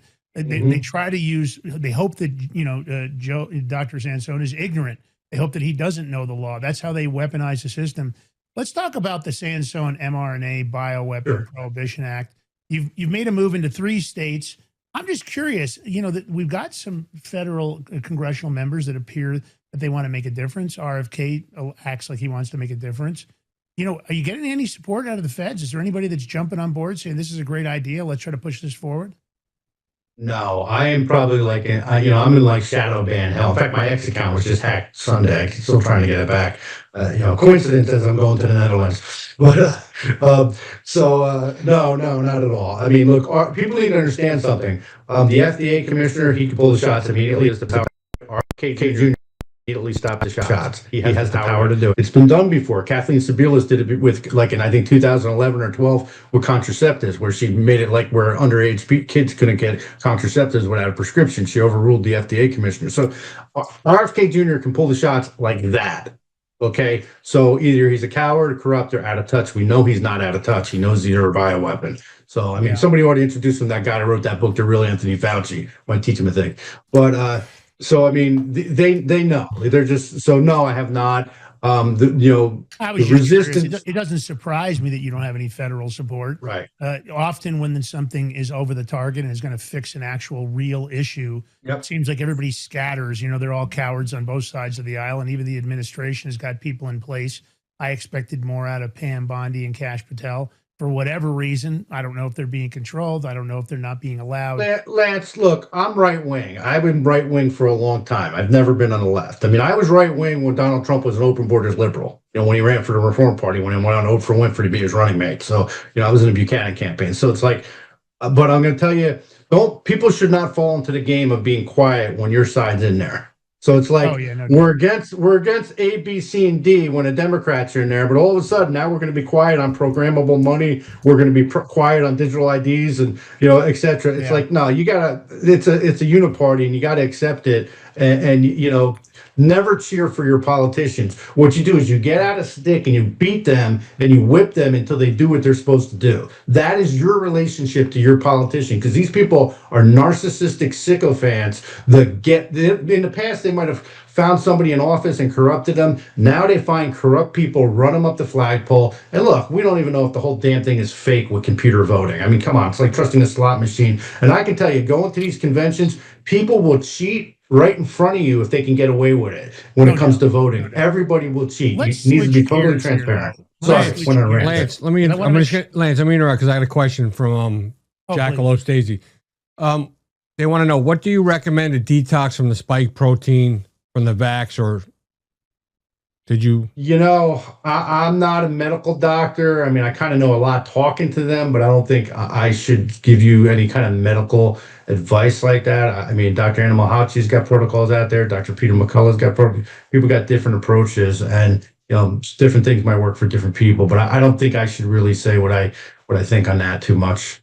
Okay, fair enough. I think that's safe enough. But they can always go check out Dr. Peter McCullough and others. There are other people that have protocols. We try not to give medical advice on the show either. But let's switch up here. The Great Reset is on trial in the Netherlands. You're preparing to testify as a witness in this civil case alleging biowarfare and genocide. It's been filed against Bill Gates, Albert Bourla, Mark Rutte from NATO, the Dutch state, and others. And of course, they're calling it the Great Reset on trial. Can you tell us what's going on there? Are these guys in trouble? Does it look like this case is really going to do something? What's the strategy in the case? And I guess, what are you going to be testifying specifically? And when are you going? Is it in a week, 2 weeks? When do you actually go to the the hearing is on the hearing. I'm going pretty soon this weekend. I think the hearing's on March 9th, Monday, March 9th. Yeah, so I think the hearing's from 9 to 4. I'm sorry, I think the hearing's from 11 to 4, and then the press conference will be at like 5 p.m. Netherlands time, which is 6 hours ahead of us. This case, they reached out to me in 2024, like after I did my writ of mandamus. And then I don't know if it was just when they were filing the case or even before they filed it, because I shared info with them. And then in October of 2024, they survived the motion to dismiss. So this case, it has been moving forward. And this is a civil case on behalf of 7 plaintiffs. 1 died, so it's 6 plaintiffs now that were injured by the bioweapon injections. And the case, it's a pretty long brief. The case alleges the use that the injections were bioweapons. It alleges the crime of genocide. So it's a pretty hard-hitting complaint. The defendants in it are Bill Gates, Albert Bourla from Pfizer, Mark Rutte, who was the former prime minister of the Netherlands, who's now the secretary of NATO, and a bunch of other Dutch officials. Now, And so the I want case, to tell the audience, because they may not know this, Dr. Francis Boyle died recently, right? Under some very so what happened suspicious was, conditions. Am I right? Like, maybe you'd share that with you. And you're actually going to be stepping into his role as an expert witness because you understand the 1989 U.S. Biological Weapons Anti-Terrorism Act, I guess, just as well as he does. Maybe at this point, maybe even better because you've spent so much time looking at it. I don't know, he probably had about 40 or 50 points on the IQ on me. When it comes to PhDs, Lance, I'm kind of like Forrest Gump, like a little below average. But Dr. Boyle, I helped arrange for him to testify in the case. And about 3 weeks later, he died. He went to the hospital and died. Did they ever figure out what he died from? Actually, it was never put out. Nobody knows what he died of. So I didn't know the family or anything. So it's not like I could say, hey, what happened, and so nobody knows, I knew Dr. Boyle because he was an advisor at National Arm, and I sit on the board there still. So he would sit in every other week on our meetings, as an advisor. But he died like 3 weeks later, unexpectedly. Now I do know he was about 74 years old. He still taught law full time, though. He was still a full time law professor, and pretty active. But I don't know his health condition. But yeah, he died about 3 weeks later. All we know is he went to the hospital and died at the hospital. Did he just have a heart attack, or was he targeted? I have no idea. I don't speculate too much on that because I don't want to encourage cowardice. I mean, because that's part of the problem. Everybody's a coward. But yeah, I don't rule out foul play, though. But I can tell you this: the only people that knew he was going to testify was myself, the attorneys, and I guess the other witnesses. Which the witnesses in this case are myself, Dr. Michael Yeadon, Sasha Latapova, Catherine Austin Fitz, and Catherine Watt. And so the court didn't even know he was going to testify yet. However, all of our emails and phone conversations are, the NSA and everybody follows everything. So he could have very well been targeted. So he could have been targeted. Yeah, my understanding is I'll be testifying to what his legal view was. And I can also authenticate the fact that he gave the affidavit in my case, which, again, it's not just an expert legal opinion, it shows legislative intent. What this hearing is about, so the case is moving forward. This is not like my appeal. My case was dismissed. I'm appealing to get back into the trial court. This case is still in the trial court. This is like their version of an interlocutory appeal. What they're appealing here is the trial court made a decision to not allow witnesses in the case and not allow the independent media and the public into the trial court. So those two decisions were appealed. And this appellate hearing, that's what it's about. But on a positive kind of sign, if you want to read the tea leaves, is the appellate court is allowing the witnesses to be present. That's why I'm going there. And they're allowing, and I believe myself, Sasha Latapova, and Catherine Watt will be there. I don't believe the other two witnesses will be there for this hearing. They might ask us questions, but we're not actually going to be testifying yet. But they're also allowing the independent media and the public into this courtroom for the hearing, for the appellate hearing. So the two issues they're deciding on for this actual hearing, they're allowing to occur. So I think that's kind of a positive sign from the court if they're signaling anything. Does that make sense? It's interesting. What do you think? What's your take? Do you think it's pretty clear cut? Is the court playing games over there? Or do you think the court in the Netherlands is very interested in seeing a positive outcome for this case? You can sometimes text the temperament of the court based on their responses and behavior. Do you think they're actually going to, if you had to give odds, are they going to rule in favor of your team, or do you think they're going to side with Gates and Borla? And for this hearing, my feeling is they probably will rule in favor of the plaintiffs, like to allow because the hearing is about allowing the cameras and the independent media and the public into the courtroom and the witnesses, and they're allowing all that at the hearing. So to me, I'm just thinking, they're gonna tell the trial court they need to do that. I mean, I don't know, because I don't believe they have a jury. I don't know that they have a jury system there like we do here. I think a jury case in a civil case like this against Bill Gates and Albert Bourla would be easy to win because people don't like that. And I think so many people know people have been injured by the shots. It would just be, you'd have to find like somebody from Antarctica or something that would be an impartial jurist, I guess. But so I don't know. They could have a situation where the judge, in my case, when I asked for them to reverse and remand it, I asked for another judge, not just, I also found a case where she made a statement that the state of Florida didn't mishandle COVID in any way. So I'm asking to reassign the case because of that too, because that's the predicate of my whole case. But so they might have a situation where the trial court judge is kind of activist and the appellate court is just, like in my case, the appellate court is just honestly acting. So the appellate court right now looks favorable. I don't know if they got a bad judge at the trial court or not.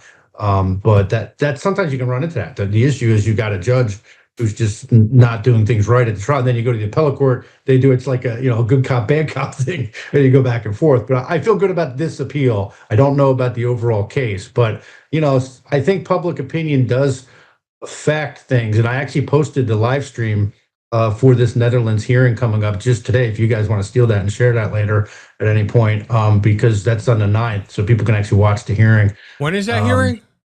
It's on the 9th, Monday the 9th. I just posted the live stream link. What time? On my website. 9, I think it's 11 to 4 Netherlands time, and the press conference is 5 p.m., but they're 6 hours ahead of us. Gotcha. So that would make it like 5 to 9. But 11 to 4 is the what again? That's Netherlands time. That's the hearing. Okay, and that's what we want, the hearing. Yeah. Yeah, and then the press conference afterward is at 5 p.m. where the attorney and all of us will be. But You have an embedded link or something for that? I Joe, just posted let's do it. this. Lance, hold George, on. I was going to have you pull up his website, George. That's what I was going to He tell doesn't you. have a website. Yeah, He's got a Substack. It's right at the very top. JosephSansone.com. Yeah, it's in his bio. Yeah, it's not a website. It's Substack. I got it. It's going to take me a minute. Yeah, I'm branding me, not Substack. Joe, damn let's it. do No. this. Let's share with the audience how they follow you, how they can participate, where they can, get out your Substack. Where else? Best thing is my website, which is my Substack, JosephSansone.com, and you can just, my newsletter's free. You can subscribe to it. I update everything on my case and my bill there. My bill is, I think it might move forward in Tennessee at this point. We thought we were going to get blocked, but we're just waiting to get it back from legal. So I'd like to get it to a vote somewhere, even if it doesn't pass. It's moving the issue, and then you bring it back. It's tough with the states because they move up quick. But yeah, right on my website, josephsansone.com, you can. I actually have a template on there too, by the way. I have all 50 state versions of the bill, as well as the federal version. It's like an article that says, "I'm going to war. Will you join me?" And I also have 55 country versions of it. I think you see I think it's the top right one there. If you click on that one, that's the one with the link, I think. About? No, you see the top right one where you see the people like I'm pointing as if you can see where I'm pointing. The article on to the right, like where you see the people in World War II. Is that the link? Yeah, I think I got the link there, right?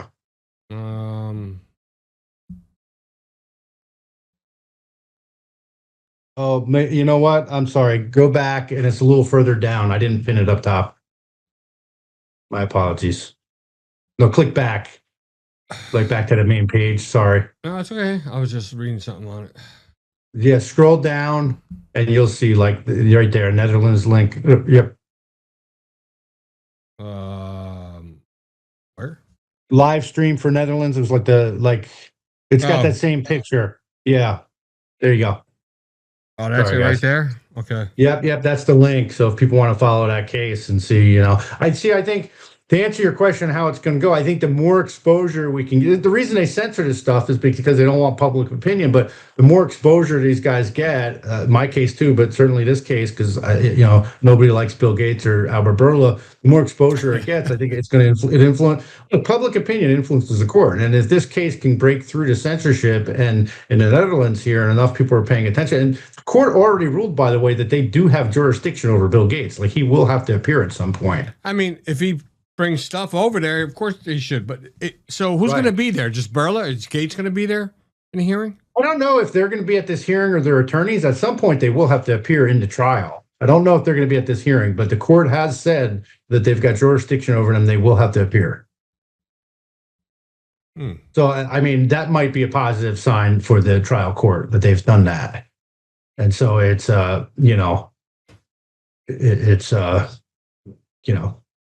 we'll see what happens. I mean, I can't read the tea leaves any more than anybody else, but here's the deal. I don't focus on the outcome. Here's the deal. They're killing people you know and love. The people you know and love, most people you know and love are going to have a shortened lifespan because of these injections.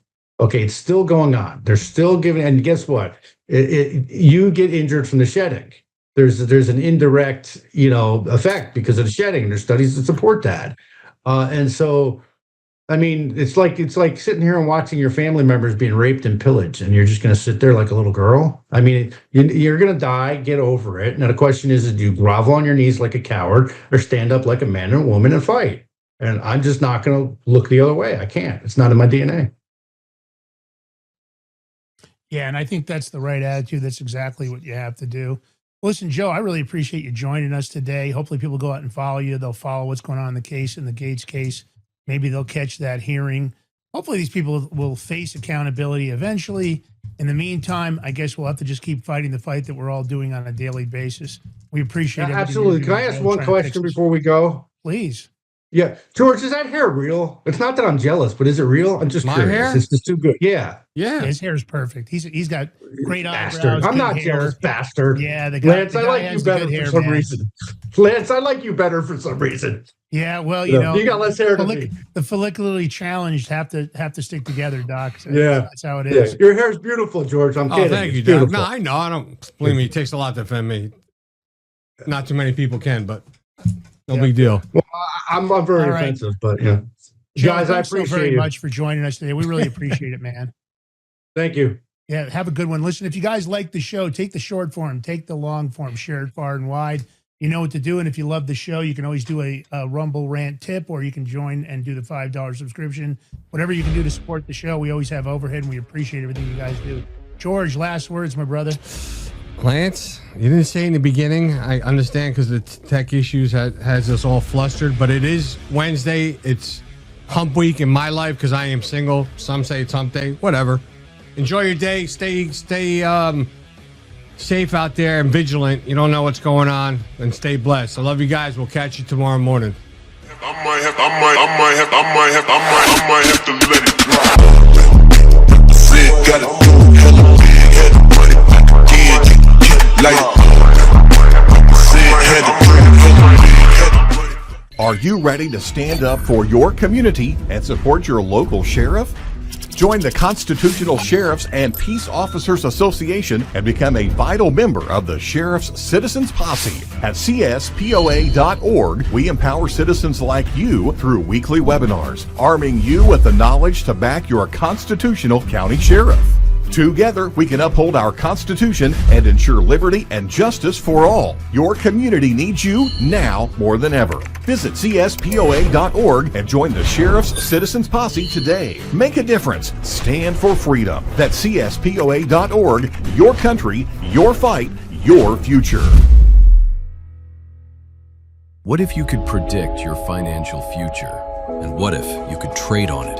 Introducing Block Trust IRA. The future in your hands. An astonishing 88,000 millionaires were created last year from the Bitcoin boom, and you could be next. Block Trust IRA is the only crypto management firm powered by AI-driven strategies, ranked #1 in the world by Bitcoin Magazine. The Block Trust IRA platform is built for everyone, from first-time buyers to seasoned investors. Predictive AI technology that was once only reserved for insiders and elites is now available to you. It's time to leave the old buy and hold strategies behind. Your assets are protected with military-grade security, offline cold storage, and $200 million in insurance. Visit BlockTrustIRA.com to book your free consultation and ask how to claim up to $2,500 in deposit bonuses today. Bitcoin changed the game. AI changes the strategy. Hi folks, I'm here today to introduce you to the Prepper Bar from PrepperBar.com, the most unique precious metals product we have seen in a long time. These 62-gram bars are perforated and easily broken down into your choice of 3 different sizes to fit a multitude of needs. Whether it be from asset protection from inflation, economic turmoil, or its unique utility for barter and trade, the Prepper Bar makes a perfect gift for all the precious metal lovers out there. Exclusively made here in the USA and selling out fast. Available in both gold and silver, these slim Prepper Bars fit neatly in your wallet, and their utility enables use in any situation. Forged through rigorous training and honed by the finest instructors on earth. These canine units serve beside our nation's warriors as they fight to preserve what we cherish. When these warriors complete their duty, the Warrior Dog Foundation provides them with a home deserving of the service they've given us all. At our state-of-the-art kennels, they receive rehabilitation and care suitable for heroes, because that's what they are. Be a part of giving them a future today. Visit WarriorDogFoundation.org.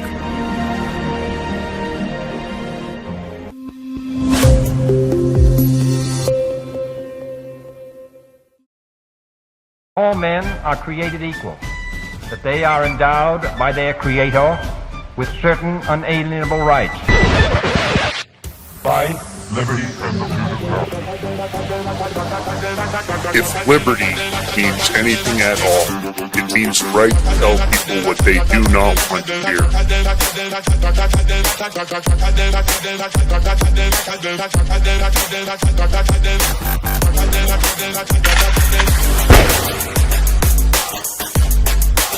Make America great again.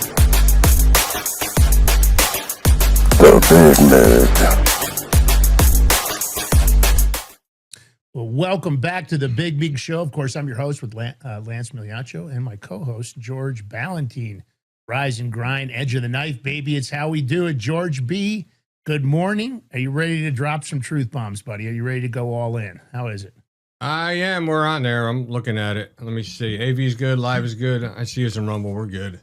Quality's not that good. I don't know why, but still fuzzy. Well, always working through. Rumble's putting in some new systems, so we're beta testing. This is not new.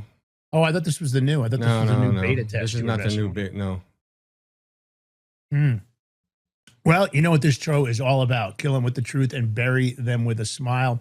If you like the show, don't forget to thumbs up, comment, share, and subscribe.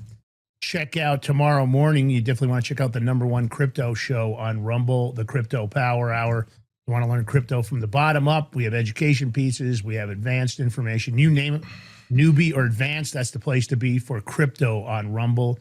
Appreciate everything those guys are doing for us. Don't forget Rumble Premium with Perplexity. Definitely want to give these guys your support. They're doing a great job. It's one of the few places you don't really have to worry about what you say. And that's really what America's all about, right? That's what the First Amendment allows you to do. And this is one of the few platforms that doesn't penalize you even after they say they're not going to. Did you ever get your TikTok account back, George? Did that ever turn around? No, ain't happening. Wow. Crazy. Unbelievable. You had a pretty decent count going over there too. Wasn't it growing and monetized and everything? It was. And you're bringing it up now for what reason, by the way? Oh, no. Are you trying to put me in a bad mood right now? Really? I was talking about free speech. I wasn't trying to put you in a bad mood. George, I don't ever want to put you in a bad mood. All right. Well, listen, let's kick it off. If you like the show, info@thebigmig.com. Hit us up if you'd like to sponsor the show. We're always looking for great sponsors for good products for our client base. All right. Gold and silver, still rocking and rolling. We always add it to our portfolio. Not financial advice, just good sound advice. This is a 62.2 gram prepper bar, perforated and easily broken down to your choice of 3 separate denominations. See, when I tilt it, you just break off a small piece to make a payment.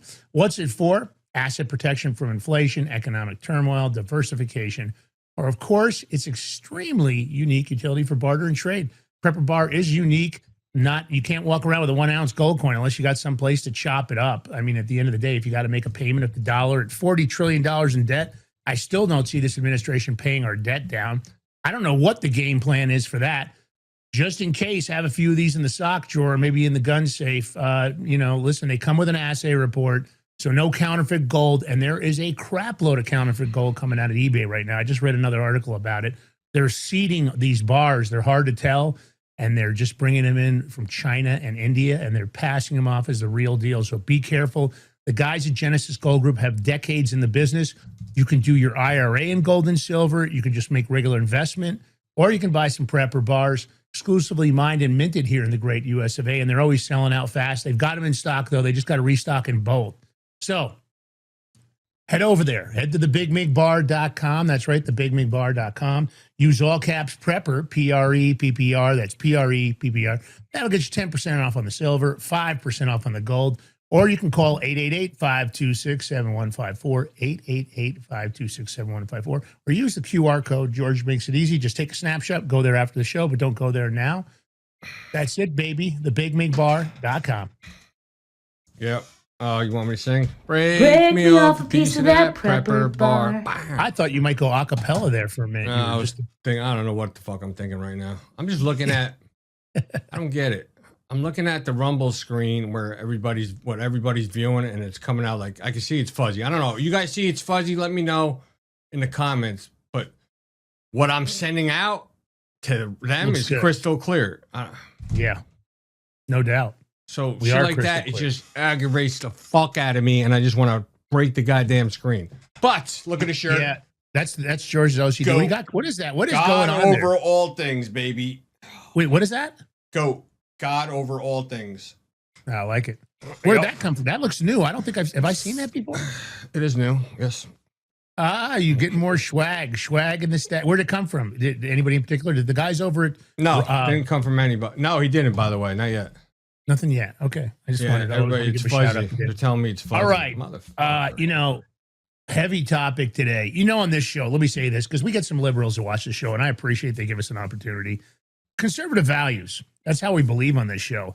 But I keep saying it. Ineffective, miserable group of uniparty there in Washington, D.C., Congress.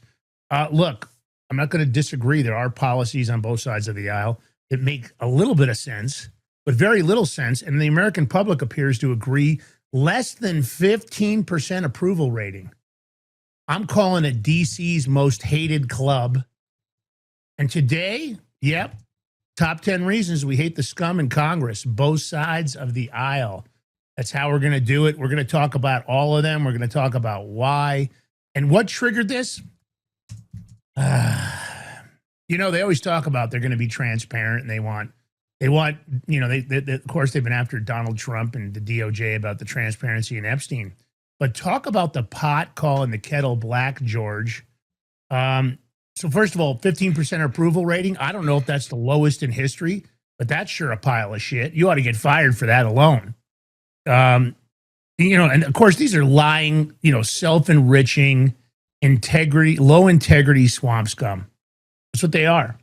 I'm not saying there aren't a couple of good ones. Just like when I talk about the judiciary, there are some good judges around the country. I actually happen to know a few of them. There are a couple of them that definitely leave their bias at the door and they just follow the law.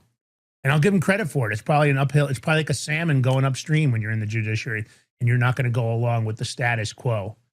I'm not saying it's the Supreme Court. I'm just saying individual judges that seem to want to really abide by the law. And then there are the rest of them. And the same thing with the DOJ, and especially with Congress. So Congress, listen to this closely. If you guys are just tuning in on one of our podcast channels, Spotify or others, make sure you follow us. We're on every major podcast channel so far. Nobody's banned us yet. Congress just voted. Listen to these numbers, George. 357 to 65. So they can shield their own sexual predators and perverts. Yeah, you heard me right. Taxpayers foot the bill for secret settlements. That's right. They're paying them off while these scum hide their dirt and brutal, I guess, behavior. You know, talk about hypocritical POS liars. And you're talking about Democrats and Republicans. This isn't selective. It wasn't like the Democrats only. It is both. And I want to also point out the people that voted yes to go ahead and release this were Democrats and Republicans. They were from both sides of the aisle. Of course, the people that weren't guilty, the people that didn't have payoffs made. So this just happened yesterday. So these unethical traitors in both, you know, the Republicans and the Democrats, overwhelming vote, forcing the ethics committee. You know, this comes from Representative Nancy Mace. And, you know, they're attacking Nancy Mace right now. They're saying that she's, and I'm sure this is because of this, they're trying to say she's spending too much on her personal expenses, that she didn't have expenses to justify. I guess in Congress, just, you know, I never knew this, by the way. I always said I thought they were underpaid because they have to have the 2 sets of housing and everything. Well, I guess they get reimbursed for their housing in D.C. up to a certain amount. They do? No, if you spend too much, yeah, they get, there's up to $9,500 a month, George. They get reimbursement for expenses. I don't know what's allowed in it. I didn't review the whole thing, but I know now that part of their housing can be subsidized through that up to a certain point. Now they're complaining about Nancy Mace, so they're going after her, but she wanted to have them release all the reports on sexual harassment, sexual misconduct, and inappropriate staff relations. And the victims would be redacted. She wanted it all released so the public could see who were the real lowlifes, you know, because they're all over there, Epstein, and I agree with the transparency on Epstein. You know, we've been talking about Epstein, even though the administration doesn't want us to talk about it. I don't give a shit. I know George doesn't give a shit.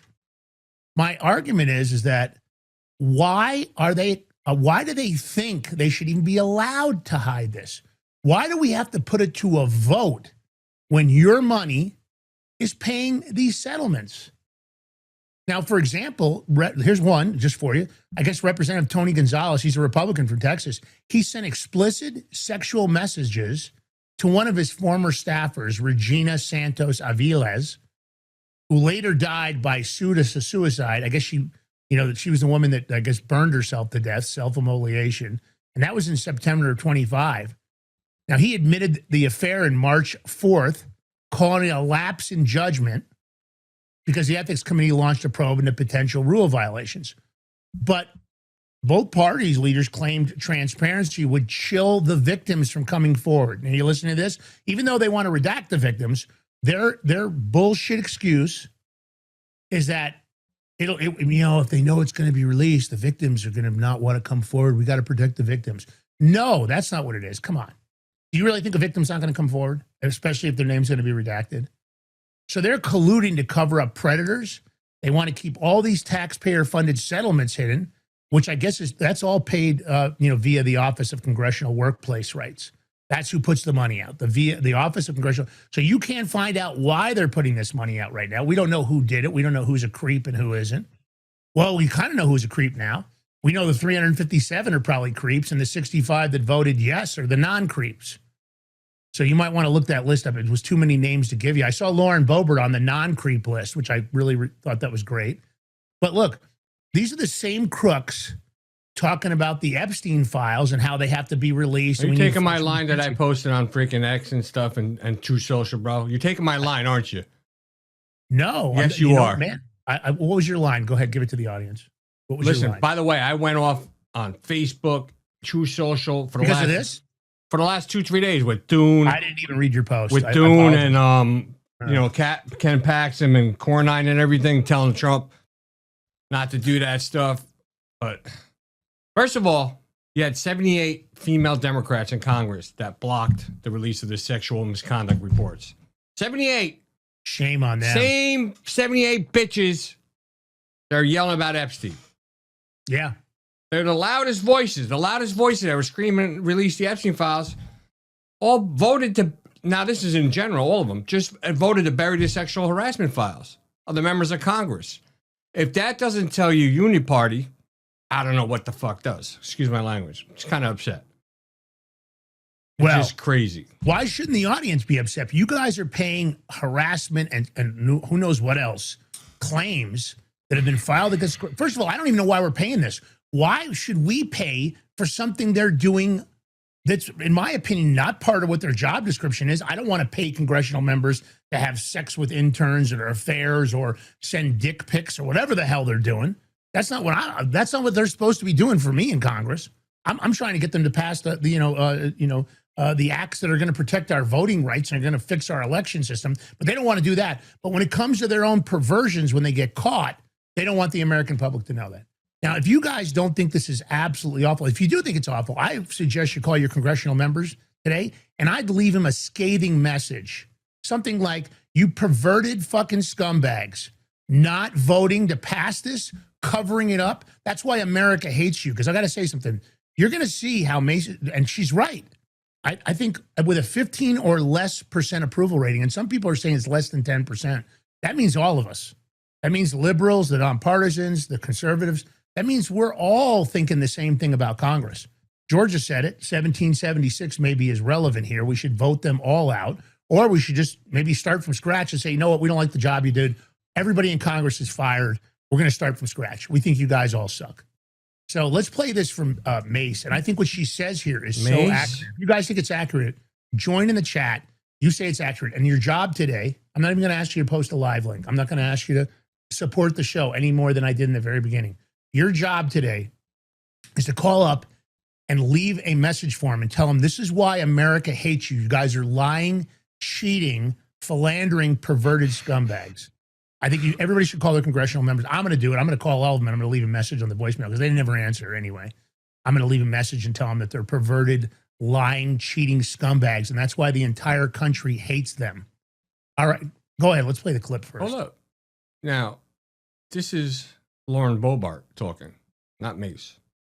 Here we go. I had to correct that. All right. I'm absolutely disgusted that we couldn't even get to 50 members of Congress who want immediate transparency. Don't we all campaign on transparency? Don't we all go out and tell the American voters that we are leaders and that we are going to get justice for them, that we are going to do right by them? And then we hire their daughters to come work for us, and your tax dollars, millions and millions of dollars, has been used in this slush fund as hush money to silence victims who have been sexually harassed, sexually abused by members of Congress. And then Congress is going to do exactly what it does best, investigate itself. And we know that none of that ever goes anywhere. The American people demand transparency. And this doesn't just pertain to a ranch in Arizona or New Mexico or an island down in the Virgin Islands. This is happening right here in our nation's Capitol, and we should be held to the highest standards. And to every member who voted to send this to committee, where you know this was sent to die on the House floor just moments ago, I hope you have a darn good reason to tell your constituents why you were not going to stand up for the victims. And I'm glad that we are doing something about it here in the Oversight Committee. I'm glad that this motion was made here so we actually have another chance at transparency. But again, these are your tax dollars.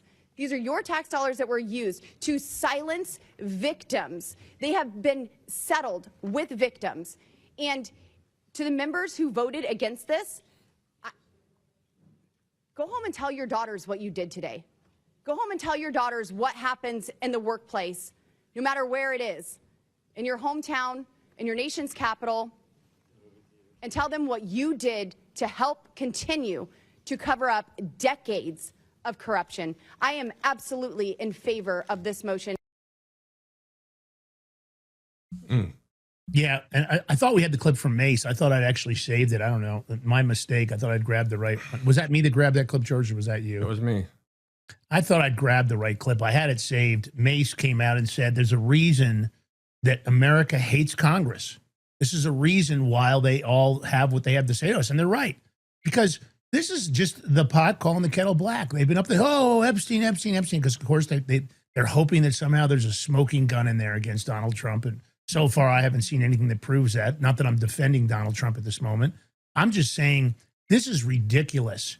They're paying hush money to these victims, and they don't want you to know about it. Why are we paying it all?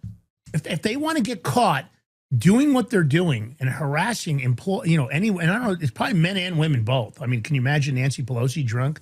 Who knows what her behavior is like? I'm saying that think about these 357 individuals. They said, oh, no, we don't want to disclose that. Does that mean those 357 are all likely guilty? I have no idea, but this is really hypocrisy. It's greed and it's zero integrity. And, that's what brought me to this list. And I think that it's important that we let them know how we feel. We can do it on the show. We can do it on our social media. You can go into their feeds on social media and tell them that they're lying scum. I recommend you do all of it. Let's just harass them. And if you see them on the street, call them out. Tell them they're lying scumbags. I think we have to make it where they can't go in public at all. That they're cowered down even more because they're not doing the job we hired them to. This is the most ineffective. They've had less. We're going to go into it here. Let's just start. George, why don't you take number one? With the list? Yes, please. Shit, Lance. Hold on. Well, I'll go to number one, then you take two. How's that? All right. Go ahead. Let me finish something. They're bought and paid for. Sorry. I mean, there's no doubt. They sell out to donors. They sell out to super PACs. They sell out to foundations. They sell out to lobbyists. They sell out to special interests. And, of course, what do? They prioritize that billionaire cash over voters. That's number one. You guys know it. You've seen the money coming in. I mean, you got these bipartisan senators, including GOP leadership, who snuck in a provision in the November 2025 funding bill, letting themselves sue the government for up to $500,000 and over the January 6 phone records. They don't want you to have the January 6 phone records, right? They don't want you to know that they investigated and did stuff they weren't so, and they violated the law. They don't want you to know any of that. So basically, it's a taxpayer-funded personal windfall grift. And it only got killed after public outrage. So that whole plan was to pass that. Thank God we caught it. But think about just what they're doing. They don't want to let you know about their sexual, behavior. And they also want to be paid because, the phone records. They're looking for an easy win, not because they want to get integrity. They don't want to fix the DOJ. They don't want to fix the FBI. They just want to get paid. And look at the Dems. Self-enrichment games, gorging on their dark money, and they scream about GOP corruption. And then both sides, you got the one group actively doing it, and you got the other group complaining about it. But they're both feasting on all this special interest cash. It's a smorgasbord of grift. It's the craziest thing that somehow we continue to buy into. Oh, it's the Democrats. It's not the Democrats and the Republicans. It's traitors. It's Congress. Imagine if you started changing your dialogue. and you started, when you talked about them, you didn't talk Republican or Democrat in your discussions. You got rid of that terminology completely. And you started saying, well, you know, Congress is really scum. It's both sides of the aisle, because it's the truth. Sometimes we make the mistake and we want to just point Democrat, Democrat, Democrat. But here we are, 357 voted to not let you know about things. They tried to pass this thing where they could get a $500,000 check for just nothing. And meanwhile, if you go try to get, let's say you had a criminal charge and it got dismissed and you go try to get some kind of money. Oh, no. You have to have the certificate of innocence. Even if your case was vacated, even if they committed crimes against you. See how difficult it is to file a civil rights case against the federal government. Most attorneys won't even take it unless you're willing to give them a major upfront payment. So that's number one on the hit list. You want me to do number two? Oh, yeah. Why not? All righty then. Number two.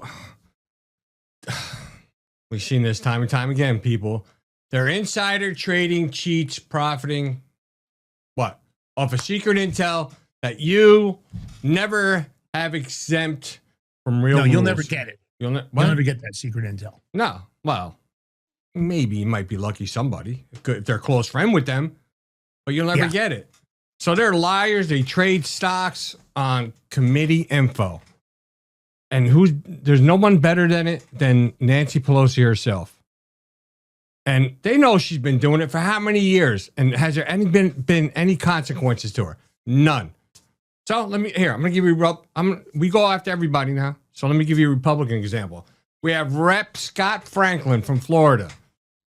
He actually sold massive holdings in Baldwin Insurance Group in February 2025.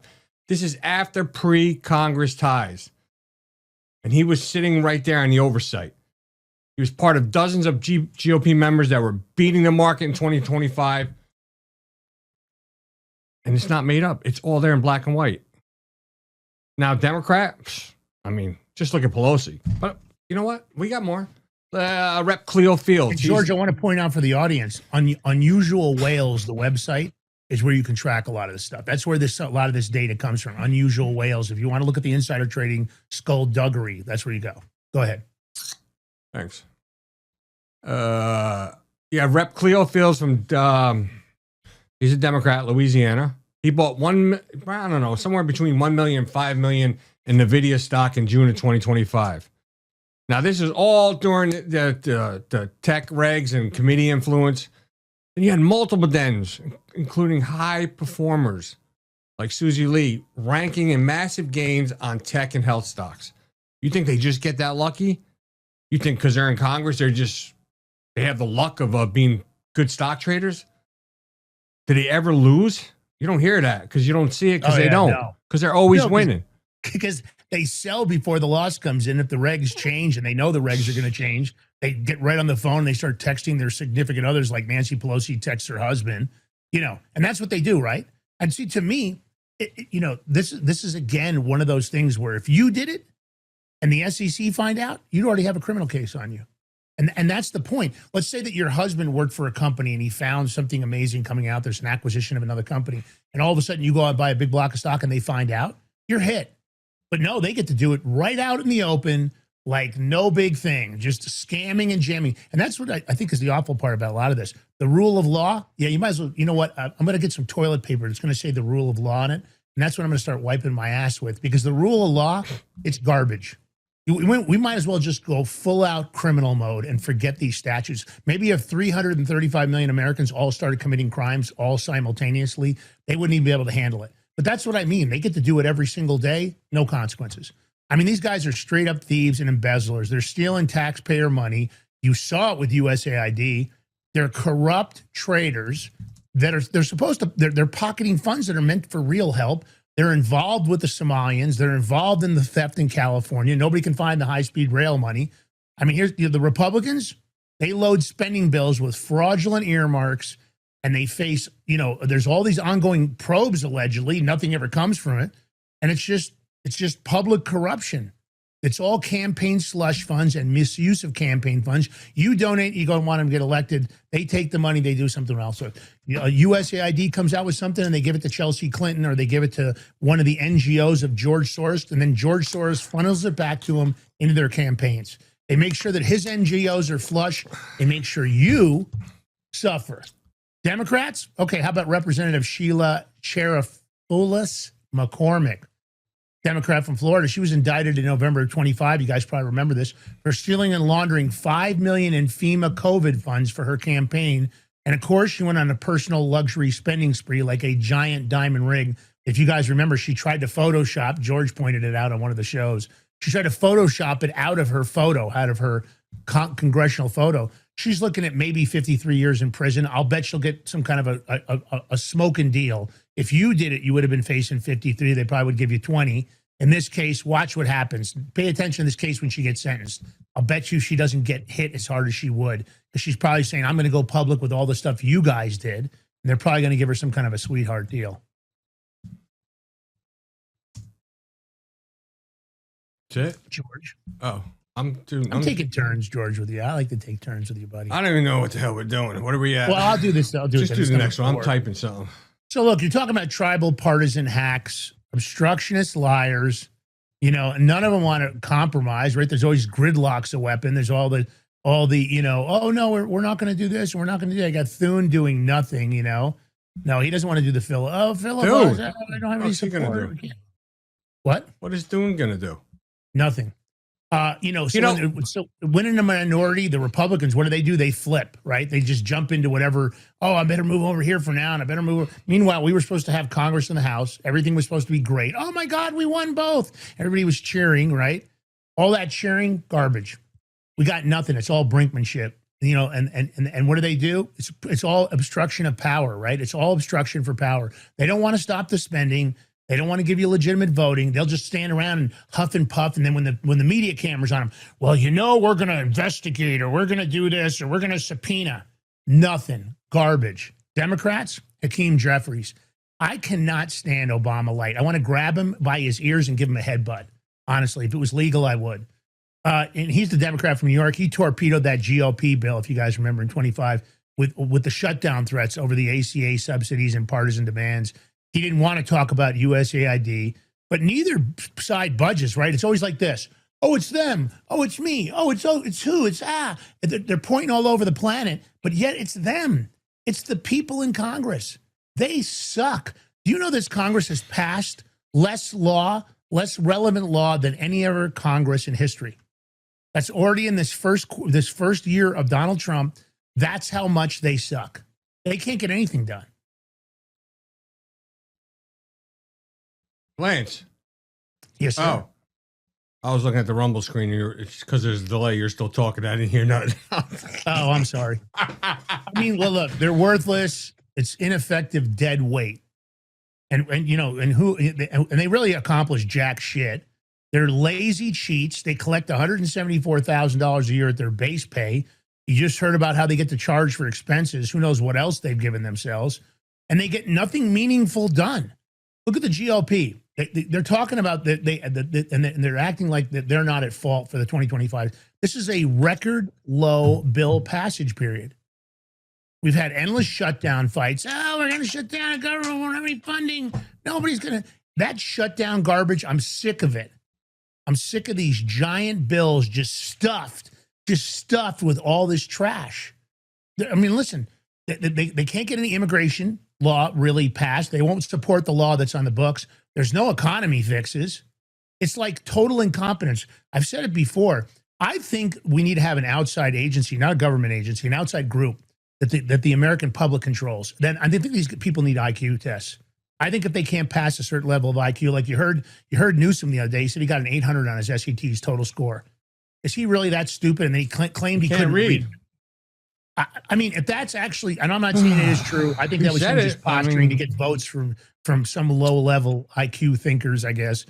It's disgusting, right? Newsom would go out and publicly acknowledge he got an 8. How can you get an 800 on the SATs? You got to be some serious kind of a fucking idiot. I mean, unless you just didn't study. I'm not, there are times when people just, I don't care. But my point is ridiculous. The Democrats, I mean, they contributed to all the gridlock, all the stalled infrastructure and immigration reforms. And all they ever do, 0 results. And they're still cashing their checks. You ever notice that they always get paid? Never. Like, I've said it many times. If they can't pass and balance our budget, they shouldn't get paid. Remember, when Congress was set up, that wasn't supposed to be their only job. They were supposed to keep their regular jobs, and when Congress would convene, they would come in from all over the country for a convention. That they get together and they'd pass law, and then they go back to their regular jobs. That's what the founders and framers did. These people, though, once they get in, you can't get them out. I mean, I'm happy we're not going to have to see that idiot, Crenshaw ever again. And right now, we won't have to listen to the stupidity of Jasmine Crockett. But now they're talking about all kinds of other stuff she wants to run for. I don't know what's going to happen there.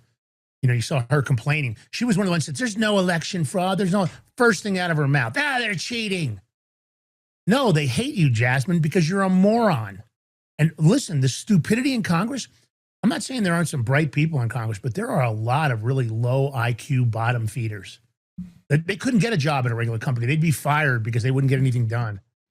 So, and it's what we always said, there's zero accountability because, of course, they're protected scum. Their ethic probes are just theater. There's never any punishment. Listen, I don't blame Lauren Boebert for being pissed off. She was on a date. You guys know it. She came out in that video and she was, having some, a behavior with her date. But that was her private time. She didn't do that in Congress. That wasn't an listen, if I was out with her somewhere like that, I might be doing that to her too. So I can't blame the chick. Listen, Lauren Boebert's hot.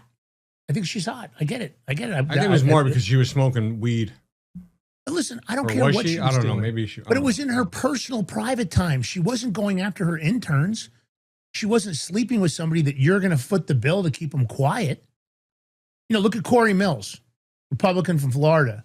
I mean, he's got probes for alleged threats and harassment, Yet self-policing is dragging on forever. If he's guilty, then he should face the consequences. I mean, this is the whole thing. They won't resign. They won't quit. There's no oversight. I mean, talk about a gravy job. You do the shittiest job in the nation. 15% or more of the American public, those are the only people supporting you at this point. The rest of the American public, the other 85%, thinks you suck. Do they get fired? No. Do they resign? No. Do they get forced out? No. And that's the deal. It's so rare that any of that happens. It's like the major exception. And the Democrats, look how many ethics cases are not resolved. There's no transparency, and they're always shielding each other. I don't know how you guys feel in the chat. My thing is that I'm angry about it because this is not what we're paying for. This is not what they're supposed to be doing. They don't give a damn about you guys. They don't give a damn about me, George, anybody, the Big Mig Mafia. They could give a shit less. They're arrogant. They're out of touch with what people are thinking. They're ignoring all the voters' party scripts, right? They're ignoring what we're saying even on social media. We're all asking transparency, accountability, and consequences. They had an opportunity to vote where they could have been transparent on where the sexual harassment cases and who was getting. Nope. No, we're not going to uncover that. So how can they, they always say, and I love it when they go after the J6 committee, the J6ers. Oh, you did, pointing the finger. You were there, blah, blah, blah. All fabricated. Have we seen any arrests? And I blame this administration, to be honest with you. I thought we were going to have massive deep state cleaning from day one. I thought Donald Trump was going to take the acts of justice. We're going to go all of them. Now we hear that they can't even go after Biden. We're going to cover that in a little bit about his auto pen. We can't find any law that's relevant to going after the president for the fake law. But what about the fact? What about the fraud? Fraud vitiates everything. How do you have fraudulent signatures on all kinds of alleged presidential action? And you're going to tell me fraud's not enough? Fraud's all over the criminal statutes. I don't see how that's fraud. Where's the authority for Joe Biden to use the auto pen to sign stuff? You show me where the legal authority, show me where Joe Biden has the legal authority by law, by statute. Now you're jumping the gun. Sign stuff. All right. Nancy Mace, predator exposure, but she gets shut down by her own party. She tries to get it done. And look at Ilhan Omar. She's dodging the real constituent threats at town halls while she's pushing all this extreme national agenda. You've seen her screaming and yelling. She definitely violated immigration laws. Why hasn't she been criminally picked up? What the frick is this DOJ doing? George, are they ever going to arrest anybody that's a true deep stater? And when they break the laws, when they commit mortgage fraud and they commit insider stock trading, why aren't they being criminally prosecuted? You need me to answer that? Yes, I do. Because I was actually pulling up the post that I put in today. So well, look, when you have the DOJ, yeah, and you have people like, because you brought up the freaking auto pen we're supposed to talk about later. When you have, okay, look at Janine Pirro. Remember when she was on Fox News? She was talking all that good game, spitting out all that stuff. They's arrested. I was a judge and da-da-da-da-da-da. She's the freaking U.S. attorney for the District of Washington. Yeah. She's got a lot of pull. But what the fuck? What has she been doing? Nothing. Wah, wah, wah. Nothing. The DOJ, Crickets. nothing. Nobody's been doing a whole lot of nothing. So what do you expect? You know, I'm going to put this in the chat because I'm just getting it right now. Ready? Yeah, go ahead. Yeah. What's the point of if you see something, say something, if the DOJ always does nothing? Why would anybody do that? What's the point? They want to keep, I might just keep my mouth shut then. They're good for nothing. Every one of Trump's AG picks from his first term till now have been nothing but big disappointments. They haven't done nothing. No. Yeah. And now you have to question why. What is going on? Is Trump directing his AG? I don't know. He can tell his AG to, oh, listen, arrest these people, do something. But nothing ever happened. So, or is it somebody else behind the scenes? Is it Susan Wiles? Is it Susan Wiles? They're blaming right now. There's a story going around that the grand juries, they can't get a true bill. That they're advising the grand juries in D.C. and in other states that if they get sequestered for grand jury duty, and how they know who's getting sequestered and how they're coaching them, I have no idea, because nobody's supposed to know if you get called in for a grand jury. It's supposed to be a thing that's kind of kept under the sheets, right? But somehow they're saying they're coaching them to make sure that they're not going to rule in favor of the bill, which that's what an indictment's called. And that they're saying that when they're being presented with this information, like you saw in Letitia James, that they were already prepared to say no and to not issue the indictment. Now, if that's true, if these grand juries are being, I would say coached, well, then that's a criminal event. You can't coach a grand jury to make a determination one way or the other. If our system is that jacked up, then we need a new system. If you can't count on a grand jury from that state doing the right thing, then I think we're going to have to change the sequestering of grand jury. Maybe we need to pull them in from out of state to different states, because I don't know how we're going to get past this. I mean, the Republicans, look at what they did. Look what they do with, and I always talk about pork barrel legislation and the perks and all the personal enrichment, right? It's all these little greedy pigs. They all want to feed, right? That's why they're in there. They're not there for the $174,000 a year job. You and I both know that doesn't even make any sense with all the travel and everything else. I'm not saying there aren't good people. There are some good people in Congress. But I think there may be good people. I mean, it turns out it looks like Fetterman may be one of the better ones. I don't know. I don't know how he voted on this bill. I didn't look for his name, but all right. So they stuffed in 2026, the Republicans put spending packages in with all these extra earmarks for all their little pet projects. And a lot of them had family members involved, when I point out.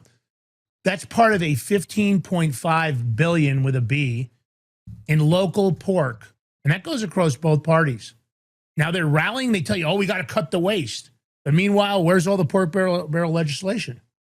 I just think this is crazy. Massive hypocrites, and they're moralizing frauds. They're breaking every rule. They preach. It goes on. They're funding division. They're amplifying hate. Division and chaos is their tool. And they don't want to make America great. They want to make America worse. I think they're destructive traitors. And I think their inflammatory bullshit just breeds so much division across the country. They blame each other. They point at each other. And then when you ask them questions, it's hear no evil, speak no evil and see no evil. They don't even want to tell anything about it. And I think, there's one category I added at the very end here. I'm going to give you the bonus and then we can move on. You guys have probably heard me harp around enough. Look at when it comes to this integrity void, swamp scum in Congress. And this is the Republicans and Democrats. They think about this, guys. They have been blocking every real reform when it comes to our elections. They don't want national voter ID. They don't want same-day registration crackdowns. They don't want to control. They don't want to clean the voter rolls. They don't want to make all the chain of custody fixes. They don't want to get rid of the machines. They don't want watermark ballots. They don't want to use blockchain that would pretty much take all this out of it. This is a sloppy, cheat-friendly election system. You guys know it. It's been rigged.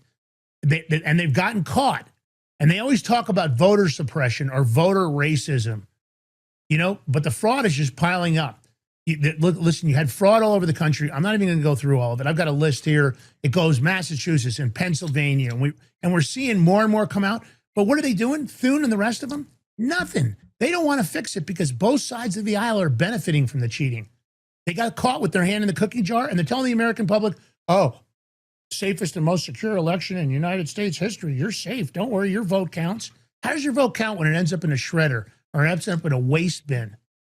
And I'm just saying to this is we've got some of the lowest integrity, self-serving scumbags. These aren't the public servants you voted for. They're a corrupt ruling class, and they hate America. That's what it really comes down to. They hate America. They hate Americans. They just want to unite to hide. I think right now we've got to demand term limits. We've got to have better oversight, not from government agencies, maybe independent agencies. All this stock trading, that's got to be banned, and we need full transparency. I'm over it. I'll stop now, but you guys, this kind of shit just pisses I got to me stop you because Real Rat Dog's in the chat, and so anybody from North Carolina, I don't know what the fuck you're doing, Rat Dog. You got to start biting people, bite them hard, sending your friends with them. This is crazy. Because Islamic Jihad is invading the fucking GOP in North Carolina. That's right. That's her. How has this happened? Her name is Lakeisha Alston. She's a Muslim woman. And she just won the primary for GOP's North Carolina District 22 state Senate seat. Why? Because there's no other GOP that was there. She automatically won it. How did she run unopposed, George? How did this get through? I don't even understand this. No. Here's what you forget about that part. How did the GOP allow her to run under the GOP ticket? Because she's not a GOP member. Here's her voting record. She's been voting Democrat. So you tell that they should have just got rid of her. She made a nobody video. else registered, and she registered 2 days before the filing deadline, and she just walked in unopposed. Yeah, that's what happened. Yeah, she did it on purpose because last minute, this way nobody would say anything. I mean, listen, I'll give her that. Smart on her part for that part. But that means that the GOP had nobody to run in that district? They hadn't thought about this? Hey, we better make sure we have somebody to run in the district. They didn't have a bunch of other... she's an automatic winner out of just stupidity and laziness, it seems like. Yep. And she just keeps voting Democrat over and over again, but she's going to run for the Republicans. I don't know what you guys are doing there, man. I don't know what's happening around the nation. She's in the chat. You can tell Rat Dog something if you want to say it. You're on to her. She says on to you, so. Yeah. Hey, what's up, Rat Dog? How are you? If you guys aren't disgusted by this, you got a clip of this woman, huh, George? Yeah, I do. Jeez. Rat Dog's probably going to want to bite me. What'd she say? I don't live in that district. Running it. Yeah. You don't have to run it. You just got to go to the other district and bite them or something, man. All right. Let me play the clip. I am a Republican. I know that I have been seeing a lot of people with hesitation about the party that I choose to represent just because, growing up, you pretty much do what your family does, what, their beliefs are as far as your party. But like I said, I am matured in my own revelation of what the Republican Party represents, and it looks like me. And just the ideology of the Democratic Party. I just have gotten away from some of those narratives, and I feel that the Republicans have a better viewpoint in which the direction that the United States and North Carolina, especially Durham, should be in. Oh, shit, man. I had us muted the whole fucking time. Oh, no kidding. Okay. Sorry, I had us muted. My bad. So there's a dog that, Rat Dog, she posted this on True Social. You can go check out her post. She's trying to get this dog adopted because this woman went into a domestic violence shelter. The dog was with her ex, and the ex is now saying he's going to stick the dog into a shelter. I guess the dog is very friendly with other dogs. If you're looking for a great German Shepherd, I guess it's well-trained, really well-behaved animal. Maybe you got an opportunity to bring a dog into your life. I'd hate to see this dog go into a shelter. It's a healthy dog, and how shelters work. Doesn't get adopted in a certain amount of time. I don't know if it's a kill shelter. But if it is, you know, it's going to have a very limited amount of time. And, you know, people sometimes are cautious of German Shepherds, but this one has a great history based on what Rat Dog told us. So, you know, we can put the link in the chat. Maybe I can dump it over there for you. If anybody in that area, or maybe somebody's looking for a great What animal. link? Link what? Should I post? Yeah. I'll put it in. All right. You know, we probably have to take a short break. No. So We're going to keep going. All right. Okay. Yeah, because I know you got a schedule. Yeah, and I just messed up the audio, so I'm kind of pissed. So we got narco terrorists, you know, being, you know, the U.S. and Ecuador have teamed up. We saw a little bit of it on social media. They're taking decisive action to confront all these narco terrorists, which is smart. There's a lot of them in the country. Let's play the clip, George. Sure. We begin tonight with the Defense Department now confirming the U.S. has carried out a land Fucking operation audio, against that drug shit. cartels in South America for the first time. The Defense Department posting this video on social media tonight. The U.S. and Ecuador launching joint military operations against what the Pentagon calls designated terrorist organizations. Funny, because no one's talking about that, really. Yeah. I was surprised when I found out. I was like, what? I'm like, I thought I it didn't was. even know if it was true when Can I I first finish? saw it. Yeah, I thought it was AI, and I'm like, I had double checked, and I had to look into ABC, who actually put up that video. I'm like, damn, it is there. So I did a deeper dive. Even the military on their website had it up. I was like, oh, damn, okay, Trump's all over the place. Maybe that's why we're a little lean over there in Iran right now. We got people everywhere. But you know who's shitting bricks right now? Kim Jong-un. He's looking at Venezuela, Iran, now Ecuador. He's like, damn, Trump really, you fuck around, you find out with Trump. He's been a good boy, Kim Jong-un in North Korea. He hasn't said not one word. Nothing. No missile testing, anything. He ain't stupid. Yeah, he's trying to keep it on the DL. He loves his hacking organization. He's making billions on hacking people. So, hey, we got a big win. They ought to give the Supreme Court a round of applause for this one. I think, you know, they just handed Trump a massive unanimous win on immigration, George. And I'm loving this because Justice Jackson actually authored the opinion. When was the last time, George? When was the last time they did a unanimous decision? I can't even remember the last time. Forget about unanimous. Unanimous under a Trump thing.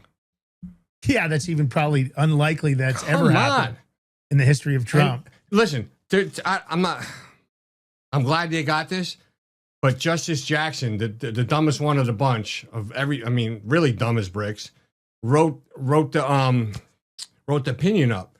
I don't know. I think the other justices like, man, we got to come up with something, and then you got to write something decent. We'll help you write it, Jackson, because they're not looking at you too favorably. It has to be. Come on, man. She might have used AI to write it because that way it would. Why sound would intelligent. she want to author an opinion where they all voted when she hates Trump anyway? No idea. But it looks good that, you know, of course, they're now saying that they're favoring Trump's, that immigration judges, those federal courts have to defer to the rulings by the immigration judges, which makes sense to me, but it seems like you wouldn't have to take that to the Supreme Court. But there they are once again burning up our resources. But this will make it a lot harder to protect those so-called asylum seekers. Oh, so like Judge Bosenberg is like everything he tries to do, he'll get shot down on it because he tries to overturn stuff, this and that. That's right, Bosenberg. Bosenberg is a true uniparty. You know, he's a judge who get fired.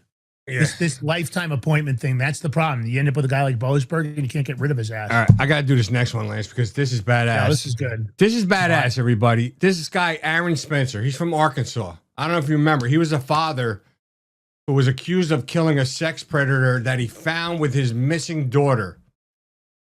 Right? Guess what? He just won the Republican primary for sheriff of Lonoco County. How do you love that? I love that. Yeah. I mean, listen, if any predator is on any kid or daughter, especially if it's yours, listen, I mean, personally, you're justified in doing whatever you need to do to that person. Yeah, if my daughter was missing and I found out that she was being abused by some sexual, but he's dead. I'll say it right on air. He's not going to make. Might be screwed in Colorado, bro. But okay, just saying. I know. I'd probably do it clandestinely. Nobody'd know I did it because I think I've got that skill set. But this guy would be gone. If I caught somebody doing that to my daughter, they're done. This is badass. They wouldn't find the body in that case. I would just make sure the person disappeared. I want to play the clip. Yeah. Hello, Lone Oak. My name is Aaron Spencer. Many of you know my story. I'm the father who acted to protect his daughter when the system failed. I'm also a husband, a combat veteran of the 82nd Airborne Division, a contractor, and a farmer. And through my own fight for justice, I have seen firsthand the failures in law enforcement and in our circuit court. And I refuse to stand by while others face these same failures. That's why I'm announcing my candidacy to run for Lonoke County Sheriff. This campaign isn't about me. It's about every parent, every neighbor, every family who deserves to feel safe in their homes and safe in their community.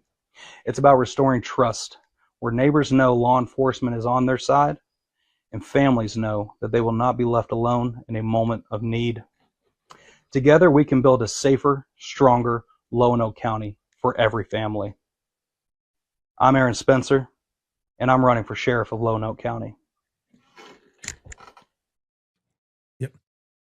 Hey, got some big news. Shelly Rose is now a monthly supporter. Shelly, thank you so very much. We appreciate that monthly support. It adds up. It's only $5, you know, and for us, it's a big deal because we're trying to build that base, because you have to have some consistency when it comes to your overhead on these shows, because the overhead, it never stops.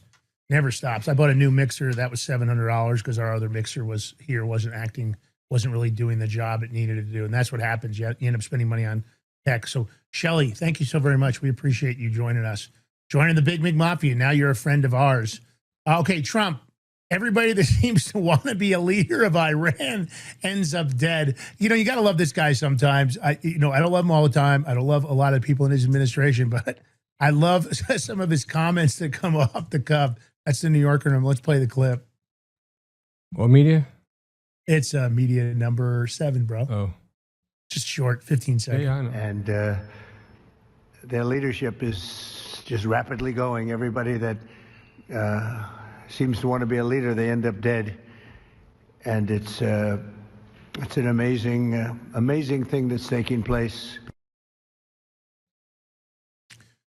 Now, this next report, I don't know how accurate, I always want to make sure we give you guys the right info, but it looks like, from what we've researched so far, we made a couple of calls on it, U.S. officials have confirmed now that thousands of Israeli and American-backed Iraqi Kurds have launched a ground offensive in Iran. Now, there is some opposition to this, and I'll share both sides of it, so we'll have to keep an eye on this. Is it true? I don't know. The Iranian Kurdish group Kamala, they're denying reports that launched a ground offensive into Iran, but there's other details that appear. Maybe they're just trying to be clandestine. It looks like it's going on. So it looks like some of the ground forces that are going to start operating in Iran are just jumping in on the sides of the Americans. I don't know what the impact will be. I don't know if it's 100%, but maybe watch social media, pay attention on Telegram and everywhere else. If you catch something, you can share it with us and we'll update people, but that's something that I think is important.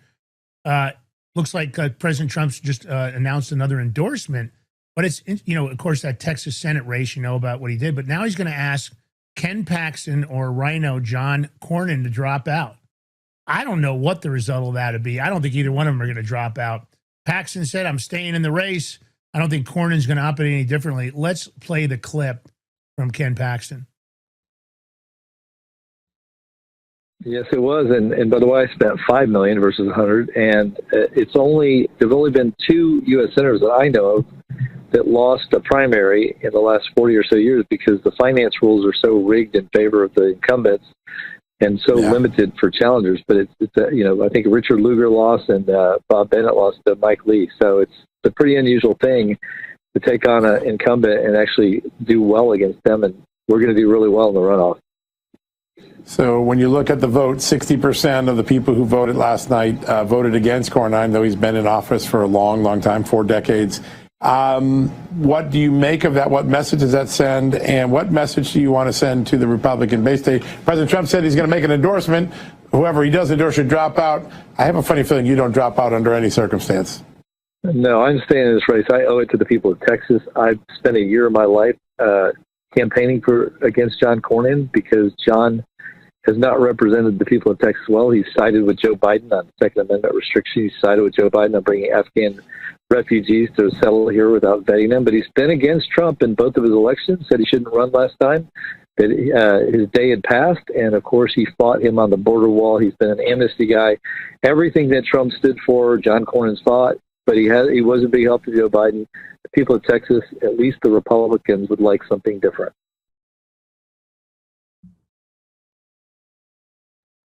Yeah. Well, I like Ken Paxton. Hopefully he's going to be the one to stay in. I don't know what Cornyn's going to do, but I bet he's not going to abide because, of course, why would he want to give that up? It's really interesting. I want to talk about the auto pen for just a minute. The conclusion they've come up with, I don't completely get. I don't know how people that weren't necessarily authorized to use the auto pen, that you could just run it. So if I got access to the White House, my question is, how is it possible that I could just run in there and use the auto pen? But that's what they're basically saying. They're basically saying that the DOJ has abandoned the, going after the people that use the auto pen unlawfully, in my opinion, because there's no legal basis. There's no hook for prosecution. I guess using an auto pen itself isn't inherently illegal for a president to use. And maybe the precedence is there, but I just don't understand that if I walk in and use the auto pen, so basically, I guess I could have walked into Joe Biden's office and I could have used the auto pen in a presidential standard manner, and I would have committed no crimes based on what the DOJ is saying in the DOJ's review. I mean, you guys, does that sound reasonable to you, George? I think George and I would have liked to have gotten control of the auto pen. I would have loved to have had control of one of those 14 magic money computers. Through the auto pen, I could have authorized George Ballantine will get number 15 in the magic money computers. He'll be able to use it for me. No. Janine Pirro and her crew said they can't find any crime that was committed using the auto pen. Yeah. I mean, I guess there's no fraud, no using it without the approval of President Biden at the time. I mean, I don't know. Those seem like breaking laws to me, but I'm not a prosecutor. Yeah, I'm just a guy here on the show. I should have snuck into the White House somehow, and I should have used the auto pen. I could have given everybody in the Big McMafia. I could have given you guys all USAID grants. Joe Biden, authorized the Big McMafia to get USAID grants of $5 million each if you're part of the Big McMafia. I mean, that's my point. You can just use the auto pen any way you want. So let's here's what I think. I think this is fair. If that's the case, hold on. Let me say this. If that's the case, that it's not illegal, then I want an executive action right now by Donald Trump. I want one use of the auto pen for everybody in the audience. You guys get one use of the Donald Trump auto pen. I'm deeming it here on the Big Mig Show. That means everybody gets one. It's like Oprah Winfrey. You all get a use of the auto pen. Everybody gets an auto pen, one-time use for everybody. And you guys can do whatever you want. You give yourself a grant. You can give the Big McMafia grants. You can actually, eject Congress, say that the executive order, we're getting rid of all the congressional members. It's your chance to use the auto pen. Donald Trump, make it happen because it's not illegal. I want to use the auto pen. Go ahead, George. If you guys like that, let us know. Atomic Ray. I cannot endorse auto pen without consent of the owner. Yeah. Craig Muttley, I don't know what you're saying. I don't know. I've seen George question mark. What? I'm trying to figure it out. Sorry, Lance. That's okay. All right. Well, listen, if you like the show, you know what to do. Take the live link, take the short form, take everything. Just share it far and wide. Use our stuff on your own social media. George is doing a shitload of short form content on Rumble. You can grab that stuff. You can use it any way you want. You can use the link for the Rumble. I mean, George, you went on a tear last night. You're the short form ninja. Oh my God! He's like the black belt. He's like a 5-level Dan on short form. I got so many short form content setting off to go into Rumble. I can't even. I was like crazy. You were crazy last night. He was in the groove. He told me I've lost track. I don't know how many I did. So take that short form. But there's some funny ones I really put up today too. I've been putting up a bunch of stuff, but yeah, you're on a tear, bro. I got to give it to you. You've been going on. I was up late. I couldn't sleep last night. I got up in the middle of the night, 3 a.m. and started working. All right, listen, if you got a chance, if you can open up your home or your friend, please share that link for Rat Dog on that German Shepherd. I'd hate to see it go into a shelter. Listen, it's the small things, right? You try to do a positive thing. You know how I am about animals. I just hate to see a good animal end up in a shelter. And if it's a kill shelter and somebody doesn't pick that animal out of fear because it's a German Shepherd, oh my God, here's a great animal based on the information. You can check it out yourself. I don't know the animal personally. Rat Dog's trying to help. She would take the dog, but she just got a new puppy. So, it's a tough thing. So she doesn't have the room. So if you guys can take that, look at that link at True Shelter and share it all over the place. Let's see if we can get this dog a home before it ever gets to the shelter. Be great stuff. The woman is willing to sign the dog over to somebody she's in a domestic violence shelter right now. So she's willing to sign the dog over if somebody will take it. So shepherd? Yeah, the shepherd. She'll sign it over. You won't have to go through the whole process. But if it ends up in the shelter, all bets are off, So let's try to do what you can. All right, listen, we love you guys. We appreciate you giving us an hour of your time. If you love the show, do whatever you can. Go over to Chris Pavlovski's feed over at X. I don't know, Lance. I think you should stop. That's right. You should stop saying that because he might get being aggravated. That's why we're at where we're at. I'm just saying. All right. All right, you guys, listen, we love you. Thanks for tuning in. Don't forget tomorrow morning, 7 a.m., Crypto Power Hour, 11 a.m., The Big Mig Show. And then check out the new show that we're doing the production work on and we're working with closely, On the Rocks. You're not following those guys. If you like Barstool Sports and if you like that strong masculine energy kind of show, John Rocker brings it. He's a funny ass son of a bitch too. I recommend you go watch the show. And George, are they going to go kick off on Saturday from here on out? Are they doing Saturdays? I don't know, now? bro. Don't. Okay. Let them figure that shit out. Go follow him. Give him a follow. And don't forget to follow Dr. Michael Schwartz's show. He's a great guy. He raids us a lot. Please go follow his show. He's another one you want to support. And man, he's a smart guy and funny. Rocker is a riot. A bit crude, but LOL. Yeah. Go Yankees is right, bro. That's right. Go Yankees. Yeah. You can dump that believe me, Rocker's, I keep reminding Rocker about the time where the Yankees beat them in the World Series. Yeah. Believe me. Oh, does he hate it? Yep. All right. Peace out. Love you guys. We'll see you tomorrow. Tomorrow's Friday, right? Tomorrow is Friday. Crypto Power Hour, 7 a.m. All right. Later. All right. Peace. Later. Sorry for the glitches and shit. My bad. I might have to let it drop. Sick, got it, hella big, had the money back again, like sick, had the Are you ready to stand up for your community and support your local sheriff? Join the Constitutional Sheriffs and Peace Officers Association and become a vital member of the Sheriff's Citizens Posse. At CSPOA.org, we empower citizens like you through weekly webinars, arming you with the knowledge to back your constitutional county sheriff. Together, we can uphold our Constitution and ensure liberty and justice for all. Your community needs you now more than ever. Visit CSPOA.org and join the Sheriff's Citizens Posse today. Make a difference. Stand for freedom. That's CSPOA.org. Your country, your fight, your future. What if you could predict your financial future? And what if you could trade on it? Introducing Block Trust IRA. The future in your hands. An astonishing 88,000 millionaires were created last year from the Bitcoin boom. And you could be next. Block Trust IRA is the only crypto management firm powered by AI-driven strategies, ranked #1 in the world by Bitcoin Magazine. The Block Trust IRA platform is built for everyone, from first-time buyers to seasoned investors. Predictive AI technology that was once only reserved for insiders and elites is now available to you. It's time to leave the old buy and hold strategies behind. Your assets are protected with military-grade security, offline cold storage, and $200 million in insurance. Visit BlockTrustIRA.com to book your free consultation and ask how to claim up to $2,500 in deposit bonuses today. Bitcoin changed the game. AI changes the strategy. Hi folks, I'm here today to introduce you to the Prepper Bar from PrepperBar.com, the most unique precious metals product we have seen in a long time. These 62-gram bars are perforated and easily broken down into your choice of 3 different sizes to fit a multitude of needs. Whether it be from asset protection from inflation, economic turmoil, or its unique utility for barter and trade, the Prepper Bar makes a perfect gift for all the precious metal lovers out there. Exclusively made here in the USA and selling out fast. Available in both gold and silver, these slim Prepper Bars fit neatly in your wallet, and their utility enables use in any situation. Forged through rigorous training and honed by the finest instructors on Earth, these K9 units serve beside our nation's warriors as they fight to preserve what we cherish. When these warriors complete their duty, the Warrior Dog Foundation provides them with a home deserving of the service they've given us all. At our state-of-the-art kennels, they receive rehabilitation and care suitable for heroes, because that's what they are. Be a part of giving them a future today. Visit warriordogfoundation.org.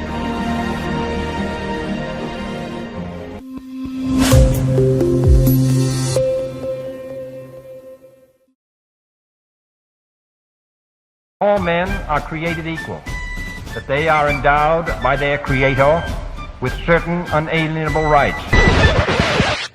Life, liberty, and the If liberty means anything at all, it means the right to tell people what they do not want to hear.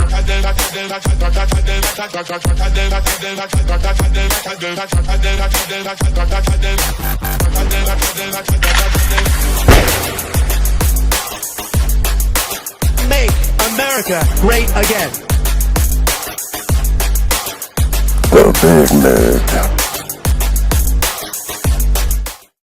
Well, welcome back to the Big Mig Show. Of course, I'm your host, Lance Migliaccio, with my co-host, George Valentine. Rise and shine, tip of the spear. Yeah, it is. George, it's snowing here. I thought of you this morning when I was doing a little shoveling. Is that why you were so late? Yeah. I was trying to do a little shoveling before the show. I lost a little track of the time. So, how you doing, buddy? That's suspect. I don't know if I want to believe that right now. Yeah, I know. Well, you don't have to. If I had a mobile camera, I'd show you. Anyway, I can just look it up, bro. What do you think? Yeah, you can. I know. I can. Anyway, how are you, man? What's going on, bro? I'm good. Chilling like a villain. Trying to get through. Got work to do right after this and get ready for the. Oh wait, they're doing it Saturday. Never mind. But I got work to do. Yeah, I hear you. So listen, if you like the show, don't forget to thumbs up, comment, share, and subscribe. You can do the paid subscription. It's a great help. We've been growing that subscriber base. So for those of you that have done it, really big help. Thank you so very much. It's only $5 a month. It's a way to thank us for all the hard work we put in. And, of course, hopefully there's some entertainment value for you guys. Are you not entertained? Yeah, as we go through the banter. And don't forget, if you can do the Rumble Rant tips, we always appreciate those tips also. That all goes towards our efforts on the show. There's always overhead. So at the end of the day, we love doing it. We love you guys, and thanks for joining us. We appreciate time's most valuable commodity they have. So thanks for doing it. If you'd like to sponsor the show, or if you have a great idea for the show, feel free to hit us up over at info@thebigmig.com. We're always open-minded. We love to receive emails from you guys. So do that and get in the chat. Let us know what's going on with you, man. We always want to hear about good stuff, new stuff. Anyway, we love our sponsors, and of course, we love our gold and silver, George and I. It's the Prepper Bar. Yeah, that's right. Genesis Gold Group, the 62.2 gram Prepper Bar, perforated and easily broken down in your choice of 3 separate denominations. You can see as I tilt that, bring it towards the camera, a small, a medium, and large. You just snap off a small piece to make a payment. No reason to walk around with a big pair of tin snips trying to chop off a piece of a 1-ounce coin. And of course, it's a great product for diversification in these uncertain times. So whether it's for asset protection from inflation, economic turmoil, or its very unique utility for barter and trade, Prepper Bar is perfect gift for everybody. There's nobody that's not going to want some of these. I still have gold and silver from when I was a child. My dad had given me. So, of course, great thing to have and to hold. You can pass it down. Perfect for birthdays, Hanukkah, Christmas, you name it. There isn't a holiday that doesn't work. And at these prices, you got to admit, amazing gift. So, of course, head over to thebigmigbar.com. They've got them in stock. They come with an assay report. You do not have to worry about any of this counterfeit gold news. Go look online. There is a ton of news coming out about these salted bars. So thebigmigbar.com, all caps Prepper, P-R-E-P-P-R. That's P-R-E-P-P-R. It's 10% off on the silver, 5% off on the gold, thebigmigbar.com. Or you can head over and use that QR code. George makes it easy, 888-526-7154 or 888-526-7154. Thebigmigbar.com. Break me off a piece of that Prepper Bar. How's the weather by you, George? Good? I assume it is. Is it good? Yeah. It's cold. It was a little rainy yesterday, a little rain today. But not cold enough for snow, so that's good news, right? I don't know. The weather changed. Let me see. Let me look up. I'm looking it up right now as we speak. Let's see what freaking happens here. You know what? So the weather men or women, they're one of few jobs where they can always be wrong and still get paid and not have to worry. Because, say the weather changes. Nah. Yeah. Yeah, you mean if they get it wrong? Yeah, it's not cold enough for snow, but next week's going to be like in the 60s. Some days hit 70s. Oh, dang. Then it goes back down. Yeah. Then it goes back down to like 40s and 30s. Great. Awesome weather for the bones and shit. I wasn't really expecting snow when I woke up this morning. How much snow did you get? Not a lot. I just went out there early because I had to take the trash out, and the shovel was there, and I was like, I'll just scrape real quick. Oh. You know, Is it still snowing? Trash guys. Yeah. Yeah. How much snow do you have on the ground? I don't know, an inch or two. Why'd you even clean? You should just wait if it's still snowing. Yeah, because I just was out there and I was already cold, and I thought. So you're gonna make me get all crazy? Like, where the frick is Lance? He's not answering the phone. It's not. That's how it you know is. what the truth is. See, people, see what I gotta go through on here. What? Yeah, I'll tell you what's crazy about it. Quiet. I just didn't realize the time got away from me. Yeah, I know. That happens with you a lot, Lance. Let me just say. Well, I got a lot going on. Oh, here. damn. We got that meeting after this too. Oh my God, such a bad day today. Yep, rocking and rolling. That's how we do it. FML. Now, you know, there's a lot of FML. stuff going on in the news cycles, of course, as always. It's never any surprise, but we're doing a bunch of investigating, as has George, and we've been looking at a lot of stuff that has to do with Ghislaine Maxwell. And yeah, we're still talking about Epstein. You guys know that. Until I see some arrests out of that, I don't think we'll stop talking. Although I'm not expecting much. But last night I was messing around, and I don't know. Before we kick it off, I also caught a Set the Mood last night. You know, people. You know, that's the thing about AI. There's always something amazing. George, I don't know if you saw that animation I made. Also, pretty funny. I did, Lance. Yeah. I know. Just talk about the show. Let's go. Yeah. So, you know, anyway, we're going to kick it off with a little Set the Mood like we like to do. I've always liked this scene, but of course, people are adapting scenes from movies over and over again now. It's crazy stuff. What do you want, the thing? Oh, the Set the Mood. I just had a thumbnail up. You want to put Set the Mood? Okay. Hold on. You think you can silence me? I have stories to tell. The truth will come out and it will shock the world. Lance is proud of that. He made that. Good job, buddy. It's kind of good, right? It was okay. Yeah, it was right? good. I would have used a different background instead of using the one for the thumbnail, though. May change it up a little bit, but that's just me. What do I know? Well, it was supposed to be an animated thumbnail. It really wasn't supposed to be different. From the Oh, story okay. itself. So I got you. All right, makes It was sense. an Huh? animated thumbnail. You know what I mean? Yep, So- I do. Well, let's dig in. If you're ready to go here, let's do it. So, Ocean Outlaw is Ghislaine Maxwell, and we're talking about. This is a crazy story. There's luxury yachts. As we've dug in, we find more and more stuff. A bunch of shadowy nonprofits, Terramar, elite connections, as you guys already know. And there's a lot to do with the ocean and Ghislaine. There was a $10 million Clinton donation. Then that sudden prison upgrade among all that FBI scrutiny. And it looks like there's a big undercurrent, right? There's a lot of stuff going on here and a lot of evasion. You guys have seen it. And there's always been these elite ties, right? There's always been this kind of philanthropy facade where Maxwell was, leveraging these relationships. She had a relationship with this Ted Waite, and that was all about funding ocean ventures.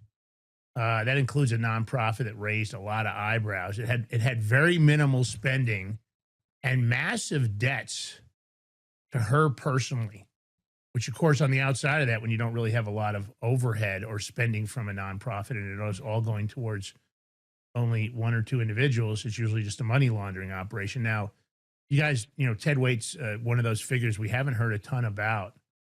And what's even more suspicious is that during this time period, he buys a yacht. And this yacht had the ability to house a submarine underneath it. So, as you know, Maxwell, she acquired certification in submarines. She was also helicopter piloting. I don't know how far along she'd gotten or if she was completely certified. And there was a lot of rumors, and you guys heard it over and over again, over covert travel, not only to Epstein Island, and supposedly using underwater docks. Now, there was never any real direct evidence, but of course, if you're running a trafficking operation, an underwater dock would be really handy. So with the ability to ride a submarine. Now, if you throw up, this is interesting. She's coming out of a smaller sub. I don't know if she was piloting it. This is one of the images that I know people had seen. And this is Media 2. And this is actually a small submarine. but these are used at vacation resorts. Now, the larger one, a lot of people talk about that Epstein might have acquired one of these, and that's that media. That's the yacht. So let's start with that. So that yacht, first of all, that's Wait. That's the billionaire that she was dating. Also seemed to have some kind of a relationship beyond that into philanthropy. That yacht has underneath it has a berth for a submarine. And that's the way it was designed. And I guess this is becoming more and more common with, billionaire lifestyles. Now that is a smaller yacht. That is a smaller submarine. I don't know if that, and they use these there are some of these around the globe that people can, book, and then they have a submarine pilot. So I don't know if she was piloting. Looking at that outfit, it kind of looks like she was. And then the third image here is an interesting image that there are some connections that people allege, and you can see there's something underwater. This is at Epstein Island, Little St. James. And a lot of people contend it's one of these versions of this sub. Now, I don't know what that is underwater.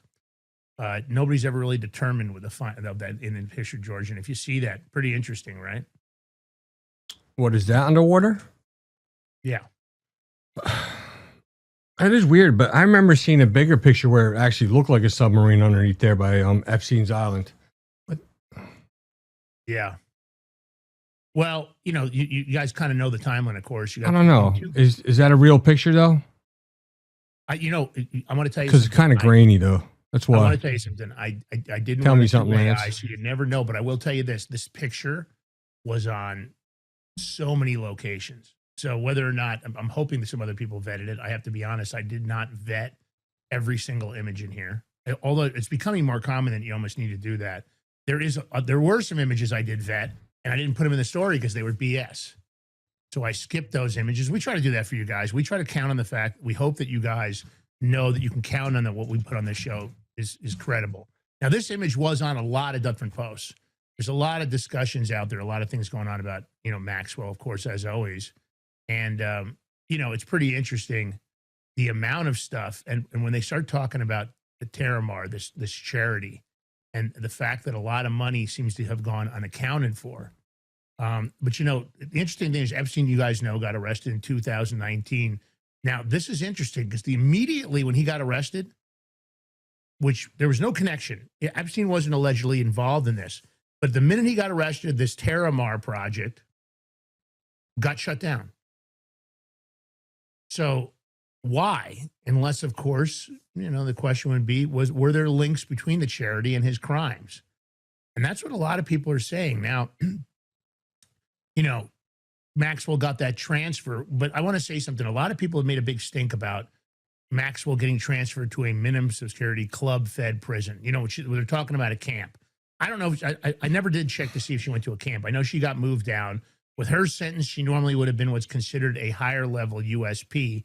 But the women's prison system is a little bit different than the men's. The highest prisons still aren't quite as bad as in the men's prison system. The men's prison system has 4 different levels in the Fed.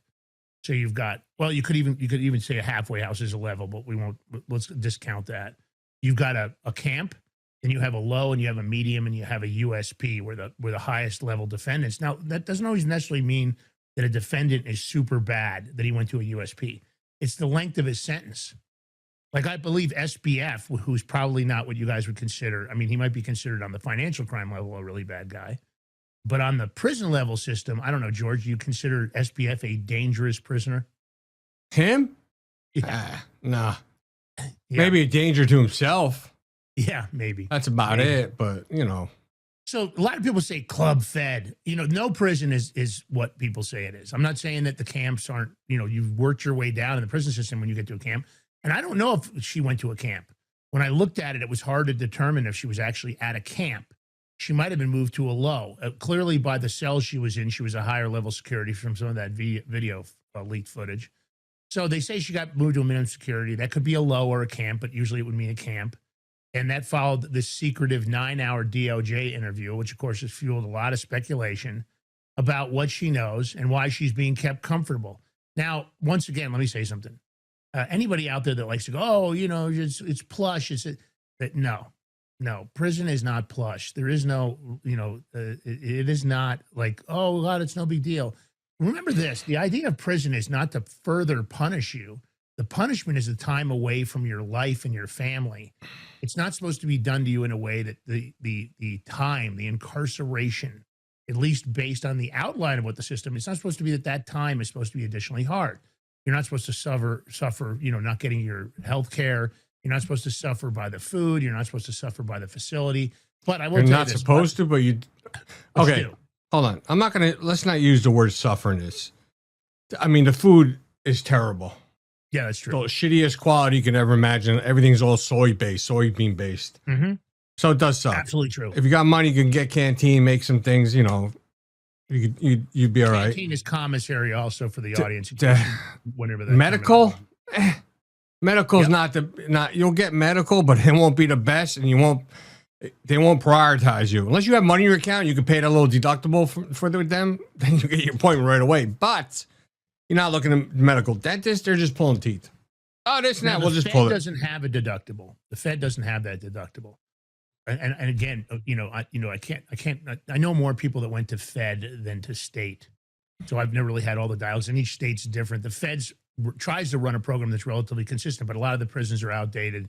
And again, the way they hand out the sentences in the Fed is ridiculous. You do 83% of the sentence, which I've never thought was really reasonable with the amount of sentencing they give. But of course, a lot of people don't get it. They think, oh, you're a felon, you should deserve it. Well, Donald Trump's a felon. You can see what they tried to do to him. And that was just one weaponized system. Believe me, there are many people fitting in federal and state prisons that don't belong there. I can tell you that because there are lots of, prosecutors and federal agents and police officers that will fabricate evidence, that will lie in the presentation of the case. They will do all kinds of things. So, but there's a lot of stuff that's unresolved about Epstein. It's not the prison stuff so much. More about, I don't know if you knew this, George. I did not know this because I thought, for example, a lot of the yachts, if you lease a yacht, they have a log of the yacht leasing, right? For the big yachts, when you rent a yacht, a friend of mine rents yachts all the time. I've been on a handful of them. You rent these and you get logged in kind of. They have a log of who rented the yacht and what week and that. Did you know that submarines don't do that at all? That the submarines, even if they're on a yacht, there's no log for what the submarine did. And I guess, like I said, a lot of these billionaires now have subs. I mean, it's part of the yacht, so I mean. Yeah. Well, there's no logs. So what are you going to log, though? You went deep. You're going to log you did a deep dive in the water with the submarine? Well, no, I get you. But that also adds kind of an additional layer of anonymity, right? Doesn't it? I mean, you get the fact that not only is it because of course on planes, they'll lead a flight logs. The flight logs logged everybody in the private planes. They logged those trips and yachts as proficiently available as they who is this in the submarine right now? That's interesting. That is Hawking. Ethan Hawking, and you know who he is. He's the brilliant guy that's had that horrible disease, that disfiguring disease. Epstein had a relationship with him, and Hawking had mentioned he always wanted to go underwater. So Epstein, now I don't know who's piloting this sub. I don't know where this sub was at. It's kind of the details are kind of sparse, but Hawking basically, he had this friendship with Epstein and said he'd always wanted to go underwater. So Epstein strapped him to that chair. So, because he had that very disfiguring disease. I don't know what it was, but where his back was all twisted. And he was put underwater.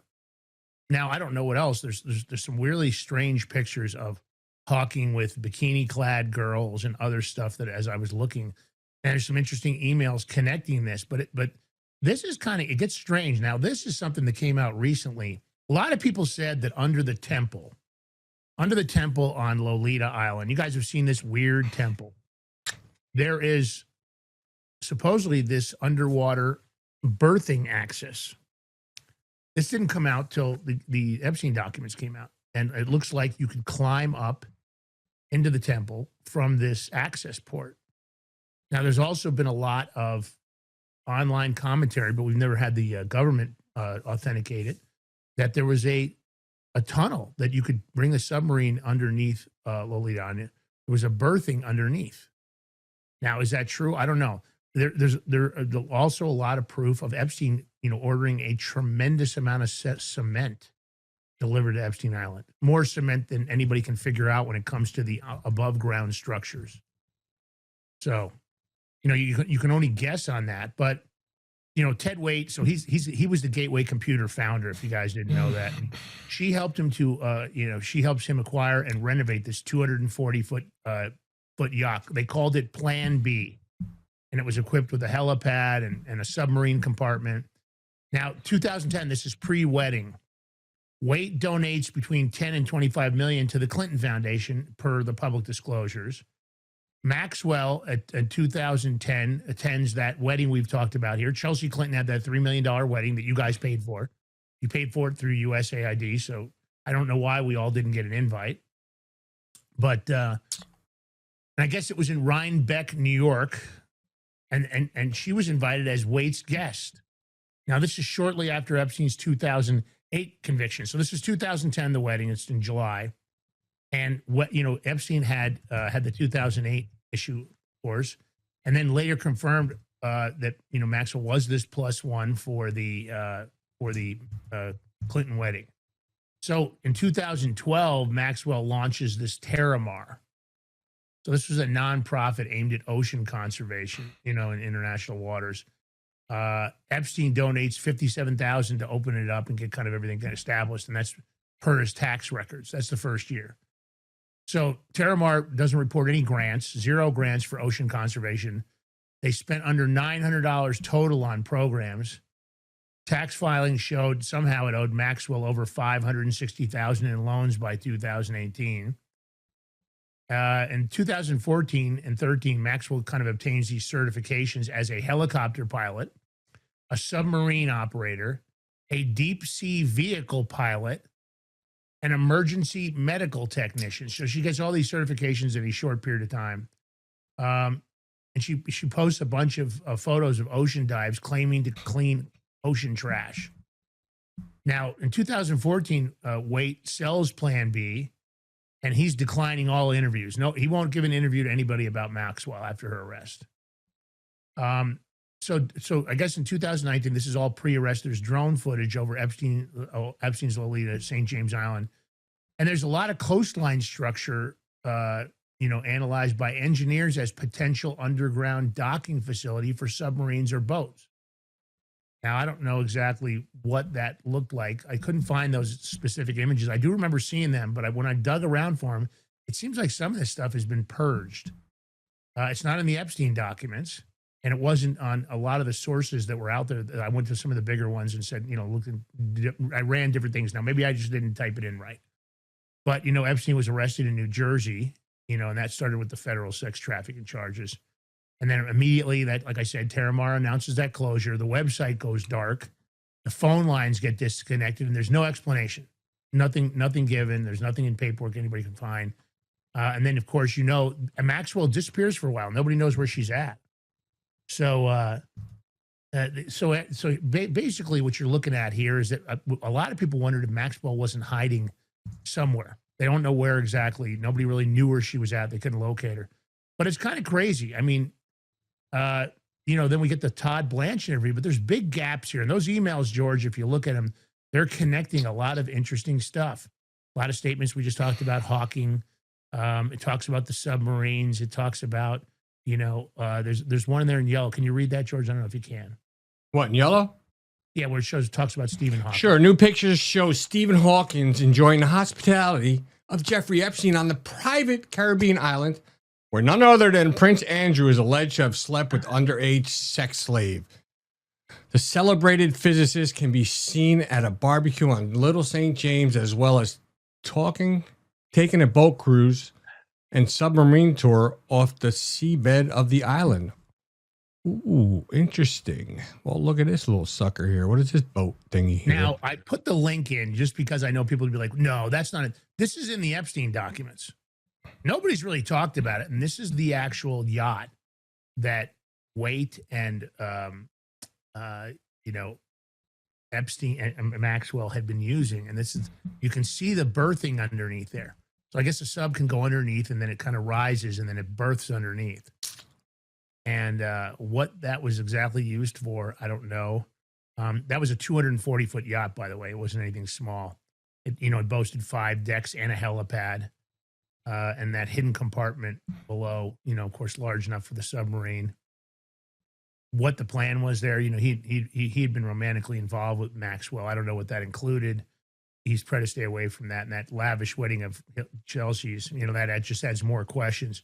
So I don't know. There's a lot of stuff here, George, that I just don't really, and there is a grid portal I want to share with everybody. As you dig into this stuff, there's a really good portal. It's called Epstein search.info.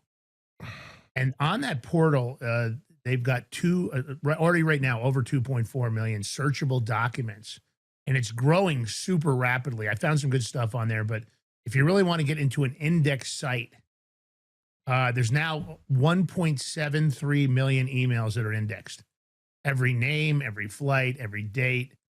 I mean, this archive is serious. So you might want to check it out. We've got the link. We'll throw it in the chat. If you're doing any Epstein research, if you're just curious or you just want to go down some rabbit holes, this guy's doing a really good job of organizing it. So I don't know who's running this, but whoever it is, my hat's off to them. They put a lot of effort in. I don't know if they used AI to organize it, but it's really well organized. So again, that's Epstein, of course. What's it? Epstein search.info. You can check it out if you guys want to. All right, George, the big news is Christy Nome, man. Let's dig in. Well, guess what? So she got fired yesterday. Am I agreeing with it? I don't know. Because, listen, no matter what, she had a lot of hard work cleaning up to do. So, of course, she did what she did. But where they screwed up, and this part I don't like, is where they spent $200 million on advertising where she was doing all these videos and shit. I mean, that was just dumb. But so allegedly she said Trump authorized it. Now, we ain't gonna, will we ever know that? I don't know. But once Trump heard that, I was like, oh no, that bitch gotta go. 86 their ass. But now, George, did you hear that the advertising campaign was supposedly given to some friend of Noam's husband? I don't know if it's true. It was about 220 million when I did the research. I don't know what you found out about that, but that's the allegation that somehow there was a connection to the advertising.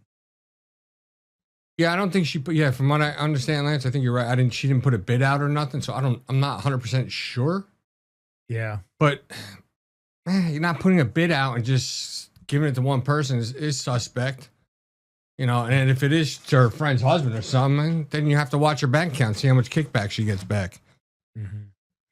But listen, there's going to be some shakeup somewhere. Someone always has to go. I mean, personally, I would have got rid of Bondi first. I mean, at least no one was doing something, getting stuff done. I want to say something. So the campaign was all about self-deportation of illegal immigrants, and I don't know, it's working. I mean, a lot of them have self-deported because they want to be able to come back, and if you self-deport, yeah, but the criminals ain't. We have to snatch them fuckers up. Yeah, no doubt about it. But do you disagree with the concept of the advertising campaign, or do you think it's because the 220 million got spent with no bid? Well, I disagree with spending that kind of money for a fucking ad campaign, period. Mm-hmm. I mean, but okay. So people are gonna look, all right, and then I thought about it. I'm like, all right, well, how much do the networks charge when they put all these ads up, commercials? I mean, I looked at the way the commercial was made. Shit, we could have made that. Anybody probably could have made that. Just need a good camera, some audio, and fake backgrounds George, and shit. Did we get any of the campaign fund? Did they pay for ads on the Big Mig show? I don't remember seeing that. I plead the fifth. Yeah. No. But that's my point, nothing. Right? They could have gotten a lot of exposure on podcast platforms all across the nation, and I'm sure illegal immigrants watch those too. There's a lot of them that are specific to them. But my point is, I didn't hear about any campaigns or any advertising on any of the podcast platforms. She was on the Hill the other day. She was getting drilled, and you knew it was coming. Yeah. And even Kennedy was, Senator Kennedy was talking to her, going after. One thing I hate about this whole thing is Hakeem Jeffries, the minority leader, is trying to pull this like it's their win. Like, oh yeah, we said she had to leave and get fired, this and that. No, bitch, motherfucker, no. Yeah, let me play this clip because we're going to go through this real quick. Yeah, let's do it. All right.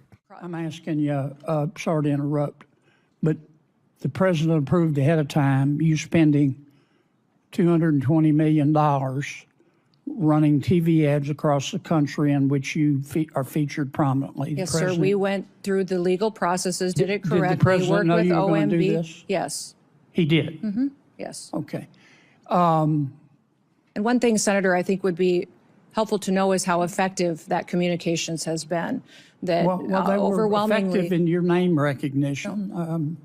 I mean, I personally just, I mean, to me, it puts the president in a terribly awkward spot. And and I'm not saying you're not telling the truth. It's just hard for me to believe, knowing the president as I do. Yep. Well, President Trump put President Trump in a hard spot too, because he was allegedly he was mad as hell when he found out that she said that, because he's saying he didn't approve it. Well, God, she was so convincing. I mean, if that was a lie, you know, it seemed to me she said it so naturally she didn't have to think about it. I mean, what do you think, George? George, just using your intuition, because I know you have pretty good intuition about things. What do you think? My take off the gate is that she seemed extremely credible when she made that statement. There was no, normally when somebody's going to fabricate something in their head, unless I guess they prefabricated it, she seemed to just get it right off the rip. Yes, sir. We were in complete dialogue about it. Well, she's a politician, so they're good at lying. However, I don't think she's going to put herself out there and lie in the stand, because then she's lying to Congress and she's subject to criminality. Although Republicans don't really charge anybody, arrest anybody. So, you know, he weighs the pros and cons. I don't think she was lying. I think it's just, you know, listen, of course you want to do positive ad campaigns and stuff. You got to do it because you want to keep the public, you know, in the know and keep them positive. But whether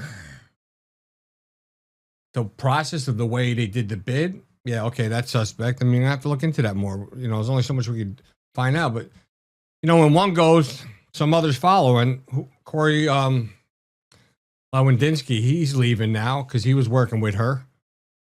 And, you know, is he leaving because he thinks he might get fired? Who knows? And he's just like, oh, let me just leave now so it looks better. Who the freak knows? But he's out. So, look, let me play that and then we're going to get into it, because the person that's being picked is suspect here. Your constant presence around Kristi Noem when she was DHS secretary was Corey Lewandowski, someone very familiar to President Trump. I guess they had a phone call today?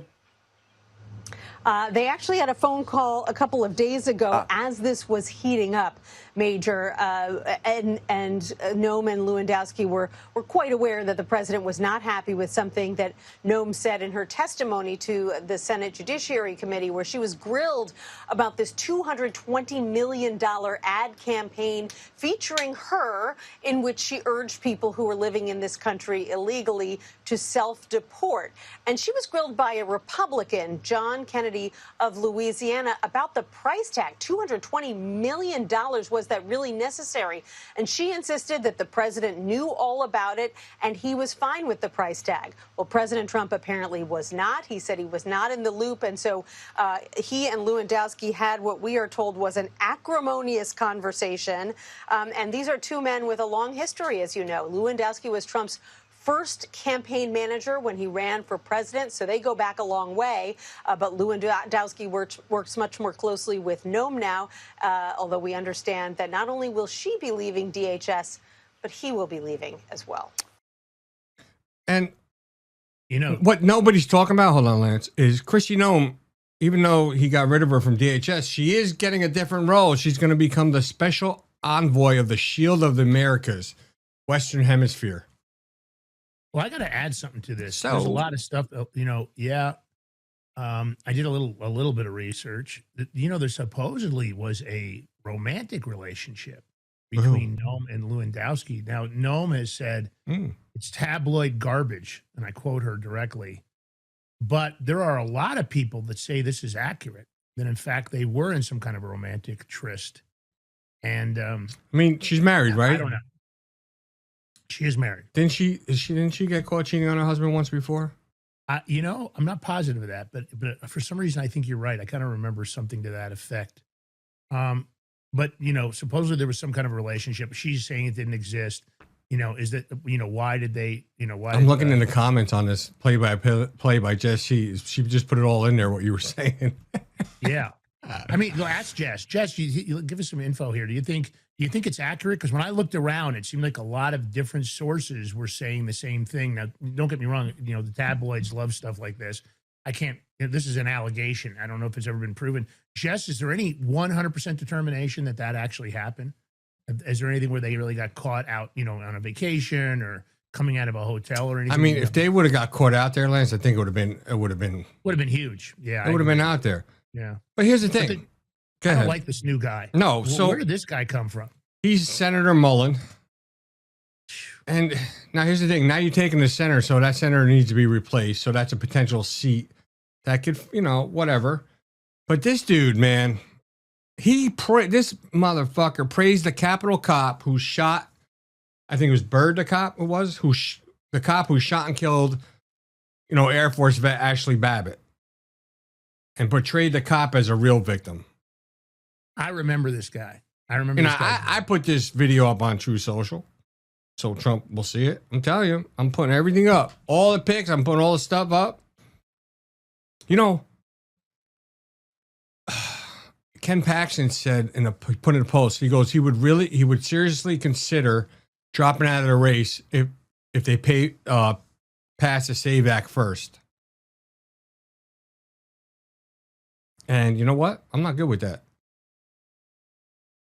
Because what's going to happen after the SAVE Act? They're going to just stall other shit? No, you need to get the right people in there. So Ken Paxton, you can't do that.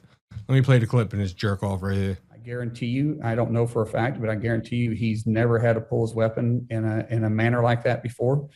He was the last person in the world that ever wanted to use force like that. And he wasn't wanting to do that. I know for a fact, because after it happened, he came over and he was physically and emotionally distraught. And I actually gave him a hug. And I said, sir, you did what you had to do. And I mean that. Unfortunately, the young lady, her family's life has changed. And it was an unfortunate situation that she lost her life and some people lost their loved ones. But the lieutenant's life has also changed too, because if it's the first time you've ever had to use lethal force, that doesn't ever leave you. And it wasn't his choice. He didn't show up to work that day to have to do that. He was doing his job, and he got put in a situation where he had to do his job because there was members still in the balcony.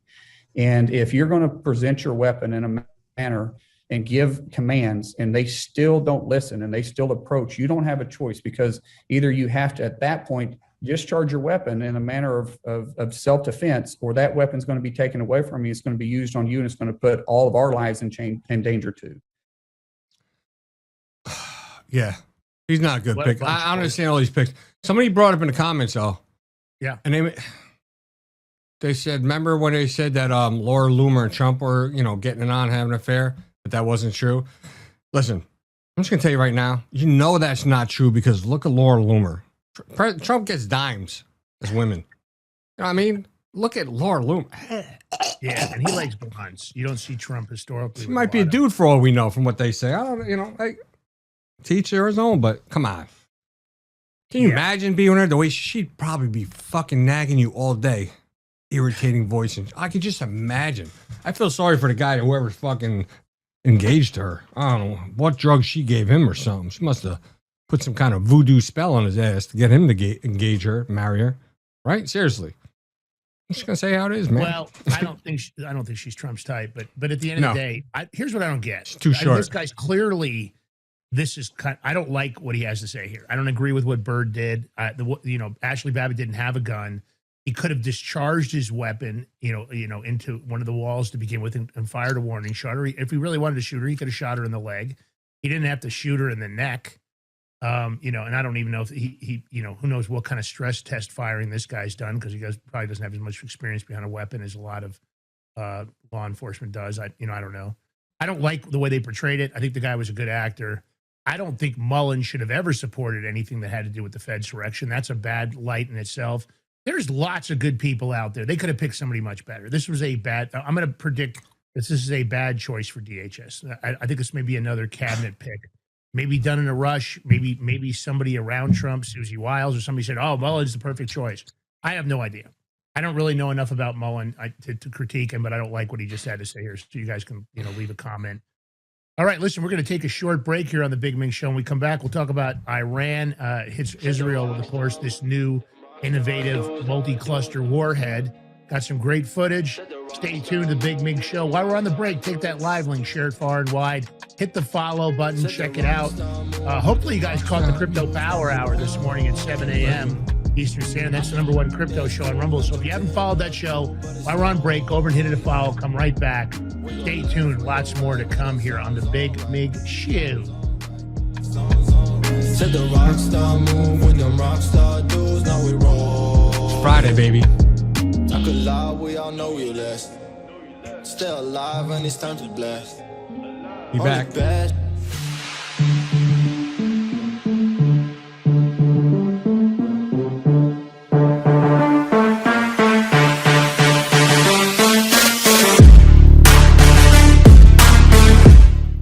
Are you ready to stand up for your community and support your local sheriff?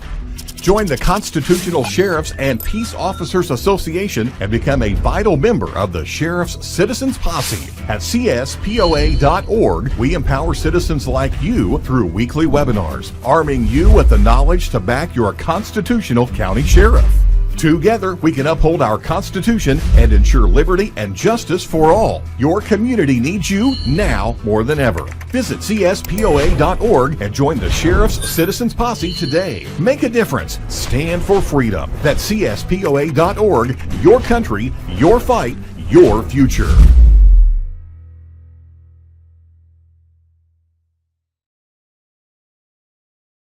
What if you could predict your financial future? And what if you could trade on it? Introducing Block Trust IRA, the future in your hands. An astonishing 88,000 millionaires were created last year from the Bitcoin boom, and you could be next. Block Trust IRA is the only crypto management firm powered by AI-driven strategies, ranked #1 in the world by Bitcoin Magazine. The Block Trust IRA platform is built for everyone, from first-time buyers to seasoned investors. Predictive AI technology that was once only reserved for insiders and elites is now available to you. It's time to leave the old buy and hold strategies behind. Your assets are protected with military-grade security, offline cold storage, and $200 million in insurance. Visit BlockTrustIRA.com to book your free consultation and ask how to claim up to $2,500 in deposit bonuses today. Bitcoin changed the game. AI changes the strategy. Hi folks, I'm here today to introduce you to the Prepper Bar from PrepperBar.com, the most unique precious metals product we have seen in a long time. These 62-gram bars are perforated and easily broken down into your choice of 3 different sizes to fit a multitude of needs. Whether it be from asset protection from inflation, economic turmoil, or its unique utility for barter and trade, the Prepper Bar makes a perfect gift for all the precious metal lovers out there. Exclusively made here in the USA and selling out fast. Available in both gold and silver, these slim Prepper Bars fit neatly in your wallet, and their utility enables use in any situation. Forged through rigorous training and honed by the finest instructors on earth, these K9 units serve beside our nation's warriors as they fight to preserve what we cherish. When these warriors complete their duty, the Warrior Dog Foundation provides them with a home deserving of the service they've given us all. At our state-of-the-art kennels, they receive rehabilitation and care suitable for heroes, because that's what they are. Be a part of giving them a future today. Visit WarriorDogFoundation.org.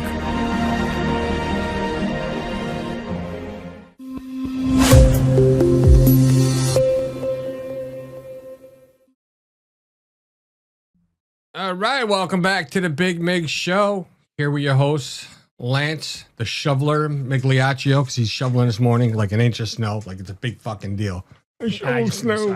George Ballantine, man of the hour, Tower of Power.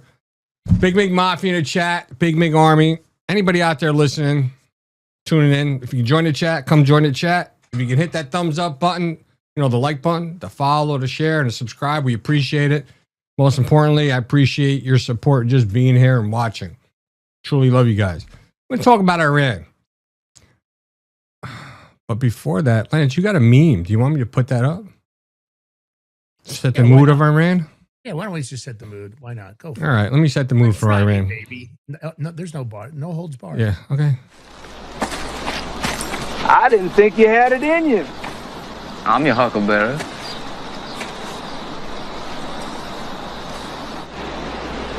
You look like somebody just walked over your grave. We started a game we never got to finish. Play for blood, remember? I was just fooling about. I wasn't. Say when.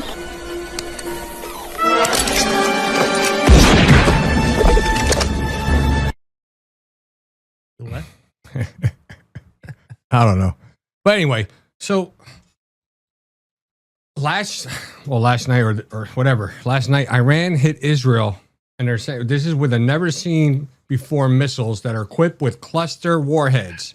Yeah. Now this is Iran's right now most advanced ballistic missile, and it carries multiple warheads. Now, more than 100 countries have banned these cluster munitions. I dare you to say the name of the munition, George. Hold on. What? I will in a second. Okay. Except for everybody for Iran, Israel, and the United States, China, Russia, and Ukraine. They didn't sign on to that treaty to ban them. So it's the name of it. It's the Korshamar. The Koramashar. I don't know. It has a 2,000 kilometer range. Yeah. Carrying up to 1.5 tons of capable of dispersing dozens of sub munitions. So here's the thing. So if this rocket takes off, right? Now, you have Israeli's Golden Dome. It's going to aim for that rocket. But once a rocket gets up close, if it splits up into all these different little warheads going off, Iron Dome ain't going to help. We got video of it. I'm going to put it up with us because I don't know if there's audio, Lance. Let me see. Don't say nothing. Mm-hmm. But there is.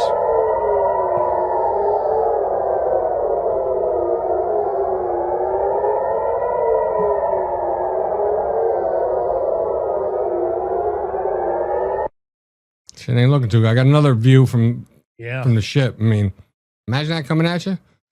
Yeah, that's pretty much game over. Of course, when it disperses like that, you know, those cluster munitions or something else. But the U.S. has used them over the years. I don't know if they're using it now in Iran, but you know, it wasn't like none of this ever goes unanswered. CENTCOM just said it's hit this Iranian drone carrier, and I have to be honest, George, you brought up something very size of a World War II aircraft carrier. This is an Iranian drone carrier. Yeah, go ahead, Lance. I had no idea that Iran even had a drone carrier, and I had no idea that drones were moved around on large ships like this. I didn't, you know, I knew that you put them on ships, but I didn't realize that they had some that were just dedicated 100% to drones. I had no idea. Well, remember if you guys hold on, if you guys remember when there were all these drone sightings over New Jersey for for a while, and people were going crazy, they couldn't figure it out. Big ones too. And a politician from New Jersey, I think it was, I don't know if it was Drew or somebody, he said that there's an Iranian drone carrier off the coast. Whether that was true or not, if it was off the coast or not, don't know. But it's just, how funny is it that it's a drone over there carrier? But yeah, it's now at the bottom of the sea. It's no more. And you know what's along the bottom of the sea around there too is dolphins. What's going on with dolphins, Lance? Are they sniffing this nuclear, the bomb sniffing material in the water? What the fuck is going on? It appears that the dolphins are up to something in Fort Myers, Florida. So I found this late last night.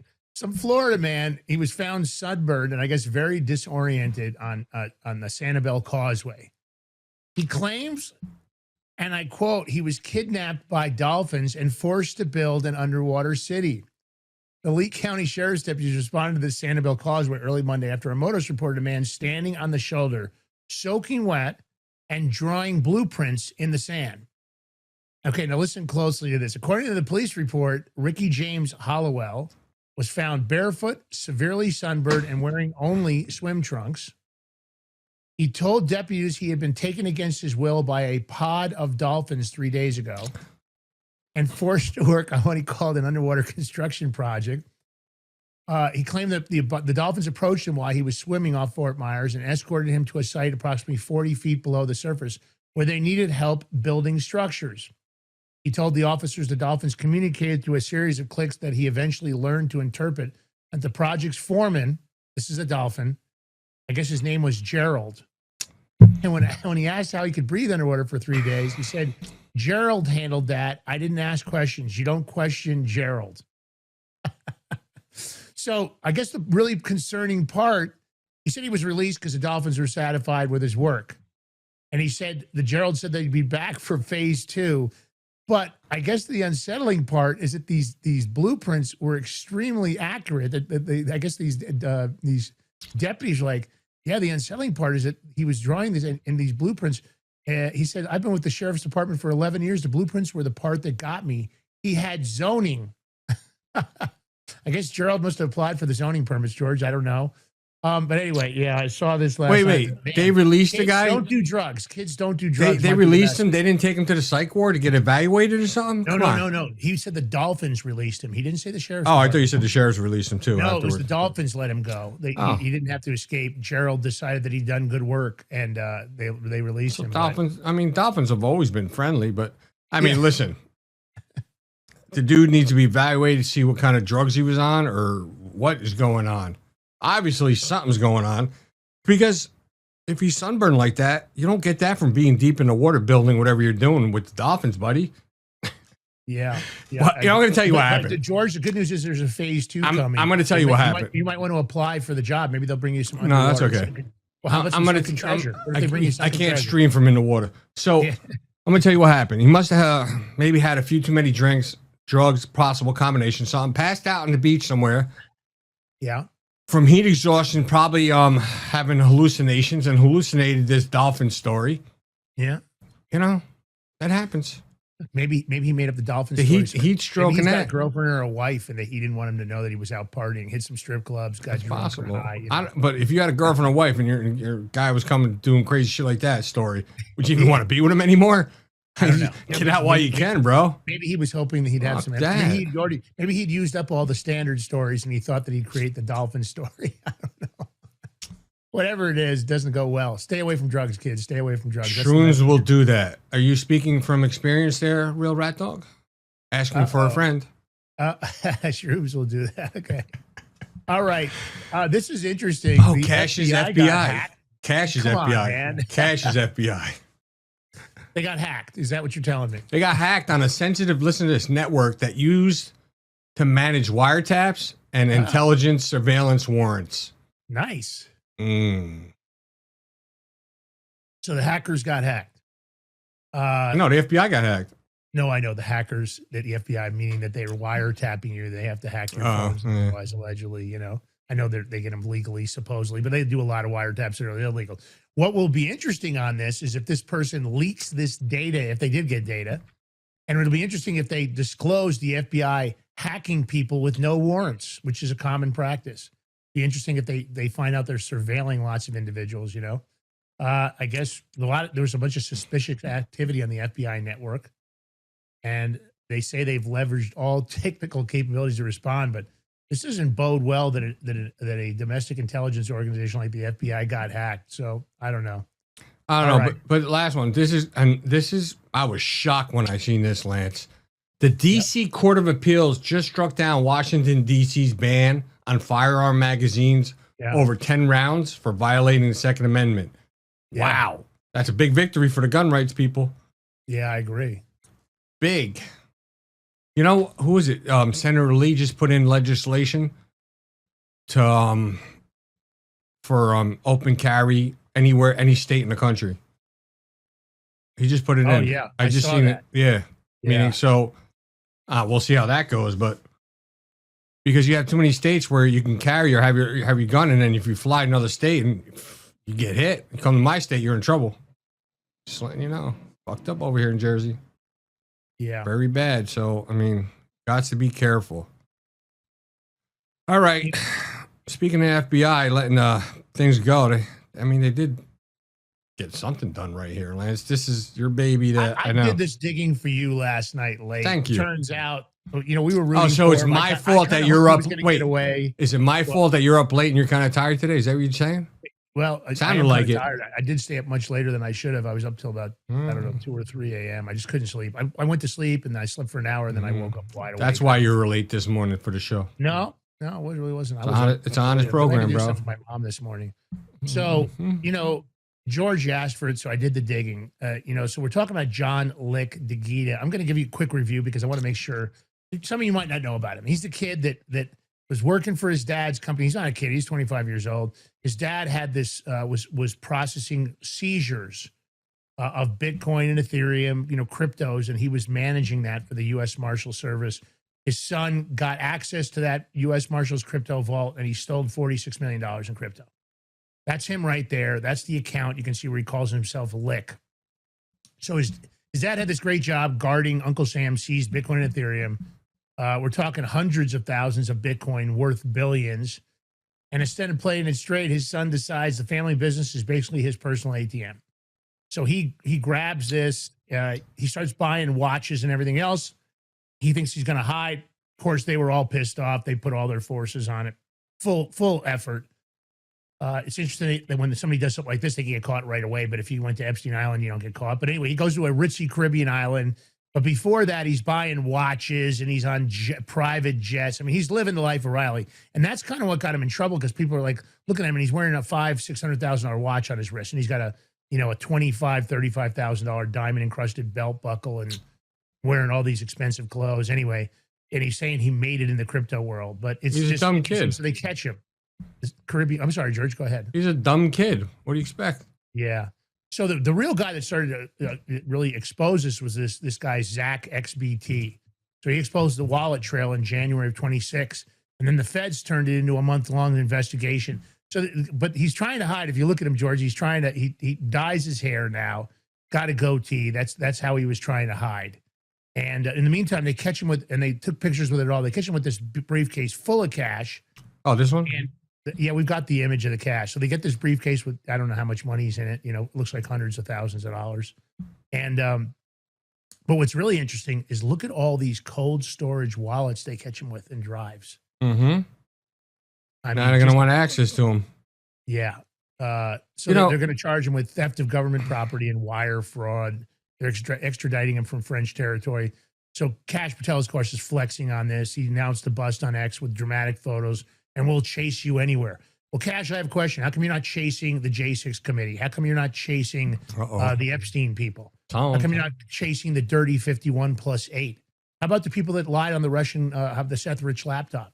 I'd like you to chase some of the people that you guys promised you were going to chase. I mean, I get why you went after this guy. You guys got embarrassed.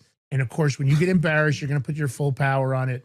But this is one of those things that, as good as I guess it is, I'm not saying he should have got away with it. Although I was rooting for him, I have to be honest. Wait, was it the FBI the father was doing it for, or was it for the U.S. Marshals? U.S. Marshals. So yeah. But again, you know how they act. You know that one agency gets embarrassed, they all jump in because they got to cover each other's asses. But this really, I think it was the French, and I don't know if there was a reward up for him. I didn't see that. I wonder if the French, police, this was the gendarmes elite group d'air intervention. These are the same guys who handle hostage rescues, kind of like we have SEAL Team 6 here and other SEAL teams here that do that. The point is, so, he does his mic drop message. The FBI will continue working 24/7 no matter where they try to hide. Well, that's great. But I'd like to get some of these deep state arrests done. You let us know when you get some of those done. You can come on the show and boast about that. So I guess he's private keyed and, whether they'll get everything off the drives, George, I don't know. All right, well, listen, we're out of time. I'm sorry, George. Go ahead.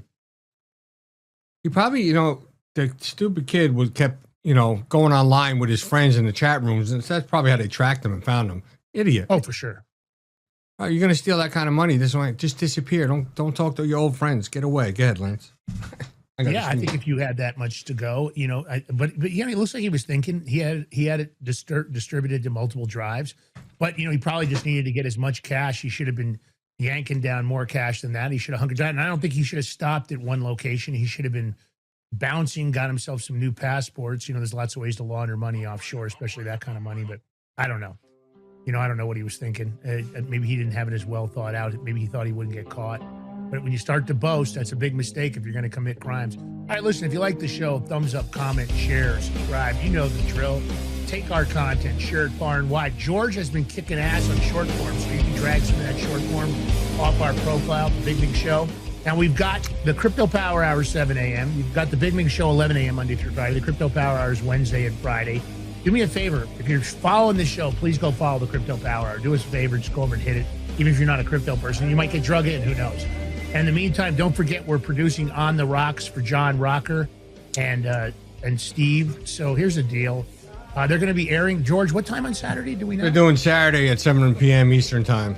Okay, 7 p.m. Eastern time. Give those guys some support. Go out and give them a follow. They're good dudes, funny guys. If you like that Barstool Sports kind of vibe, that's the place to be. And if you know John online, you know he's a funny son of a bitch. So check out the show. All right, George, last words, my brother. It's Friday. Have a safe weekend. If you're going out, wherever you do, just be vigilant. You know, a lot of crazies, especially the little terrorist actions that are going on. So be safe.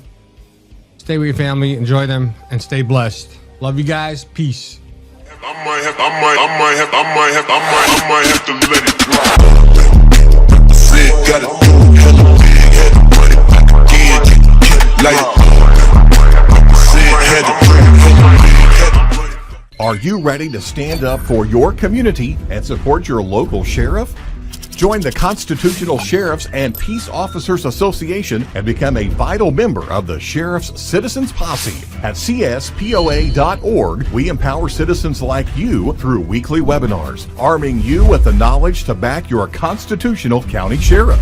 Together, we can uphold our Constitution and ensure liberty and justice for all. Your community needs you now more than ever. Visit CSPOA.org and join the Sheriff's Citizens Posse today. Make a difference. Stand for freedom. That's CSPOA.org. Your country, your fight, your future. What if you could predict your financial future? And what if you could trade on it? Introducing Block Trust IRA. The future in your hands. An astonishing 88,000 millionaires were created last year from the Bitcoin boom, and you could be next. Block Trust IRA is the only crypto management firm powered by AI-driven strategies, ranked #1 in the world by Bitcoin Magazine.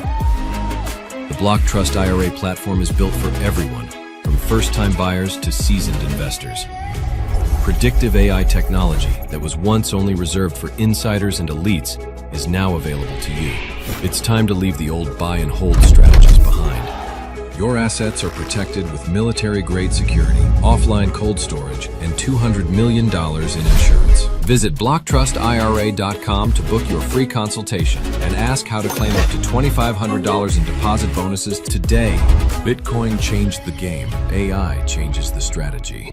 Hi folks, I'm here today to introduce you to the Prepper Bar from PrepperBar.com, the most unique precious metals product we have seen in a long time. These 62-gram bars are perforated and easily broken down into your choice of 3 different sizes to fit a multitude of needs. Whether it be from asset protection from inflation, economic turmoil, or its unique utility for barter and trade, the Prepper Bar makes a perfect gift for all the precious metal lovers out there. Exclusively made here in the USA and selling out fast. Available in both gold and silver, these slim Prepper Bars fit neatly in your wallet, and their utility enables use in any situation. Forged through rigorous training and honed by the finest instructors on Earth, these K9 units serve beside our nation's warriors as they fight to preserve what we cherish. When these warriors complete their duty, the Warrior Dog Foundation provides them with a home deserving of the service they've given us all. At our state-of-the-art kennels, they receive rehabilitation and care suitable for heroes, because that's what they are. Be a part of giving them a future today. Visit WarriorDogFoundation.org.